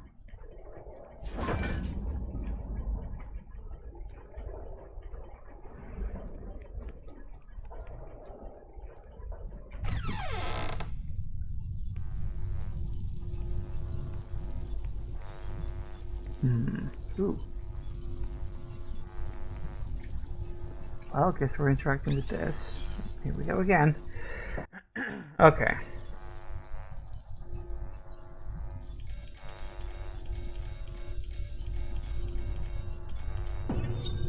Director Tattoo. The storybooks and toys we ordered have arrived at C3 Warehouse. Good. How's the containment room remodeling coming along? The bed and daily necessities are all in place. The demolition of the ARB potential development plan will be completed next. Good and good. Now, how about the formal meeting with our little princess? Interesting. So she had the complete opposite tact. Like, you know, she was all, okay, let's treat her normally, let's treat her nicely, let's see if we can charm her into doing what we want rather than always being against her, you know, trying to force her to do it. Preparations, dismantling and monitoring devices, reinforcement project.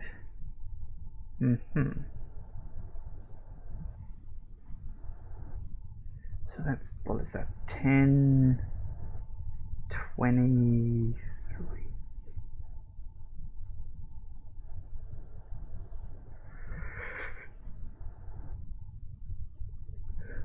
Yeah, it's 25 and a half days, so basically a month. For your child's true potential, baby book, everything you need to know about your baby from birth to age 2. Dear Zoo, time for bed, Fred. Kids books. Makes sense. Violet Tatao. The highest endeavor must be to develop free human beings who are able of themselves to impart purpose and direction to their lives. Understanding your child's inner turmoil provides an emotional mirror, helps them understand themselves. By allowing them to feel recognized, to feel that their views and ideas are valued, you can build up their self-esteem. Once a child feels that their personal worth has been recognized, they will be much more capable and resilient when dealing with people and events in their lives. Motto must hold in our hearts is this: I will seek to understand, I will show my understanding, I will not criticize and condemn. Once a child identifies with the value the parent embodies, the child will develop and acquire personal standards of self-regulation within their own selves. So maybe the end point of this was never like control over her, but the end point was teaching her to control her own powers, which makes a certain amount of sense.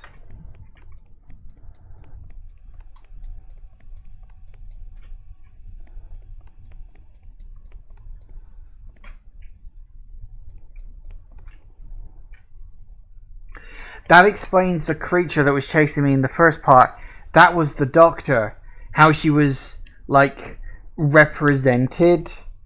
Or you know, how the first doctor guy, whatever his name was represented by a guy who had, like, lightning powers because he kept electrocuting her. I can be very slow on the uptake sometimes. Hello there. Hold on a second. I'm not gonna hurt you. God damn it. Hello there, child. Are you having nightmares? Monsters. Monsters. Scared. Scared. When you feel scared, just close your eyes. Imagine something beautiful, and those terrible things will disappear. Who are you? My name is Violet Tattoo. You can just call me Violet. I will take care of you from now on. No one will hurt you ever again.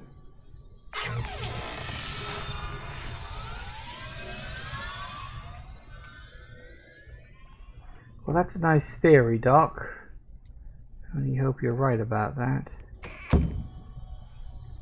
Alright, that's it for today's bedtime story.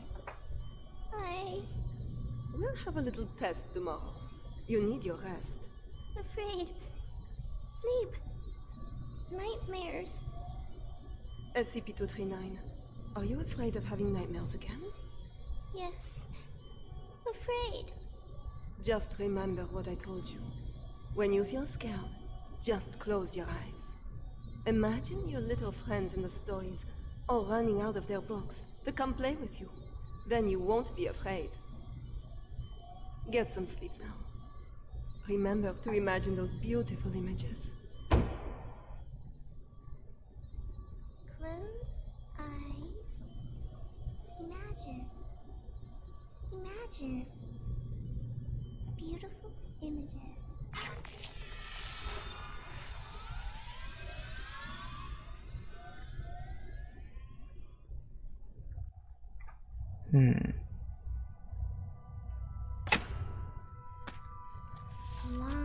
A long time ago, there was a robin. It wanted a home of its own. But what should a home look like? Maybe someone ask other animals.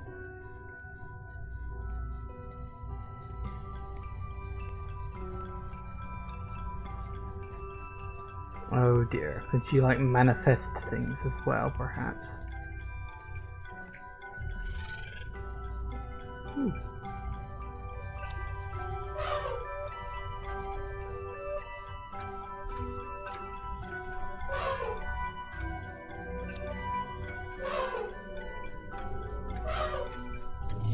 needs an elephant.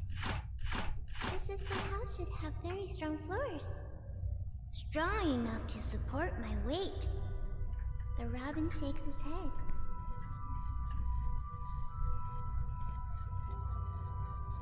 Come on, little guy. I'll wait for you.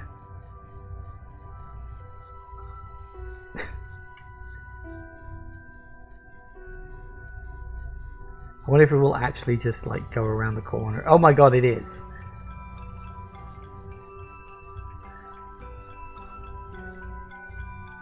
There is almost certainly an achievement in this, isn't there? Just waiting for the turtle.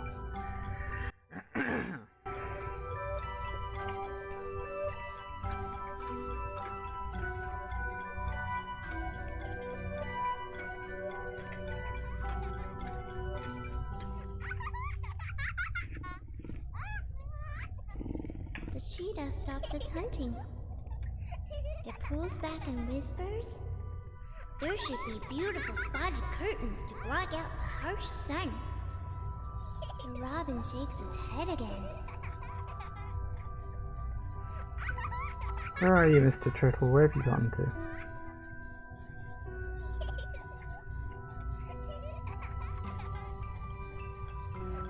Yeah, I don't have time for this. I can do that again in my own time, assuming there is an achievement for it. There might be. Although, that being said, I can't exactly move that fast myself. This is as fast as I go. So... The giraffes speak from way up high. The house should have a high roof, and plates should hang from the ceiling. The robin flaps its wings and flies away. The hippos let out a loud yawn. House should be built in a pool, so we can bathe anytime and sleep anytime. The robin shakes off the water droplets and flies away.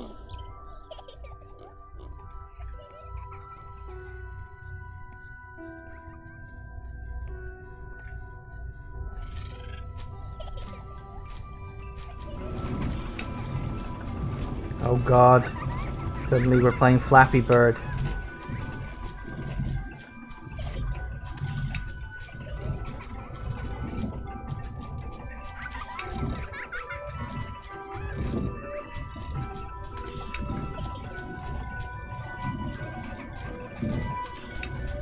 Fortunately, a much easier version of Flappy Bird.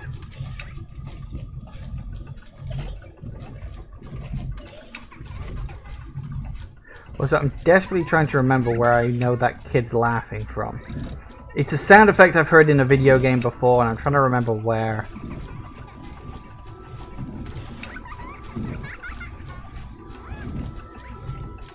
The robin flies to a small hill. He's got an achievement called Flappy Robin. The lion says, "My home is vast and boundless, and the whole prairie is my home." The robin shakes its head and flies away.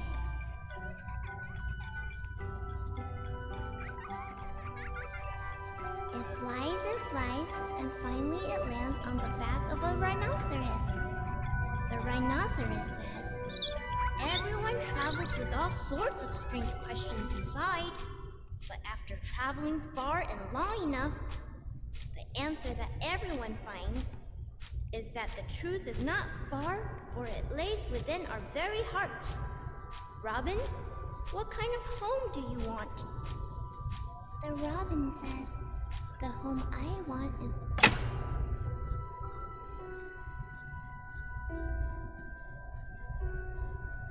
SCP-239, what are you doing? What's going on here? What's happening? SCP-239, we have to work and rest according to plan. But Alex, clear up the mess. At once, Director. SCP-239, this is all for your own good. You must be obedient and complete tomorrow's test. After that, I'll give you a gift. A gift? All right. Back to sleep now, SCP-239.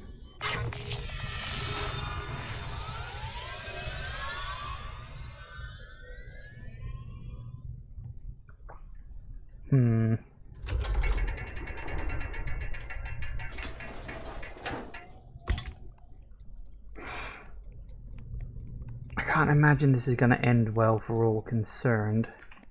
Never it does.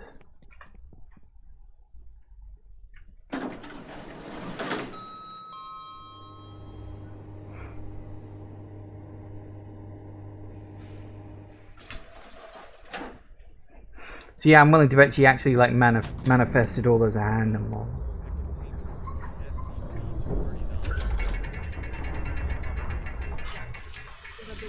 Are evolving more quickly than I anticipated. The commissioning of the experimental site must be completed at once. The formal presentation is next week. I'll see to it, Director. What the What fuck? shall we do with these creations of SCP-239? Destroy them.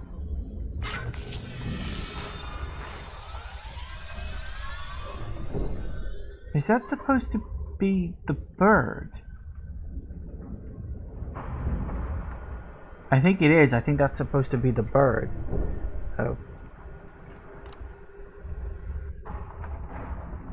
Probably should have looked around to see if there was a note or something first.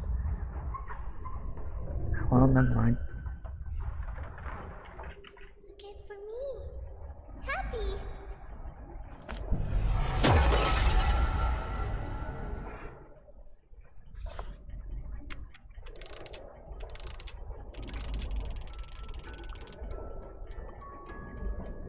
Hey, you there?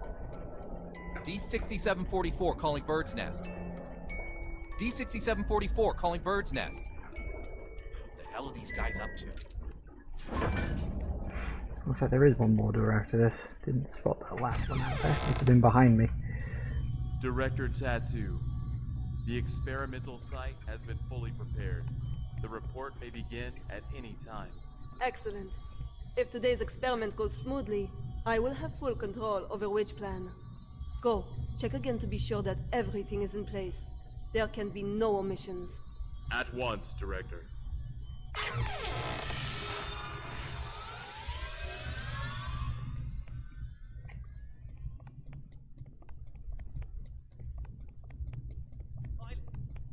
Violet! I've got to have a word with you. Just one quick moment. Dr. Pierce, as you can see, I'm very busy at the moment. We'll be presenting Witch Plan's progress to the O5 Council shortly. Right, yes, that's just it. Listen, SCP-239's abilities are greater than you could ever imagine.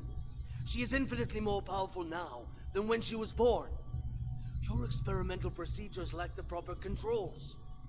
Any mistake, no matter how minuscule, could have irreversible consequences.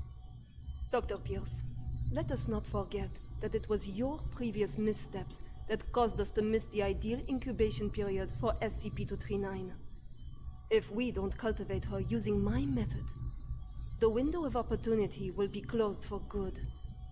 But listen, if you go about it using your method, you will repeat the accident that happened 7 years ago. You do remember, don't you? Heisenberg, Freeman, Claire? Enough, Sean. Don't you dare bring up their names. Sean, the progress of civilization has always come with sacrifices. You don't get one without the other. To have the chance to harness the abilities of SCP-239, no price is too great. Violet, you are playing with fire. Dr. Pierce, it's time. I suggest you go to the first floor to get front row seats to civilization's next leap of progress. Violet! Listen to me! Violet!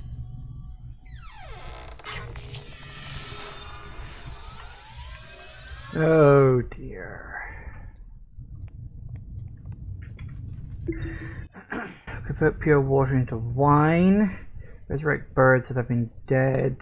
Create a fig tree, turn living things into molecules. Past.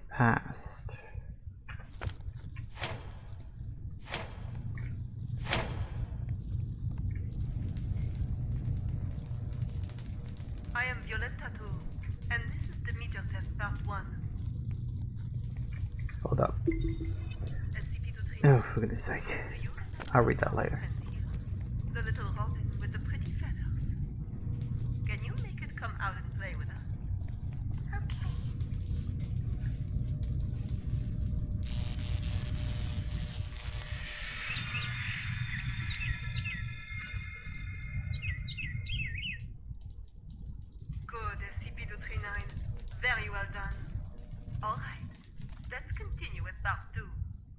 Now we need to give the Robin a home. A home? Yes, a home. Just like in the storybook.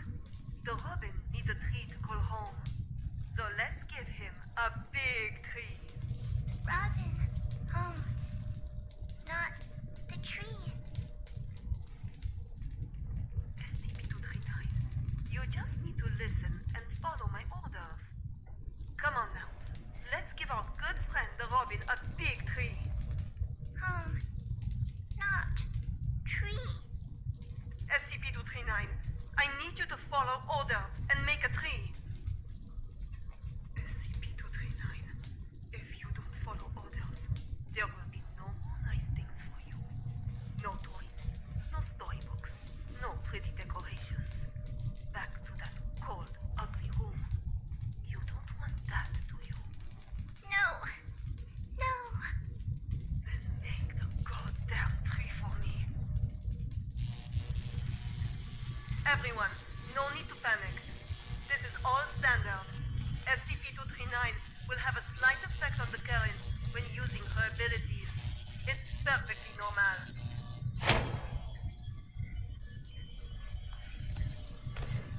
Very well done, SCP-239.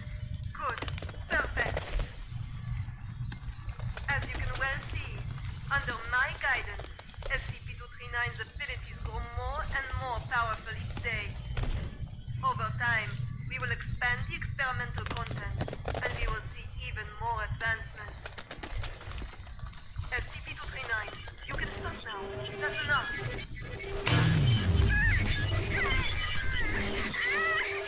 Stop it, SCP-239. That's an order. Stop now.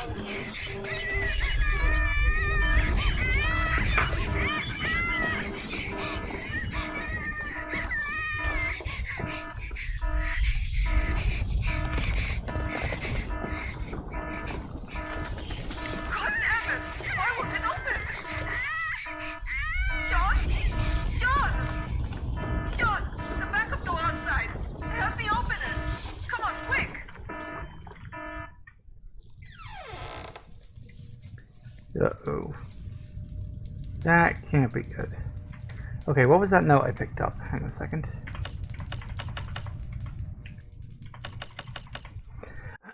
Witch plan. Background. For a long time now, new and ever more threatening SCPs have been emerging in every corner of the world. The Foundation has gone to great lengths to create more containment spaces to effectively contain them. However, the traditional methods of containment have proven unable to keep pace with the growing demand and crisis level. In response to the urgency of the situation, the O5 Council instated a new containment approach as of July 2002. Rather than physical containment, the new approach seeks to harness SCP-239's reality distortion abilities to contain the SCPs. The project has been given the codename Witch Plan. Right, so it's a plan to use a witch to help them. I guess that kind of makes sense. 2100 hours, October 1998, a baby girl was born in Amrita Hospital in the southern suburbs of Little Rock, Arkansas. Whatever the fuck it's pronounced. Her birth caused great distortion of the space surrounding hospital. Black Honey Badger Foundation Mobile Task Force rushed to the scene to contain the subject. The operation was successful but costly, with 15 agents killed and 2 seriously injured. In March 2000, the O5 Council put forward the plan of containing SCPs using 239's reality distortion abilities, with her at the core of development concept, and was approved and codenamed Witch Plan. Interesting. Yeah, that looks like it really didn't go well. She's still a kid. Just because she has these powers doesn't necessarily mean... SCP-239, that's an order. Stop now. God have mercy. God damn it! Why won't it open? Sean? Sean! Sean! The backup door outside! Help me open it! Come on, quick! Violet, I told you you were playing with fire. Cut the bullshit and let me out! She's lost her mind! What are you doing? Open it! Open the damn thing! No. No, Violet. I can't. What? What do you mean?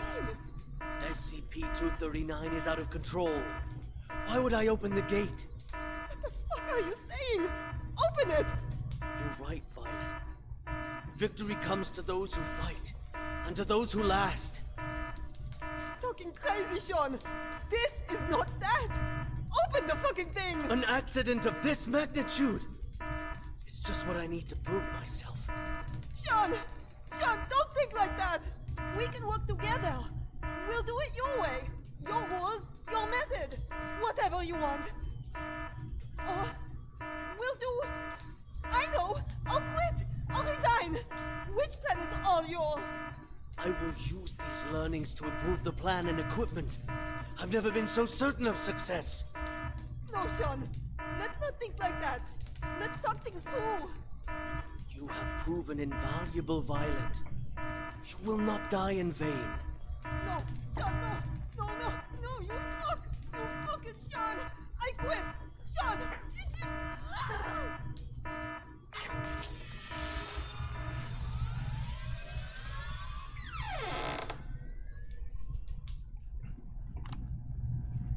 Ah.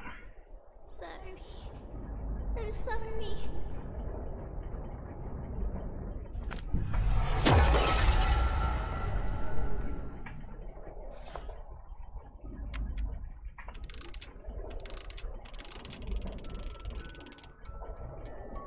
D6744. The energy output is getting out of hand. How much longer? So this is the witch plan, huh? Are we anything more than tools to you? It's not about that. This is about saving the world. Either you fix this, or we're all screwed. That's what I'm doing. Then move your ass and do it already. Yeah, suck my nuts. Quitting the Foundation was the best damn decision of my life. Oop.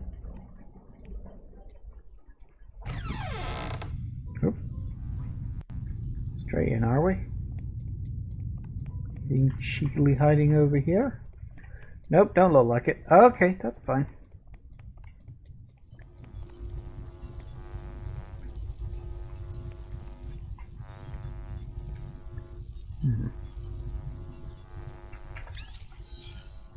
Ooh.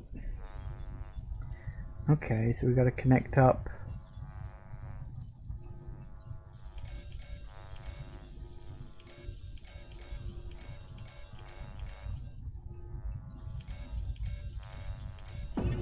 I now present to you the ARB Potential Development Device 2.0. This device is capable of not only better stimulating the potential of abnormal objects, but can also automatically turn on the respective electric field control, so long as the abnormal objects exceed the preset amplitude. This will ensure that the experiment is foolproof, with zero chance of runaway. The tragedy of Directed Tau 2 cannot be repeated. We must learn from our mistakes. We must not forget the enormous power of SCP-239. And we must treat security as a top priority. Otherwise, all of this will be for nothing. Do not forget the credence we live by. Secure, contain, protect.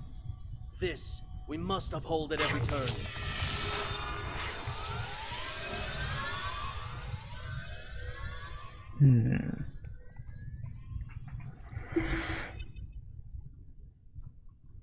Okay, results. Deceased, cause of death, fractured skull, hemorrhagic shock. Amelia Joe, deceased, progressive cervical hematoma. Last sector, used for experiment, was severely damaged. 6th floor above lab was also severely damaged.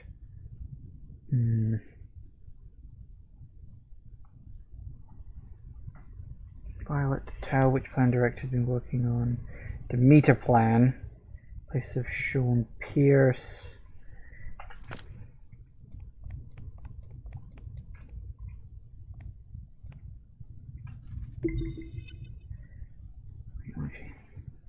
Agree, disagree, abstain.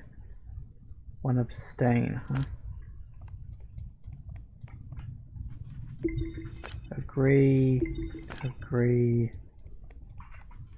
and agree, because of course they did. As Liberation Hellfire Council decided to reinstate Sean Pierce as the principal investigator.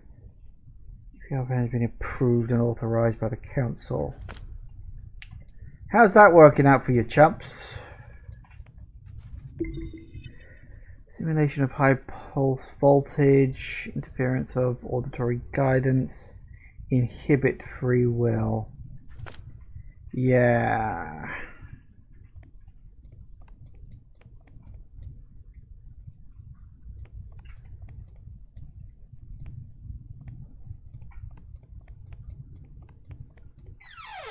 Woo. I'm sorry. Hi, hello. It's okay. I just want to talk. No. Stay away. What happened? It's not your fault. Away! Oh, shit. You will all die. Die. You will all die.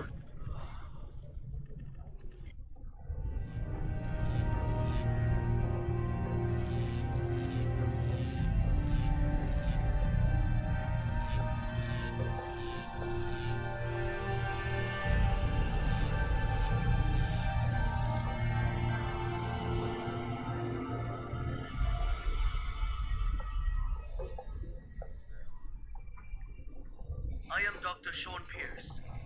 December 25th, 2005. 16:30 hours. This is the first experiment of ARB Plan 2.0. SCP-239. We will repeat the previous tests first.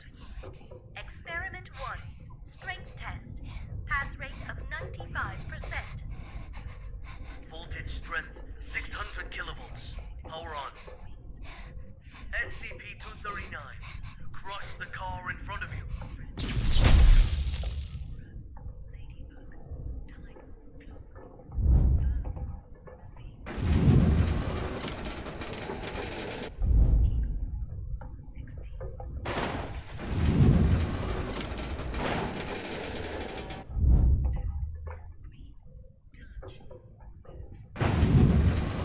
Alright, it's one way to do it. Oop, and again.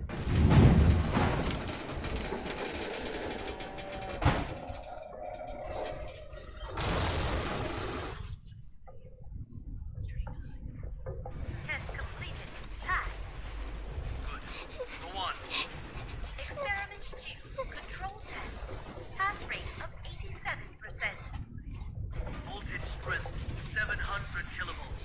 Power on. SCP-239. Put the fragments on the ground back together.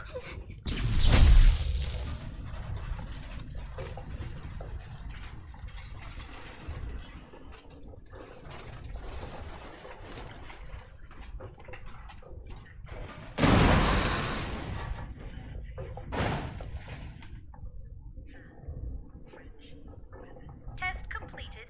Pass. Good. We'll now begin the new test. Experiment 3. Creation test. Pass rate indeterminate. Voltage strength 800 kilovolts. Power on.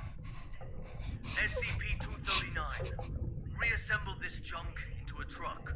A real, operational truck. Not some fancy replica.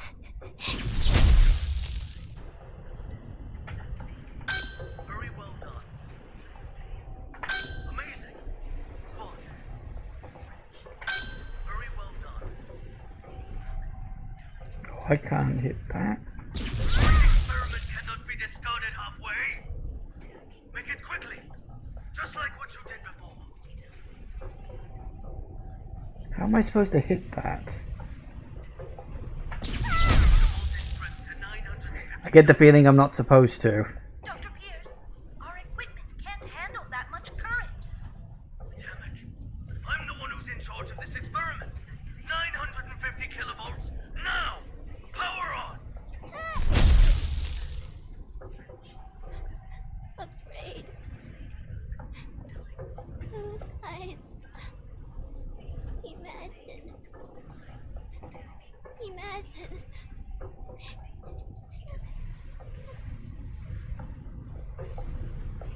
Beautiful. Beautiful. Nemesis. What the hell is this? Damn it! Stop trying to play violent tricks on me! I know how to deal with your useless imagination. Increase the voltage strength to 1,000 kilovolts. Dr. Pierce, the current has breached the security threshold. If left to overload, the device could explode at any moment. Get the hell out of here! Come on. This is for victory! Do not fail me!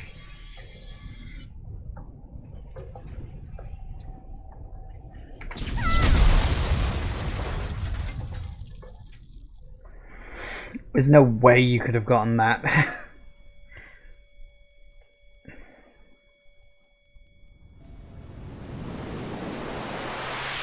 Uh-oh.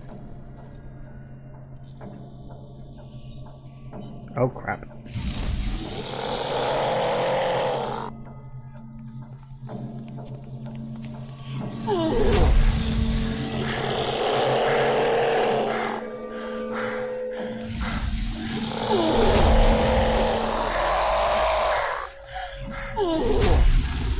Oh. It's still doing the stopping running, and I don't know why it keeps doing that. Okay, I don't know if maybe I'm supposed to do this one a little stealthy. I don't think crouching is an option for me, but...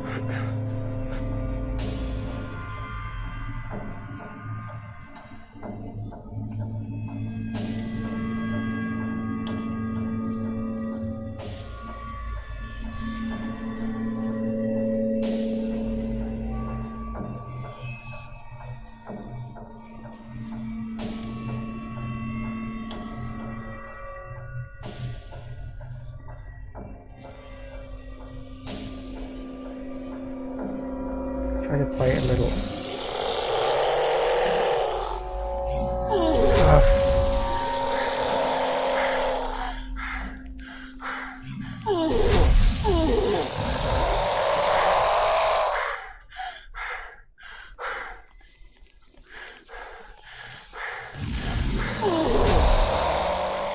Nope, I just stopped. I just stopped running for no reason. I don't understand this.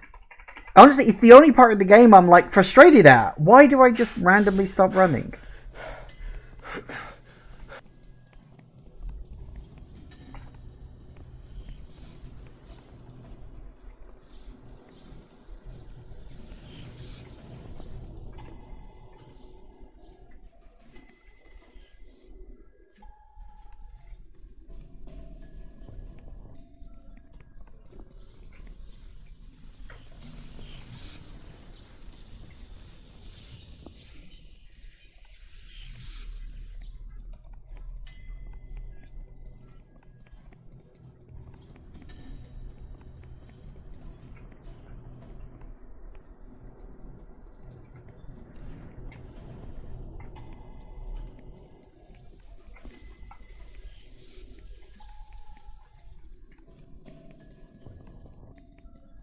Got it.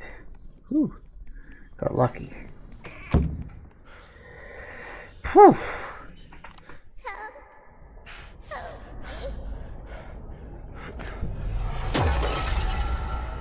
Alright, well, before we put the last one down, it's 5 o'clock, so we'll take a quick break. I really do not know why the running just stops. Like, you're in a chase segment, so obviously you've got to run, and then the running just... It literally just stops happening. Because the running is, like, you hold down the shift button. Like, I'm pretty sure... I don't think there's, like, a way to, like, toggle that. It's just, like, you hold down the shift button, you're running. If you're not holding down the shift button, you're walking. Fine. So I stay holding down the shift button, and it just stops running anyway. I really don't understand what that is. It's my only problem with the game. Everything else I'm really enjoying. It's just these stupid running segments are so irritating. Right. Break time. Back in a minute. And we are back. Alright, let's keep going. See where this ends up. Last one.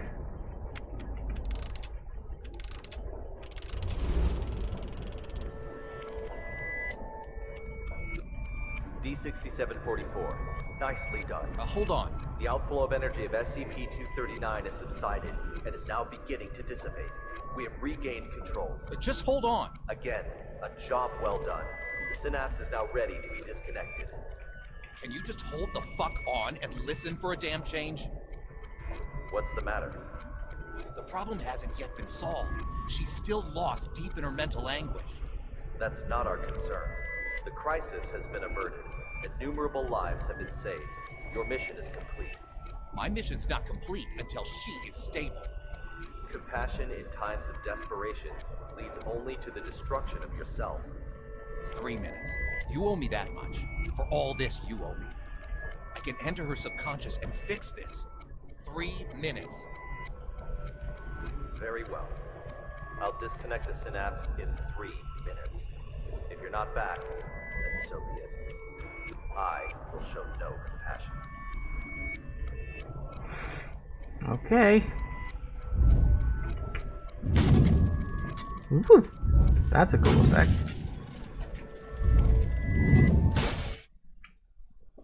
Neat. I wonder if I actually do have just 3 minutes.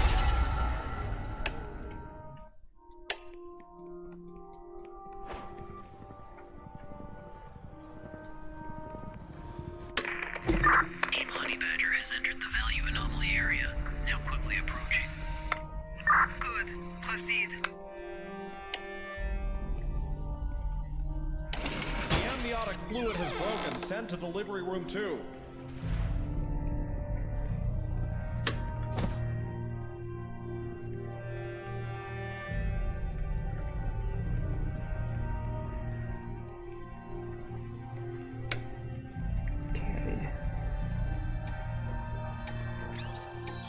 Oh, no, never mind. Hang on, that's...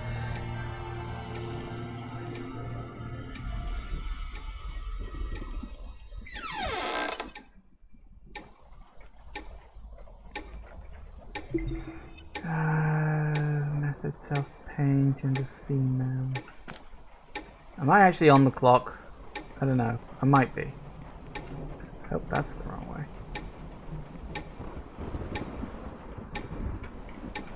What's going on?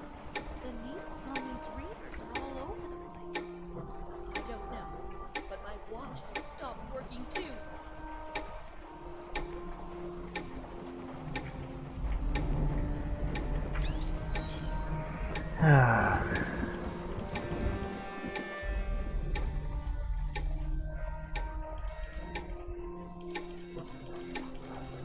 Maternal dystocia, profuse bleeding. Send to operating room now. I recognize that scream too. So many familiar sound effects in these games, it's quite funny. Value fluctuation increasing. Team Honey Badger approaching target. Hello. Hemostat, gone. Target confirmed. Containment operations ready. Excellent. Operation Witch Hunt commence. Here we go. Oh my god, there's 3 of them. Okay. Congratulations, a lovely princess with beautiful blue eyes. Thought of a good name for her? She is my little angel.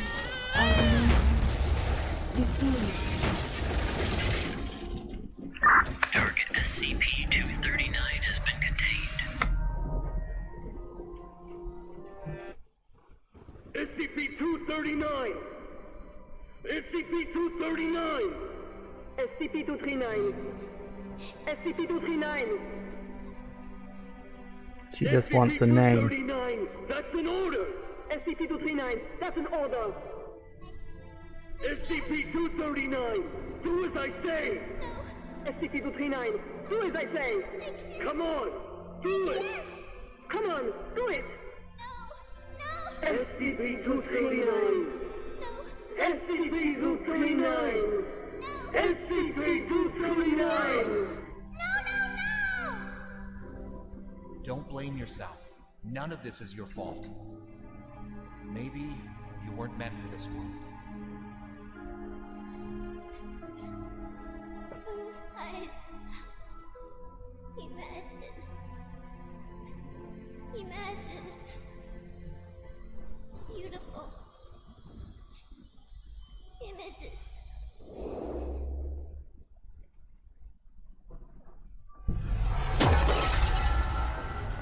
The robin says, the home I want, my home is squishy all over, with shiny warm lights and no more cold steel.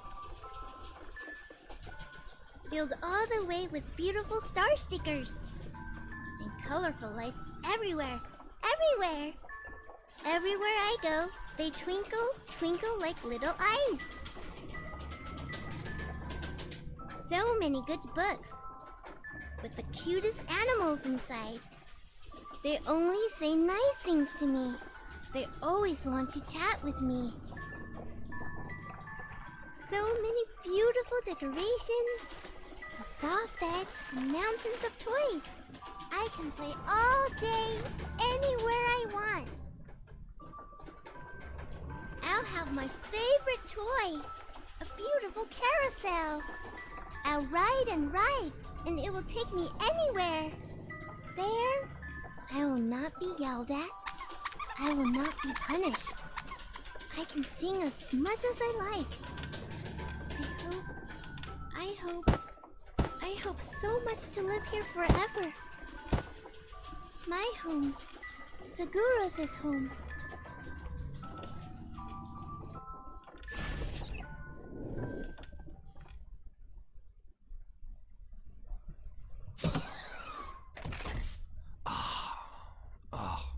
My head. Take a deep breath. Just some minor side effects from the force disconnection. She's not coming back. What? In the end, she chose to shut off her subconscious. She'll sleep forever, like a plant. Maybe that's for the best.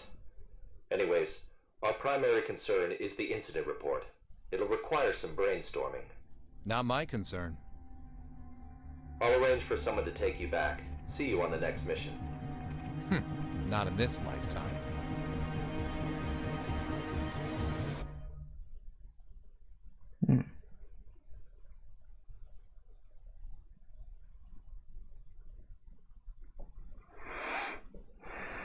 Interesting.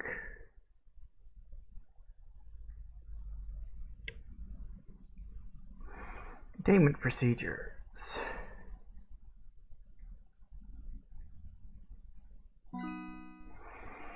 One bed, one EKG machine, one IV.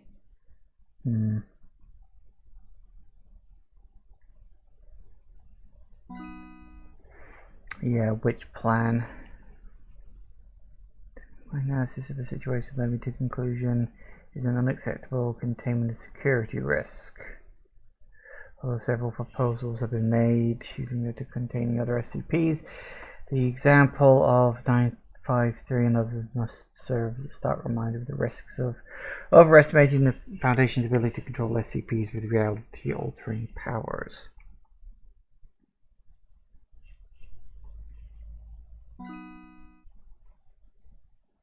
Yeah, she's an 8-year-old girl. That was the problem. It's like 8-year-old girl, clearly underdeveloped mentally, because, well, kept in the goddamn box her whole life.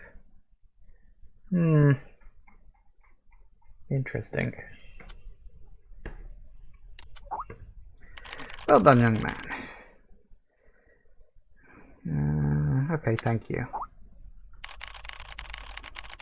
With reality disturbing anomaly classified as catcher, it would seem keeping the subject in stable tunnel was the only viable solution. Right, this place is not what I thought it was. Still learning to understand and abide by the rules. When I did this task, I was frankly rather worried about whether or not you'll be able to complete it. Seems you are ready. Meaning? Carl, someone wants to talk to you. Ooh. Hello? Who are you? Doesn't matter who I am, what matters is who are you. Carl, just a name, a symbol. I'm the one who will guide you to the answers. Okay, what should I do? First, you need to complete some warm-up exercises. Take the elevator to the 15th floor. Oop. Oh, hey, we're back here. Haven't been here for a while.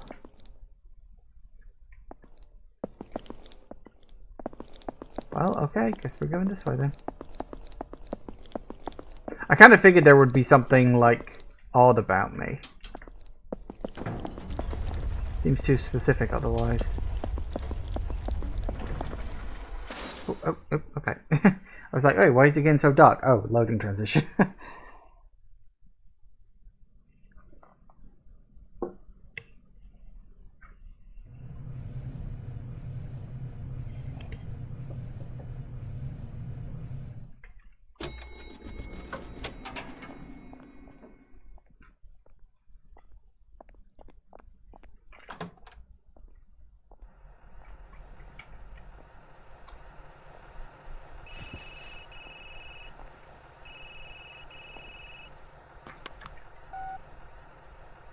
Carl, you'll have to follow my instructions. Do exactly as I say. There is an access card on the desk. Take it and exit through the door on the other side. The passcode is 0426. Find room B426 and run the program on the computer. Okay. Access level 3. Ooh, jumped up a bit. Amnesiac registration form. Huh. What is this? Multigrain toast. Healthy eating, live well. Don't break your bread in the lounge. Don't you feel nausea yet? 0426.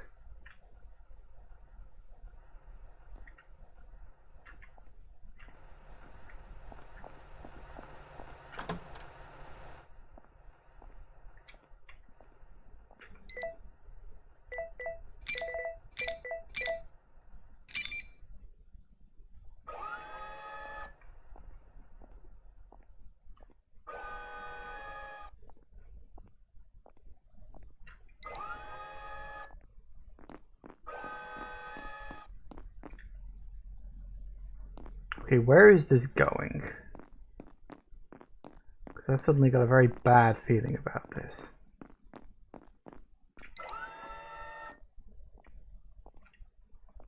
Oh, is this going to be the old computer? The one with the AI inside it? Maybe?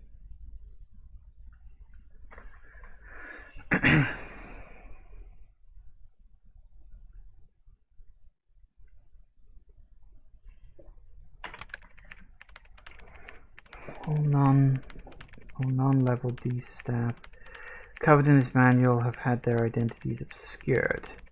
The events recorded in this manual can be accessed via the digital library. Level 3 authorization required. Use of this manual is covered by the confidentiality clause. Any staff found in breach of the clause will be subject to immediate demotion. Okay.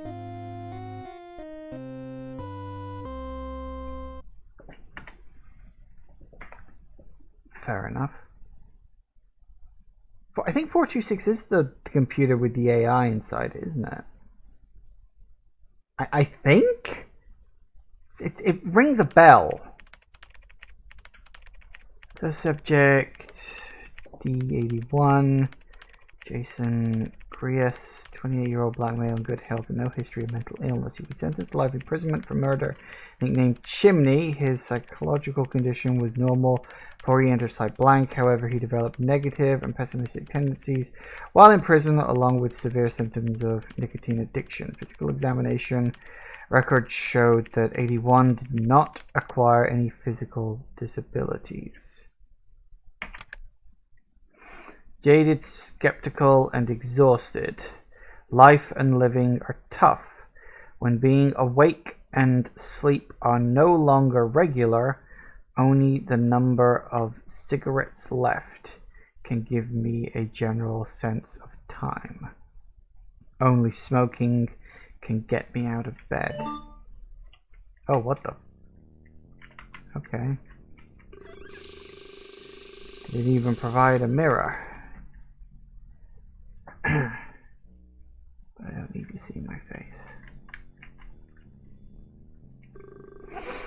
A small single bed, but cozier than the one in jail.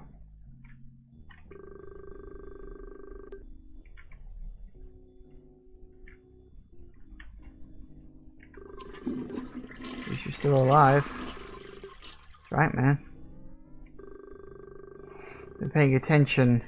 You know, I can feel your life energy. What? Not just yours, but all lives. Transitions that happen.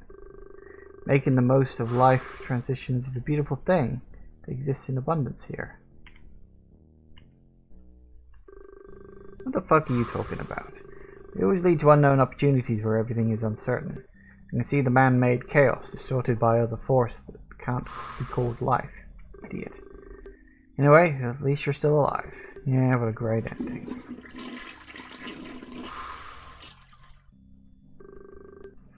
Time for your task. Let me finish the cigarette. Come on, give me a break. I always follow orders, don't I? Can't even smoke anymore. Hurry up. Damn it. Alright, what are we doing? Going this way, or? Guess we're going this way.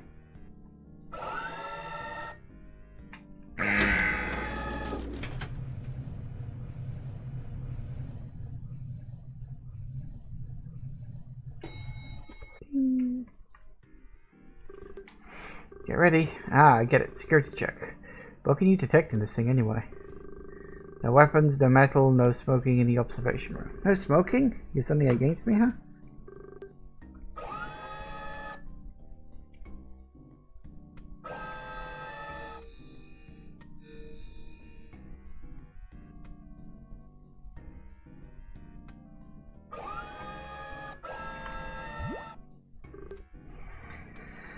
'81. I hear you. What do you want me to do this time? There's a room on the bottom floor. Your task is to enter the room and observe the object on the table. Come back and report your findings once you've completed observation. Do you understand? Sure. Where are we going? This way? SCP Foundation is full of fucking freaks.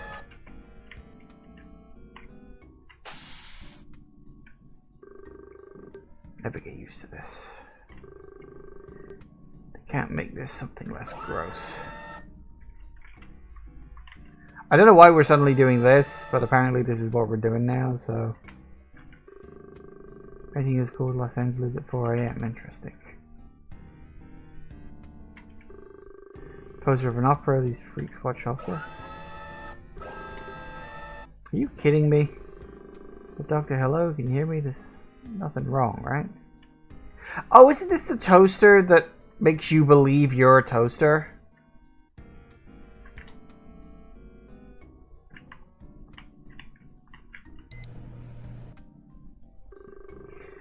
Looks like what I need to observe is in here. What the hell is this? Have a cigarette first. Where are my cigarettes? I never guess where I hid my cigarettes. Damn, that's good.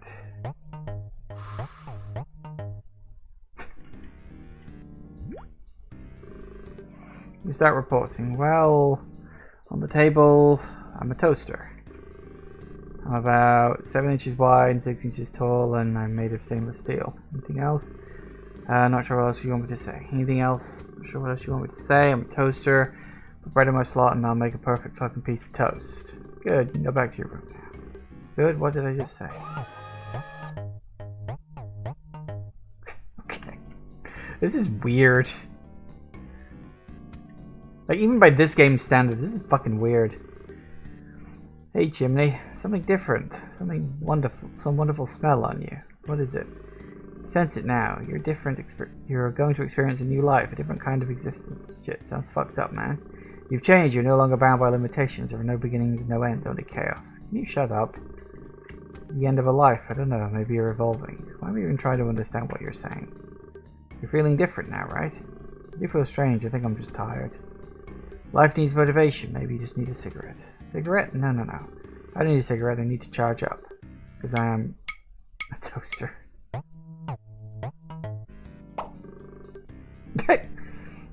Jesus Christ. Okay. Alright, fine. Fuck it. Whatever. Feels so good. What was I doing? Need to charge. I gotta charge myself up. Is he gonna electrocute himself? Down there's a plug. They gave me all these cigarettes, but no plug. Maybe I can make one myself. Cloth. Piece piece of iron pipe. To figure out how to make a plug.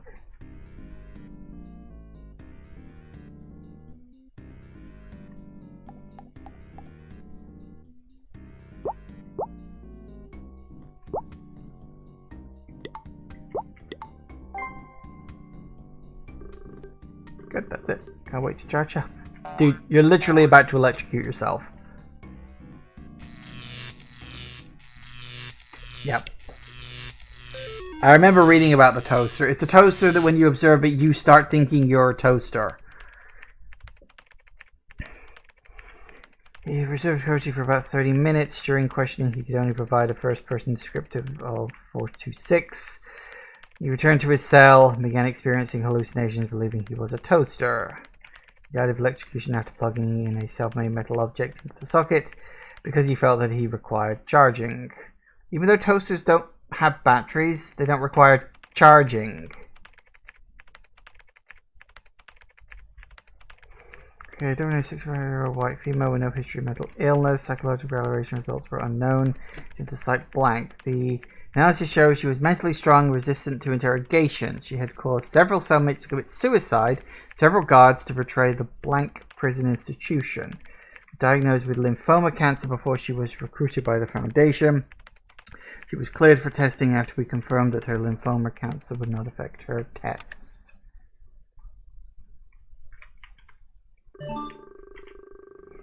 Damn it, I fell asleep. Sorry, maybe I misheard you. You were shouting. Reading me, what was I yelling about? Every time I fall asleep, I think I'll never wake up again. You were yelling, bread? Give me bread? I dreamt about my children. Whenever I think of them, it fills me with regret for what I did. 7 months ago, I was diagnosed with cancer. Oh God, I'm sorry to hear that. Made a lot of mistakes in my life. Came here of my own free will, you know. I think this is a kind of redemption. Sorry, can't chat anymore. I'll tell you more about my children next time.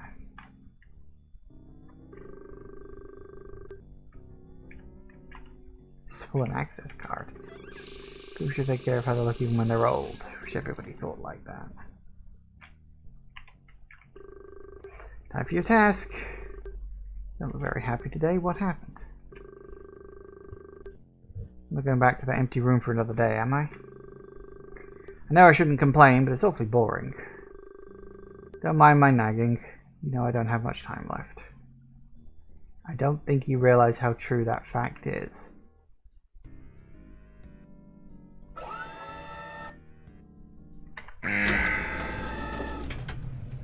Where is this going?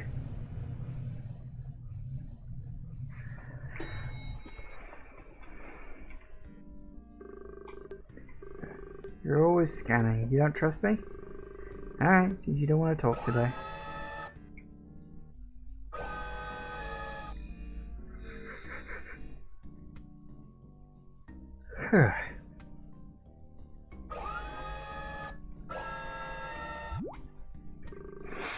Morning. Dear, you can call me Dottie. You'll be in the innermost room today. Your task is to observe the object on the table, then come back here to report your findings. You should be more clear about these tasks. This one sounds simple enough. Just as well I might be able to not stand for too long. Fair enough. Terrible smell. Guess they should use a lavender scent. Well, actually no, they shouldn't, because some people are actually allergic to lavender. And it blocks up their nose. Yes, I'm speaking from personal experience. This looks familiar. I'm sure this empty room I was in before is just next door. Remember, I need to observe. Yes, just observe. Oh, is that what it is? Did I just hear something wonderful?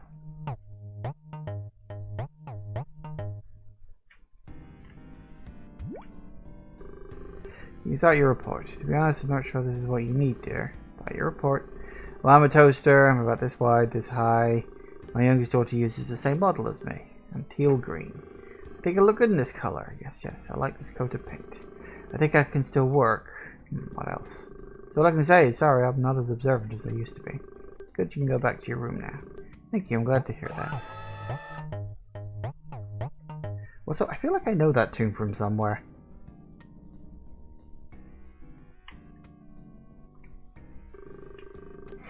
are you feeling? I don't know. I mean, how'd you feel after that task? Oh, I feel not too bad. Yes, I feel like I'm good. That's great. I was a little worried. I thought, I feel good. I feel great. Yes, wonderful. I have to do something. What do you mean you have to do something? Wilson? You know what? There's a little voice in my head. I think it's time for me to fill my duty.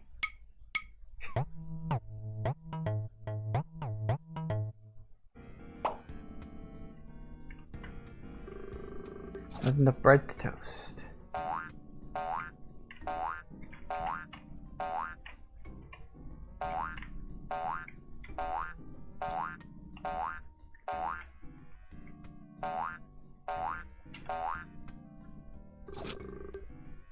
Bread, work, bread, work.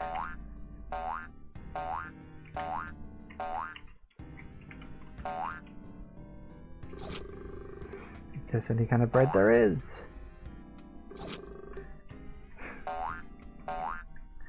Yeah, this is one of the weirder SCPs.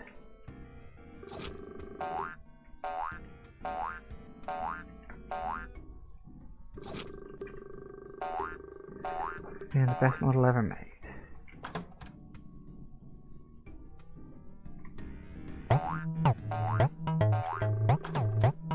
Oh dear.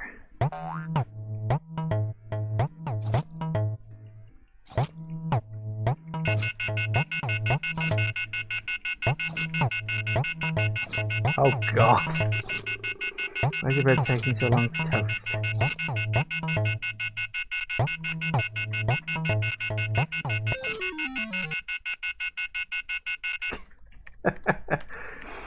Observe the object closely for blank minutes. 5 minutes later, she could only provide first word description of the SCP.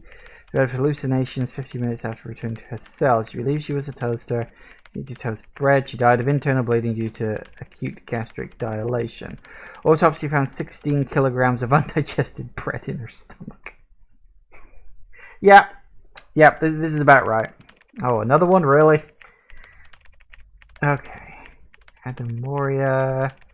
White male, no history of mental illness. Life prison for murder. He has irritable and violent manic tendencies. You know, I'm a toaster. My insides need to be cleaned after coming into contact. He then swallowed a dishwashing liquid and fell into a coma. It's uncertain at this time whether the effects of 426 are still active. Observations are still underway. Damn it, fuck all of you. Must we? Get yourself ready for the lab. What the hell am I doing here? What did you do to me? No one has done anything to you. That's convincing. Do you think I'm a fucking idiot? After the task, you drank industrial strength dishwashing liquid. What the hell are you talking about? Don't fuck with me, I'll kick your goddamn ass. What are you? What? What are you? You're fucking grandpa, that's what I am. I'm gonna knock you out your teeth one by one. Come on and get ready for the lab. I'm dizzy, I don't feel right. I feel like parts of my brain are missing, like I'm... I am a toaster. I am a toaster. What the... I am a toaster. What the fuck is this? What the fuck is this? I am... Do you remember how this game started? And now we've devolved into this. Tick-tock. Getting dizzy with a headache. I'm a good toaster.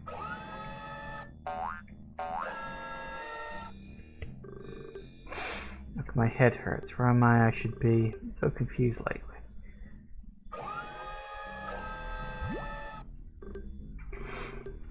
Hey, you old fucker. You remember what you did after your last task? You willing to re-observe the test object? Are you gonna do shit no more? Just kill me now. It's going to explode. Send him back to his room for observation. Oh. No, I want to go see the toaster again.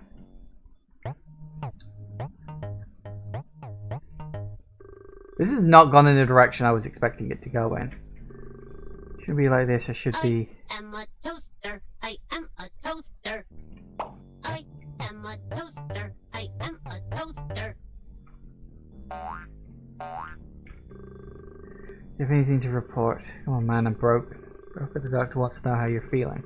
Definitely broken. I don't think I can toast any more bread. Bread? Do you have a screwdriver? There's something seriously wrong with me. You need to go to the clinic. Get the door open. I need to be fixed. Oh my god, bread. I tried to toast this bread. That way I know if I'm really broken.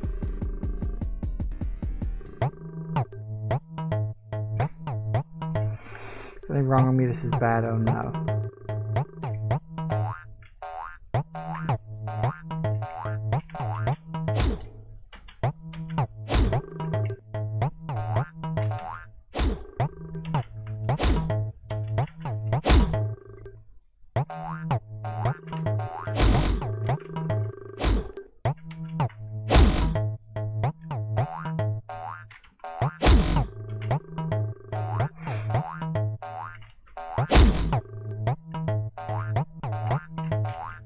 I can keep this up forever. How long can you?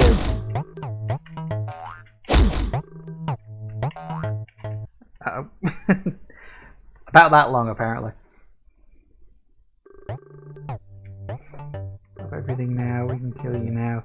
I'm broken. You. I'm not a good baby bear toaster. I can't toast anymore, but yes, I can fix myself. I am a toaster. I am a toaster.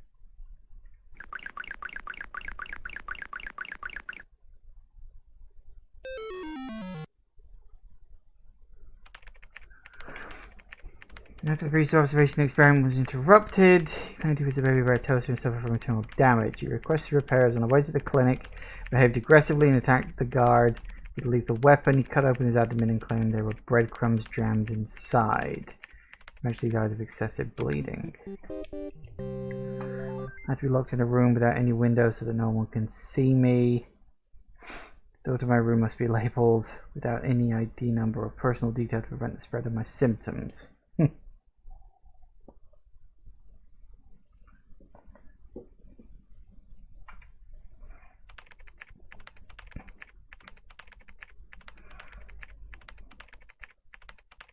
After conducting several tests of level 2 prisoners, the Foundation has determined that SCP-426 causes severe mental harm to humans.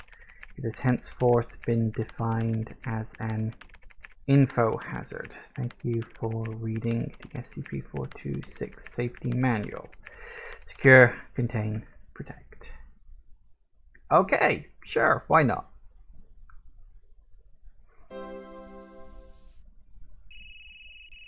What was the point of that? Carl, next comes the final choice. There are 2 doors in front of you, one red, one blue. If you want to give up and leave, go through the red door. The past few months will have been like a dream. You will remember nothing after waking, and this road will end here. You go through the blue door, you stay in Wonderland, and I show you how deep the rabbit hole goes. Really? Leave or stay. The choice is your own. We're fucking quoting the Matrix now. Can people need to learn to write their own fucking shit? Right, okay.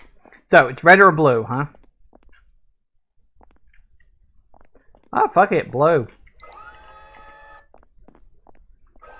I'm fine with staying. This place is fun. Ooh. Good job, Carl. I'm glad you made it through. Have you ever felt like there were memories in your head of things you never experienced? Whispers of people you never met? These were not hallucinations. They're your actual memories. Carl, you are not a rookie at all. You are a member of Mega 5. You always have been. My name is Marion Wheeler, Captain of Mega 5. Welcome back, Gardener Carl. Now, we need to talk about 55.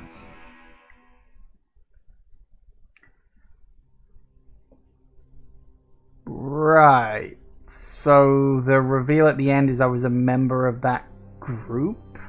The one I kept seeing that picture of all over the place. I did wonder that, because that kept showing up. That picture of that group, I forget what the fuck they were called.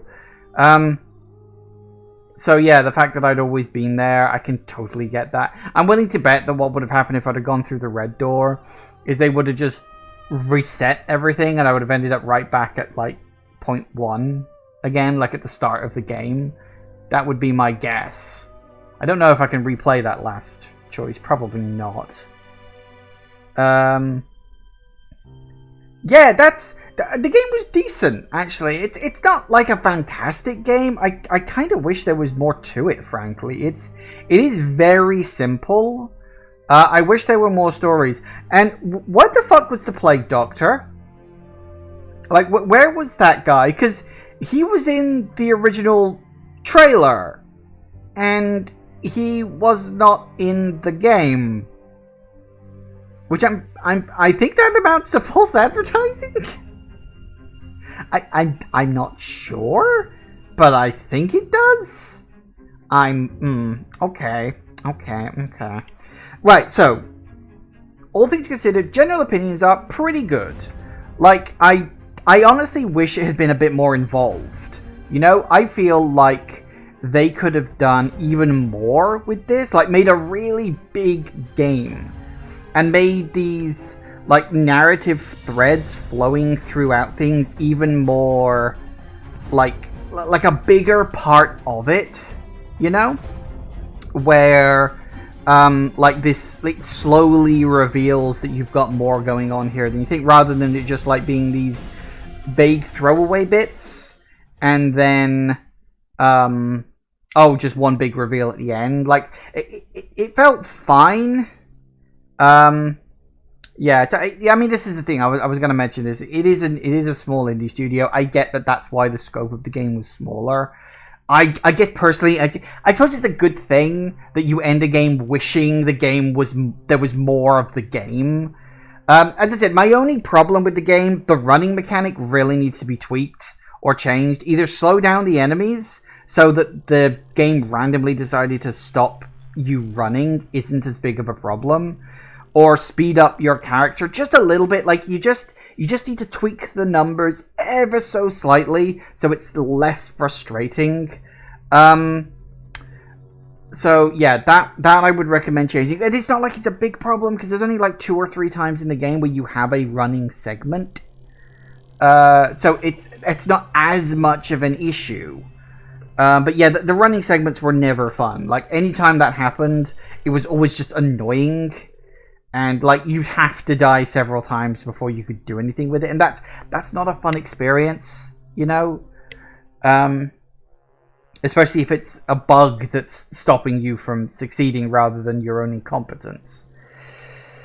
So yeah, all things considered, I did quite like that though. As I said, I wish there'd been more of it. And as I said, it feels like there were some things missing. Again, where was the Plague Doctor guy? Whatever the fuck that SCP number is. I am curious, like if I go continue. Okay. Ooh, okay.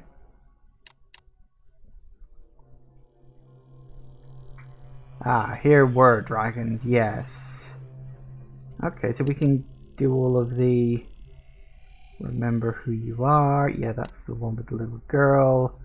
That's the toaster.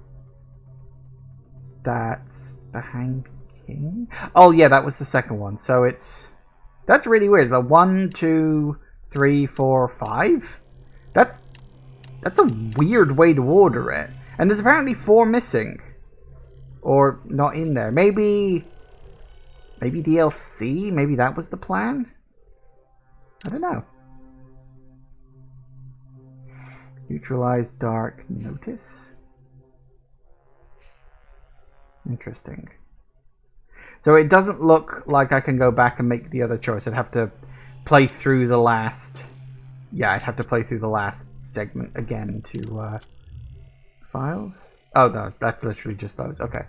So there you go. It looks like you can play the chapters again. That's good. I always like that. I like it when a game is all like, yeah, here's the chapters. Play them at your own discretion after the fact. I like that. I think that's fun. Yeah, generally, like, I liked the game. It's not perfect. I think you need a lot more narrative options, I think, in the... I actually really like the bit where you're, you know, talking with your co-workers. But if it were me, what I would do... And again, this is if the game was much bigger and had a much broader scope. You'd start off talking to these people over your little instant messenger service. And then at some point, you'd introduce them as actual, like, characters that you could talk to. You know? And it's like, you know, your character would have met them face-to-face beforehand, but I'm talking about from the player's point of view. And then you slowly introduce them as real characters, and then maybe something happens and you get involved in... Maybe it ends up in, like, a containment breach scenario and you have to, like, try and help your friends and yourself escape or something like that to, like, build up to something. Or, as I said, maybe there's this narrative reveal. I mentioned on multiple occasions that this game kind of reminded me of the Magnus Archive. And there are elements of that in sort of the idea that I'm talking about, where, you know, it starts off very simple. You know, you just got the Magnus Archive starts with just the main character, basically, Jonathan Sims. And then, like, over the course of the first series, it slowly introduces more characters, and then things start to escalate from there. For the record, I'll say this again, if you've never listened to the Magnus Archives, go and give it a listen. It is absolutely amazing. It's like one of those things that I listen to and think, fuck, I want to be able to do something like that. That's how good it is. So, worth a listen to, for the record. But, as for the game, this was very good, very simple. What I'm thinking is, if this does well enough, I hope that the devs could take this concept and, like, pay it forward. Like, give us, you know, you don't even necessarily have to do SCP again. Maybe make your own original universe where you can do this kind of thing, where it's a combination of, you know, you're in an office dealing with stuff, and then you have to go out and have your little adventures or escapades or something like that. And then it always comes back to the office, and there's this slowly building narrative as you go along. I think that would make a very fun game. You can even have it as like a series, maybe like an episodic kind of thing. I don't know. You could do something like that. But, I mean, again, this is just me spitballing ideas. Maybe they got DLC plans for the game.